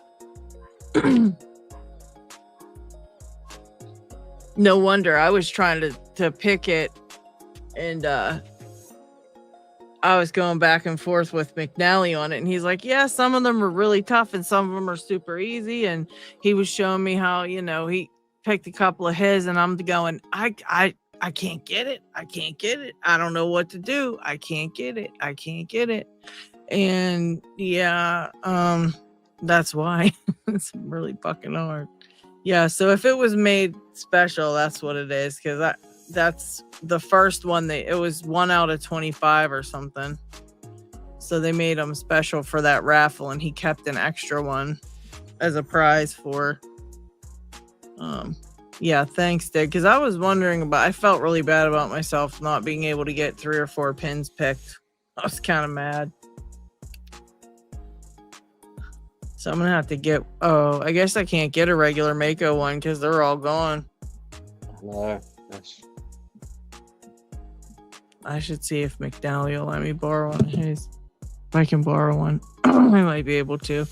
But yeah, I was kind of bummed because I tried and I was just like stumped, especially on 3 when I had I think it was the first 3 pins I put in, and I was just like completely stumped. I could get it to one shear line but not the other or something. I can't remember, but I was getting so upset with it. And then I went to put it back together because I was just going to put it all back together and put it away, and the pin went flying, and I was like, well, there went that idea. Right when I was just going to leave it alone, and put it away and so keep it, just put it away. And of course, that bummed me out. But Lockchuck rescued me, as he always does. He's a superhero. I need to make a Lockchuck with a cape. Yeah, Super Chuck. Yeah, definitely get a Super Chuck.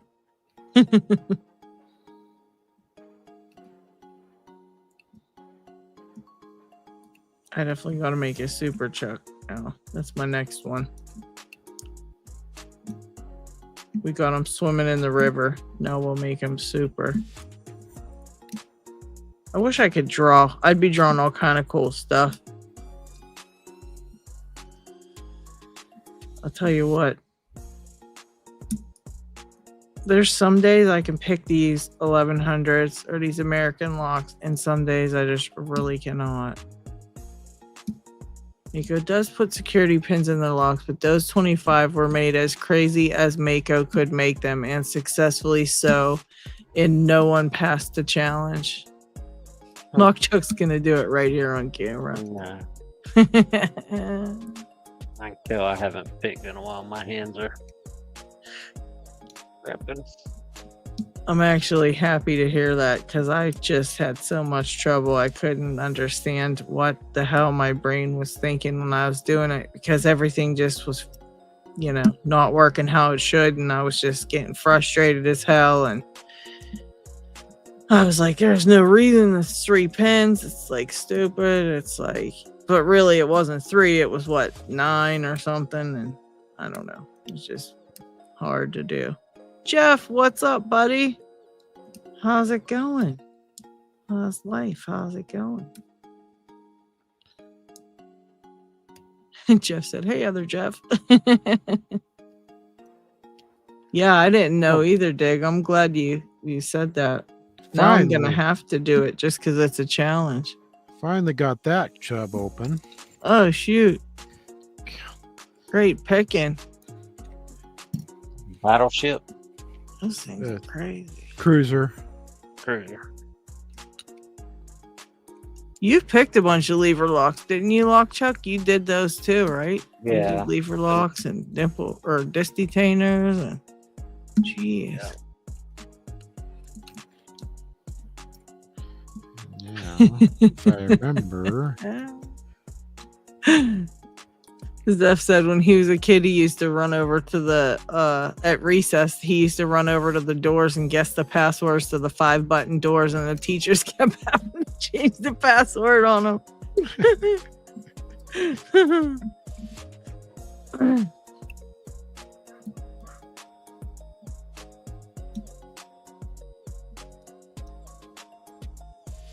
I haven't successfully picked an SFIC yet, any of them, because I've never really bothered with them. I didn't really care for them, but I need to get a hold of one and give it a try. I mean, I have regular ones. I mean, I need to give it a try. I have one that's a sergeant that Picksmith sent me. I think the sergeant LFIC or something. I've picked it to the one shear line. I can never do both. Yeah, I have a couple of them still here. I don't think I gave them all away. But Picksmith sent me a big, crap ton of them, and then Lockchuck made a bunch of keys for them all. And I was using them, in the giveaways that I was doing for when I'd get a newer picker, or if we would have a giveaway on the show. I was giving some of them away depending on, if whoever wanted them. But I had God, I don't even know. He sent me 60 some pounds of them things. It was a lot. That one, and I have a Yale. I've done a couple, but I've only done the one shear line. I never been able to do the 2 shear lines. All right, let's see. I'm gonna draw for the pork hot dogs suck giveaway. We got 51 entries. That's quite a lot.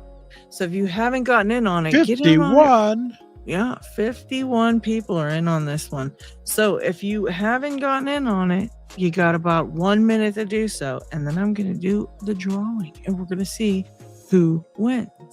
Veggie dogs don't taste very good either. We might have to use that one for next time. Veggie dogs don't taste too good either. I bet they taste horrible. There you go, Lady Locks. Just in time to get your Chub Cruiser open. You got that one open in a second. Jeez. And I couldn't get, I tried that one a couple of times. You seen, I broke the thing, but I can never get this it. one's actually easier than mine. Yeah, it probably is. Yeah, because that's right. All I had to it was that key. And then that's when because I broke the other one. And then I think it was Chris that had sent me the second key because it was, because I broke it. I was bummed out. I like the orange string. Yeah, somebody sent me that lock with the key, with the pick, with the tensioner. So that was really cool. And that was Aspie Lockpicker sent me that whole thing. And tensioner, pick, all that. And like I said, I just couldn't get it. I just couldn't get the hang of it, man. It was but I'd never even picked a lever lock, so I didn't know what the hell I was getting into. And I broke it. All right. Veggie dogs suck too. All right, so the pork hot dog suck giveaway. Let's see who wins. We got 55 entries. If you did not get in on it, you are shit out of luck. And here we go. I need a drum roller.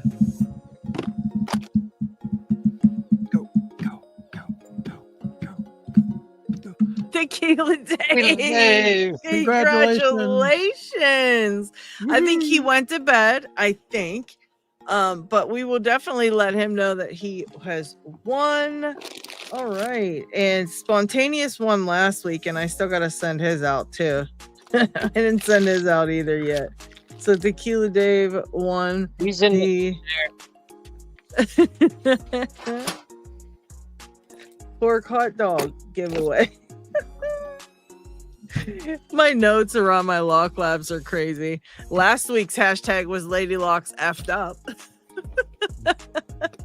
Speaking, I know this is changed, but I don't know if it's just my area, but do y'all have red hot dogs? Red hot dogs. Mm-mm. Yeah, it's the big controversy around this area. Oh, is it because of the dye or something, or no? It is. I mean, but the brand that's prominent right here is called Brightleaf, and they're known for their red hot dogs.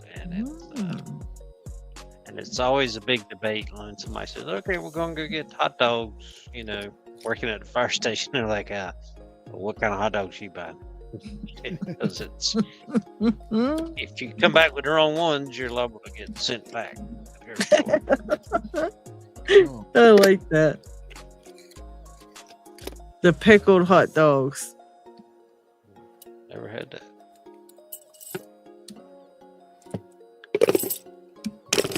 Yes, locks are a big rabbit hole. Doc, don't be getting like Dig over there and trying to collect all the lever locks in the world.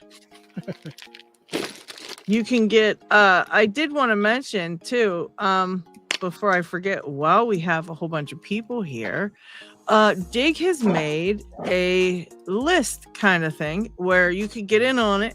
If you're looking for a specific lock, because you guys know, look, Dig has a lucky hand when it comes to locks, right? If you know, if you've never seen it before ever for sale and Dig decides he wants it, immediately one pops up and he ends up getting it for like $2.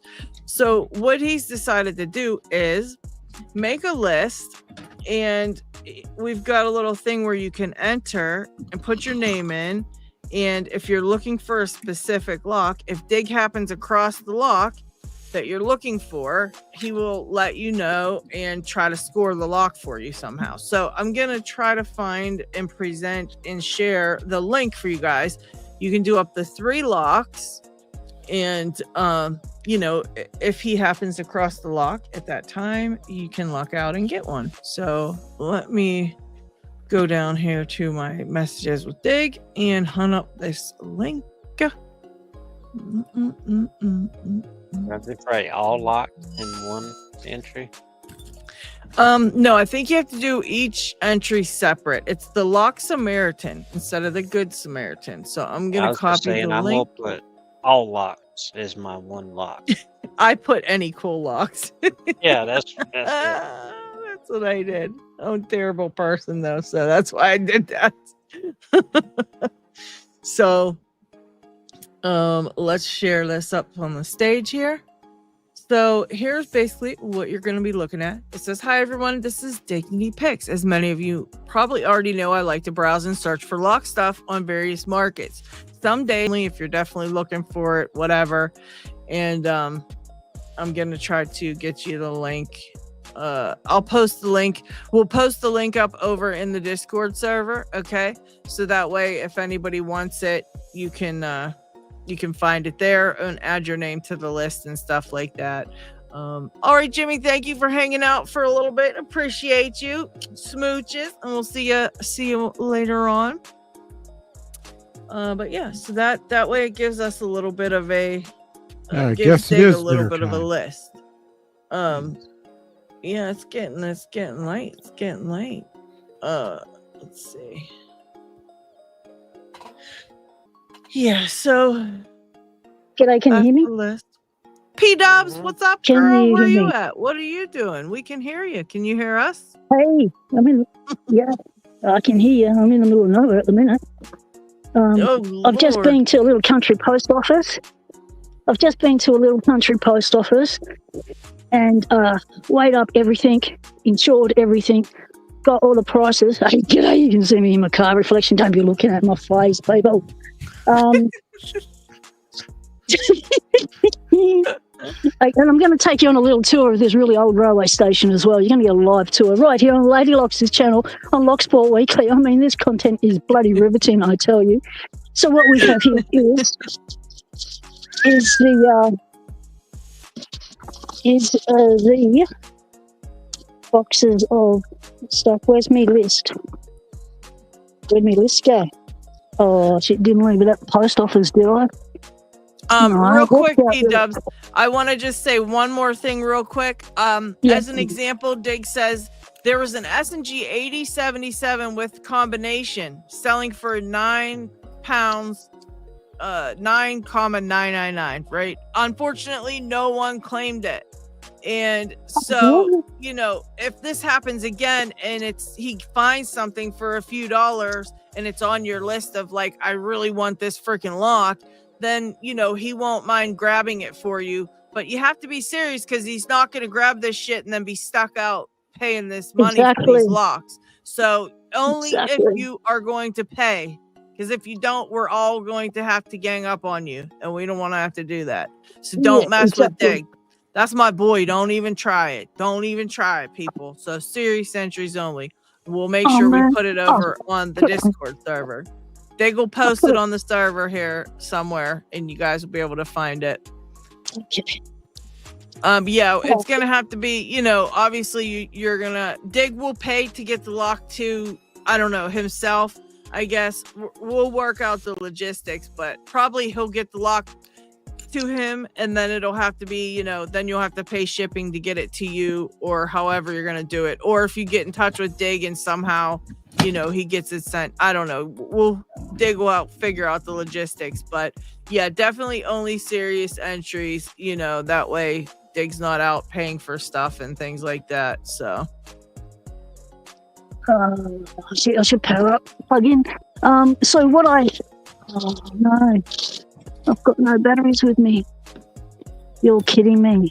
Oh no, that's all right. We'll work it out. We'll just have to stay on as long as the phone lasts for. Okay, so let's get this done first. Make her big.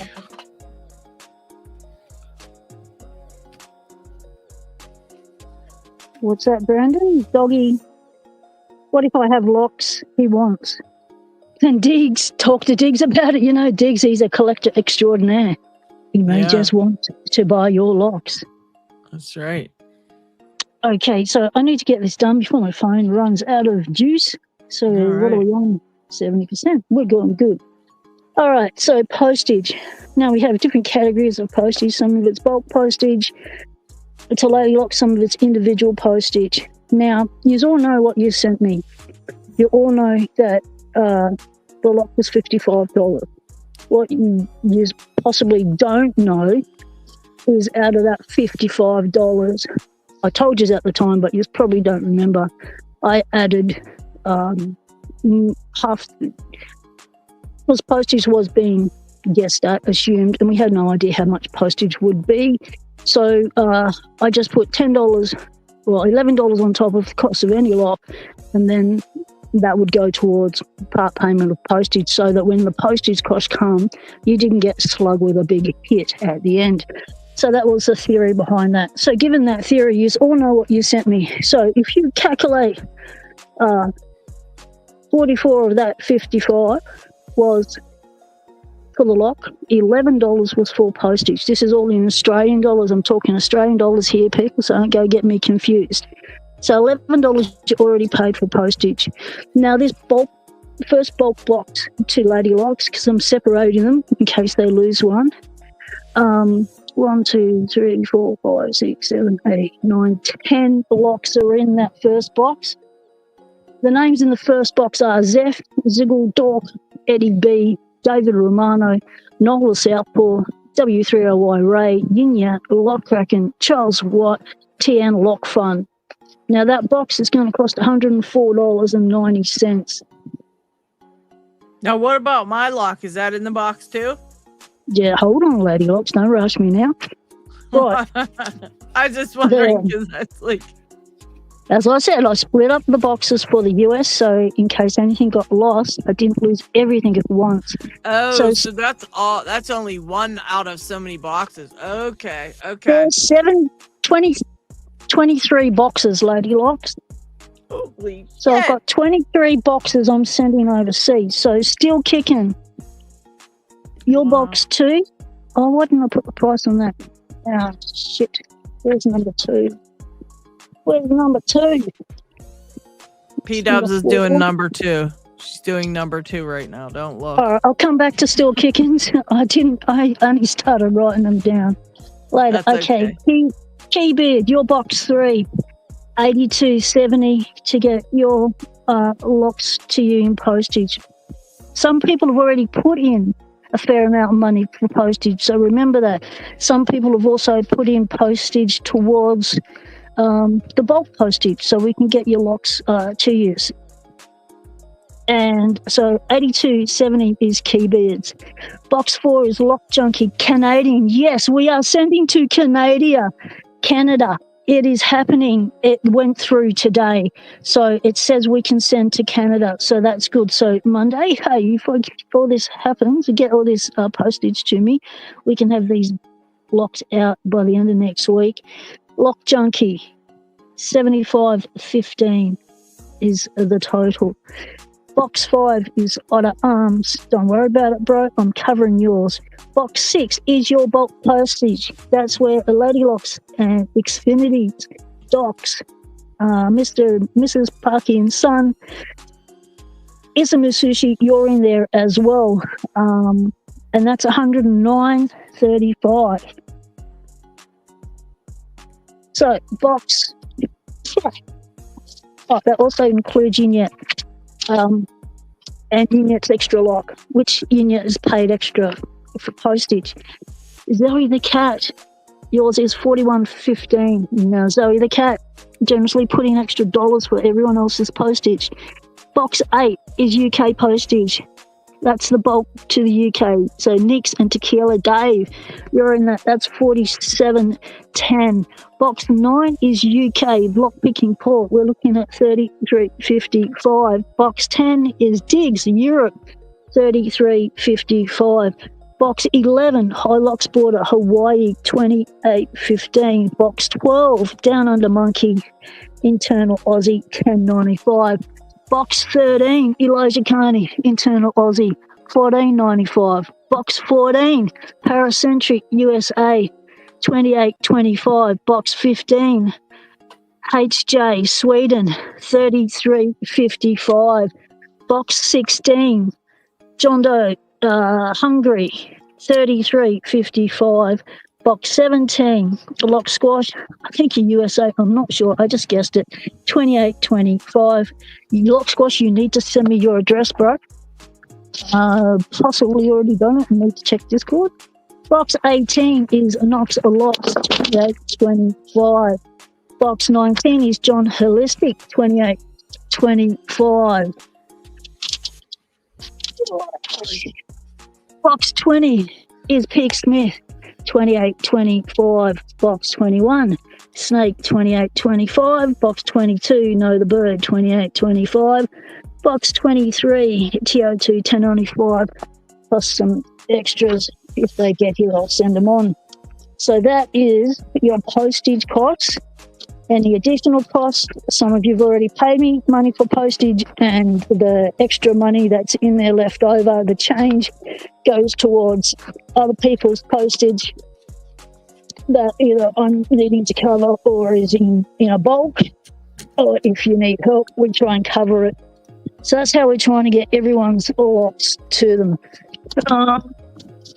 This.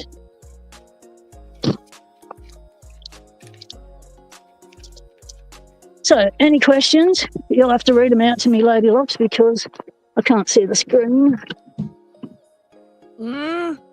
No questions so far. All Not right. that I've seen. Not that I've seen. All right. No.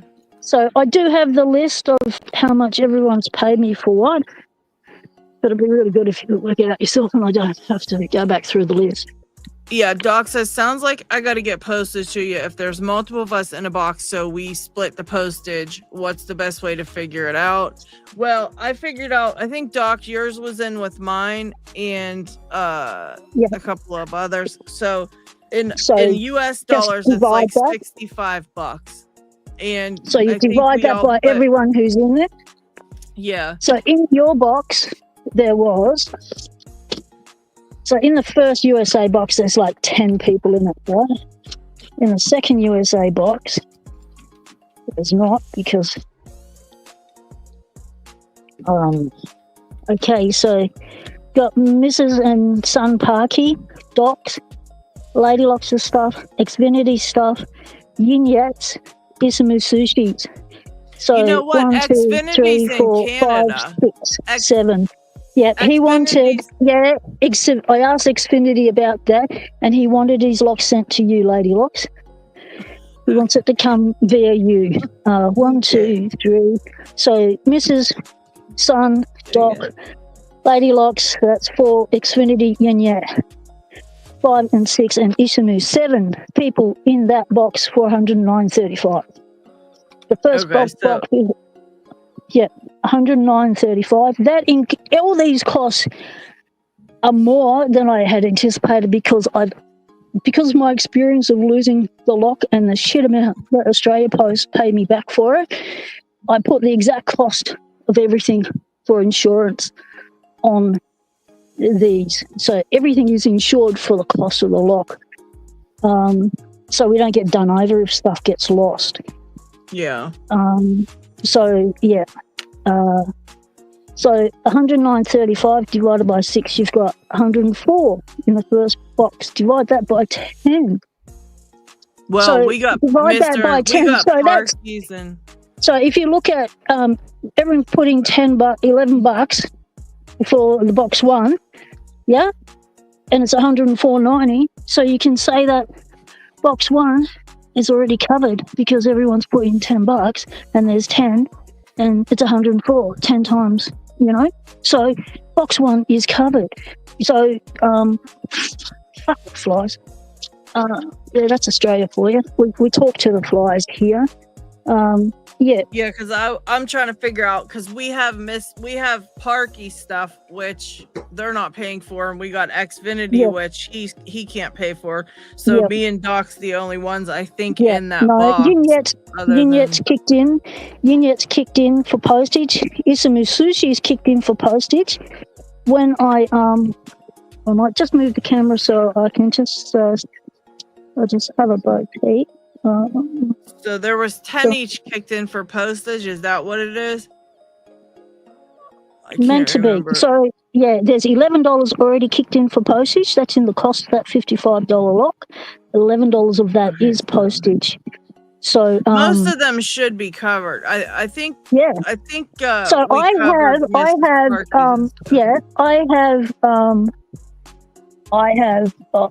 got money put aside for all these extra money that people have paid for postage, all the extra $11 is, that's all put aside. So it's a matter of me just working out, okay, how much is put aside? Does it cover everything? Yeah, because I think it only translates to about $60, like $65-$70 actually in our money, which isn't much. And if it's most even less, it's already put on there, so it's even we'll figure less. that part out. Yeah, it's even less because we have Australian dollars dropped heaps, so it's even less. I think Lockchuck flipped out. And did you say something, Steve?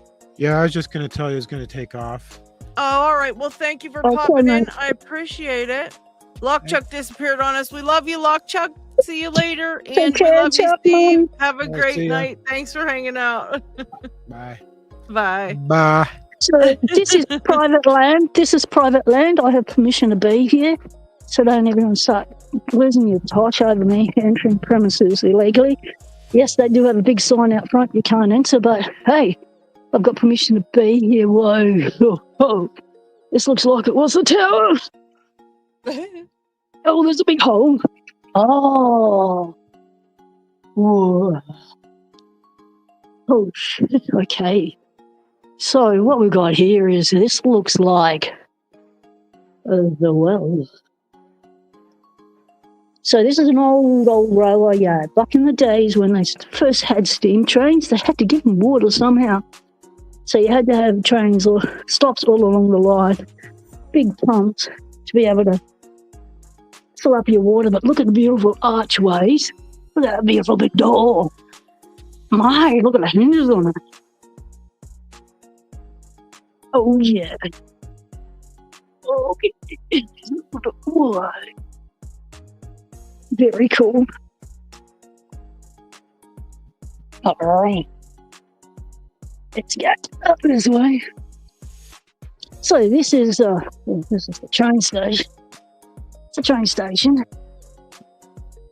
This is where I am. When I say I'm in the middle of nowhere, I'm in the middle of nowhere.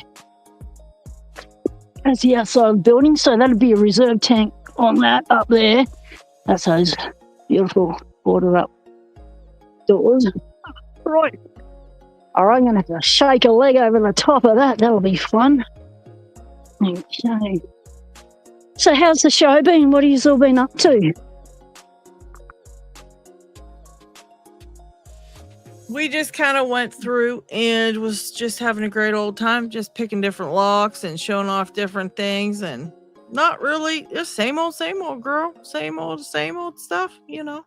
We were talking about getting banned off of YouTube for things. It's the only interesting live on YouTube. So if you want to hear something interesting, learn something new, follow the locksporters. All right, just have to pop you down here while I voice myself up. Hang on. How am I going to do that? Be careful, the hills may have eyes. Oh, I don't want you to see that. We'll stop your kid. We will take you off till you're ready. Oh, wait. I think she's ready. Okay, with you. There we go. All right. Whoa, shit. This is in worse condition than what it was when I first came here. It's got these beautiful metal poles. Nice. It's still here. All this ironwork. Now, a few of these little old railway stations have been restored, but this hasn't. This is on private land, which is why I had permission to be here. This is the waiting area, the open waiting area. Let's check out the locks. So the locks are blocking up the electricity. Yes.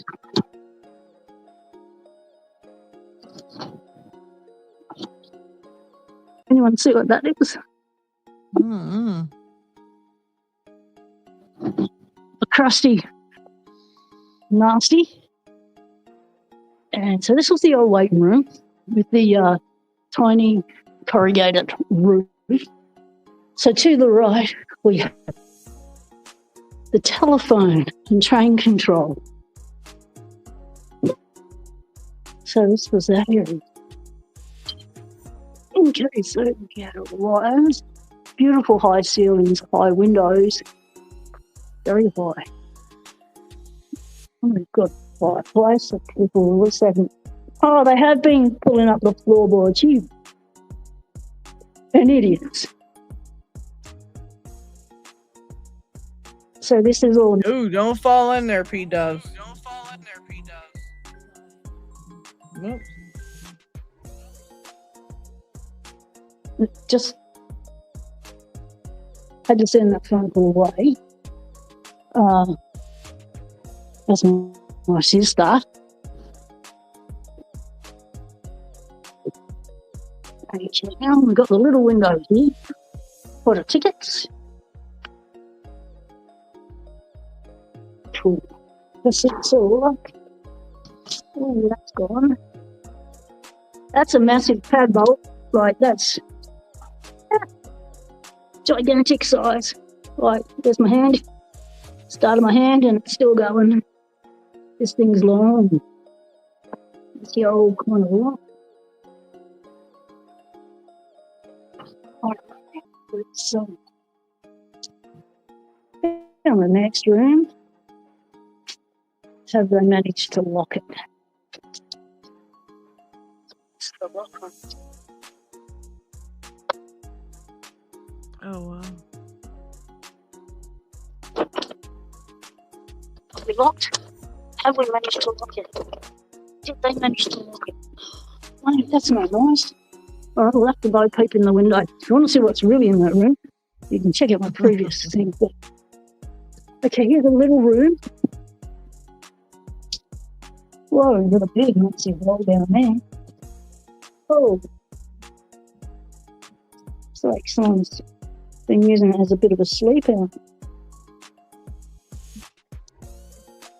Lockchuck popped back in with us. Hello, Lockchuck. Hey. Welcome back. G'day, Lockchuck. Lockchuck is attempting the Mako something or other, the LPU Mako crazy lock. That's not been picked yet by the challenge. Spiderwebs. Not nice. Not a massive pod bolt. Nice, beautiful, nice moulding. The old Bakelite. The old, yeah. Breaker box. And another little room. Oh, it goes down there. Okay.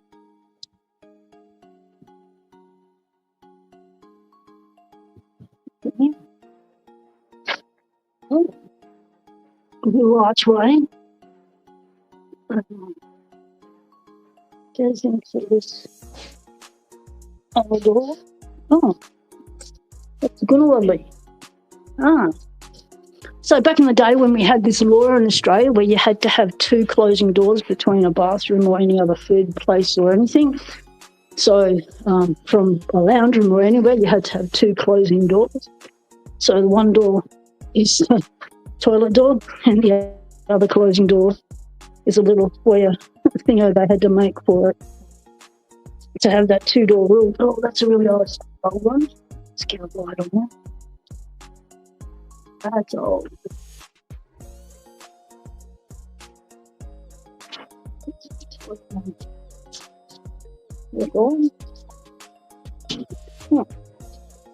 Shall we have a look down the toilet? Do you want to see? I don't know. That's kind of scary. Go for it, P-Dubs.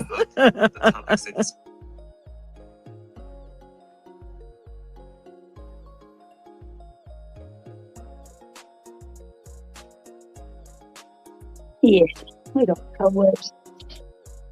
I like the cobby. Right. Now we have some more buildings around here. So another shot of the that's the railway. All the electrics are off. Manura, that's where we are. Manura. All right, we're going bushwhacking. I didn't put me explore gear on for this. It's a spur of the moment thing. As you do. Oh, okay, let's go bushwhacking through here. Okay, this is a little out here. Oh, okay. This is a separate little building with the station wall there with a blank spot there. This is been designed weird. Alright, through here. Oh, okay. I've just walked into the gents. That's an old one of those. And that's your old style urinal, blokes.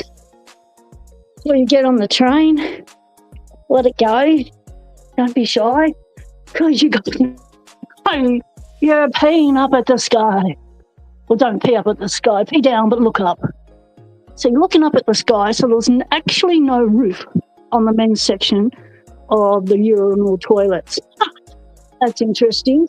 And then in here, look at that.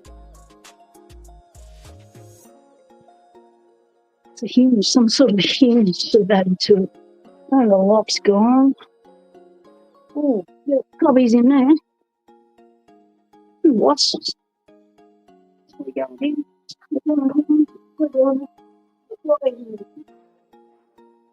Okay, so that's the man's dog. Okay, so that means there must be the ladies. So that's the man's. Oh, what's down here?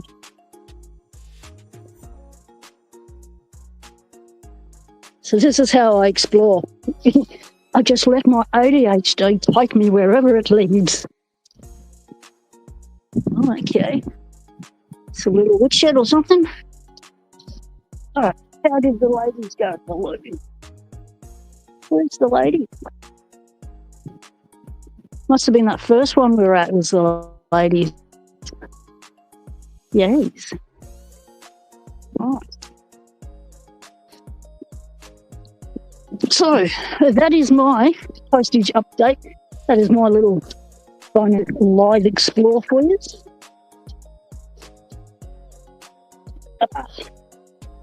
I need to get back in the car and drive for another 45 minutes to an hour, something, to get to where I'm going from here. That's a long way yeah, to have to go there, hours. Peter. Yeah, it'd take me 2 hours to get to here, and then I've got to drive back a bit. So I think it's about half an hour. Not sure. But Oh my goodness. okay. Well, yeah, get your butt back I've in the never done a car live and get on the road. live on the Oh. site. Yeah, I'm gonna pretty much call it a night myself. I Yeah. gotta go do a couple things here at the house and finish up for the evening. But Lockchuck, you gotta let me know if you can get that open, because I'm dying to see somebody pick that thing, and I have a feeling you'll probably be the one to do it. I don't know. This thing is very talkative, but it's not. Yeah, it's like the wrong information. Yeah. It's like tells you a bunch of shit, but none of it's true. It's very fun if it would actually open, but it's like it just keeps, I don't know, tricking you. But all right, Paracentric, have a great night. But yeah, that was a great one. I appreciate everybody coming. Congratulations to Tequila Dave for winning the, pork hot dog stuck giveaway.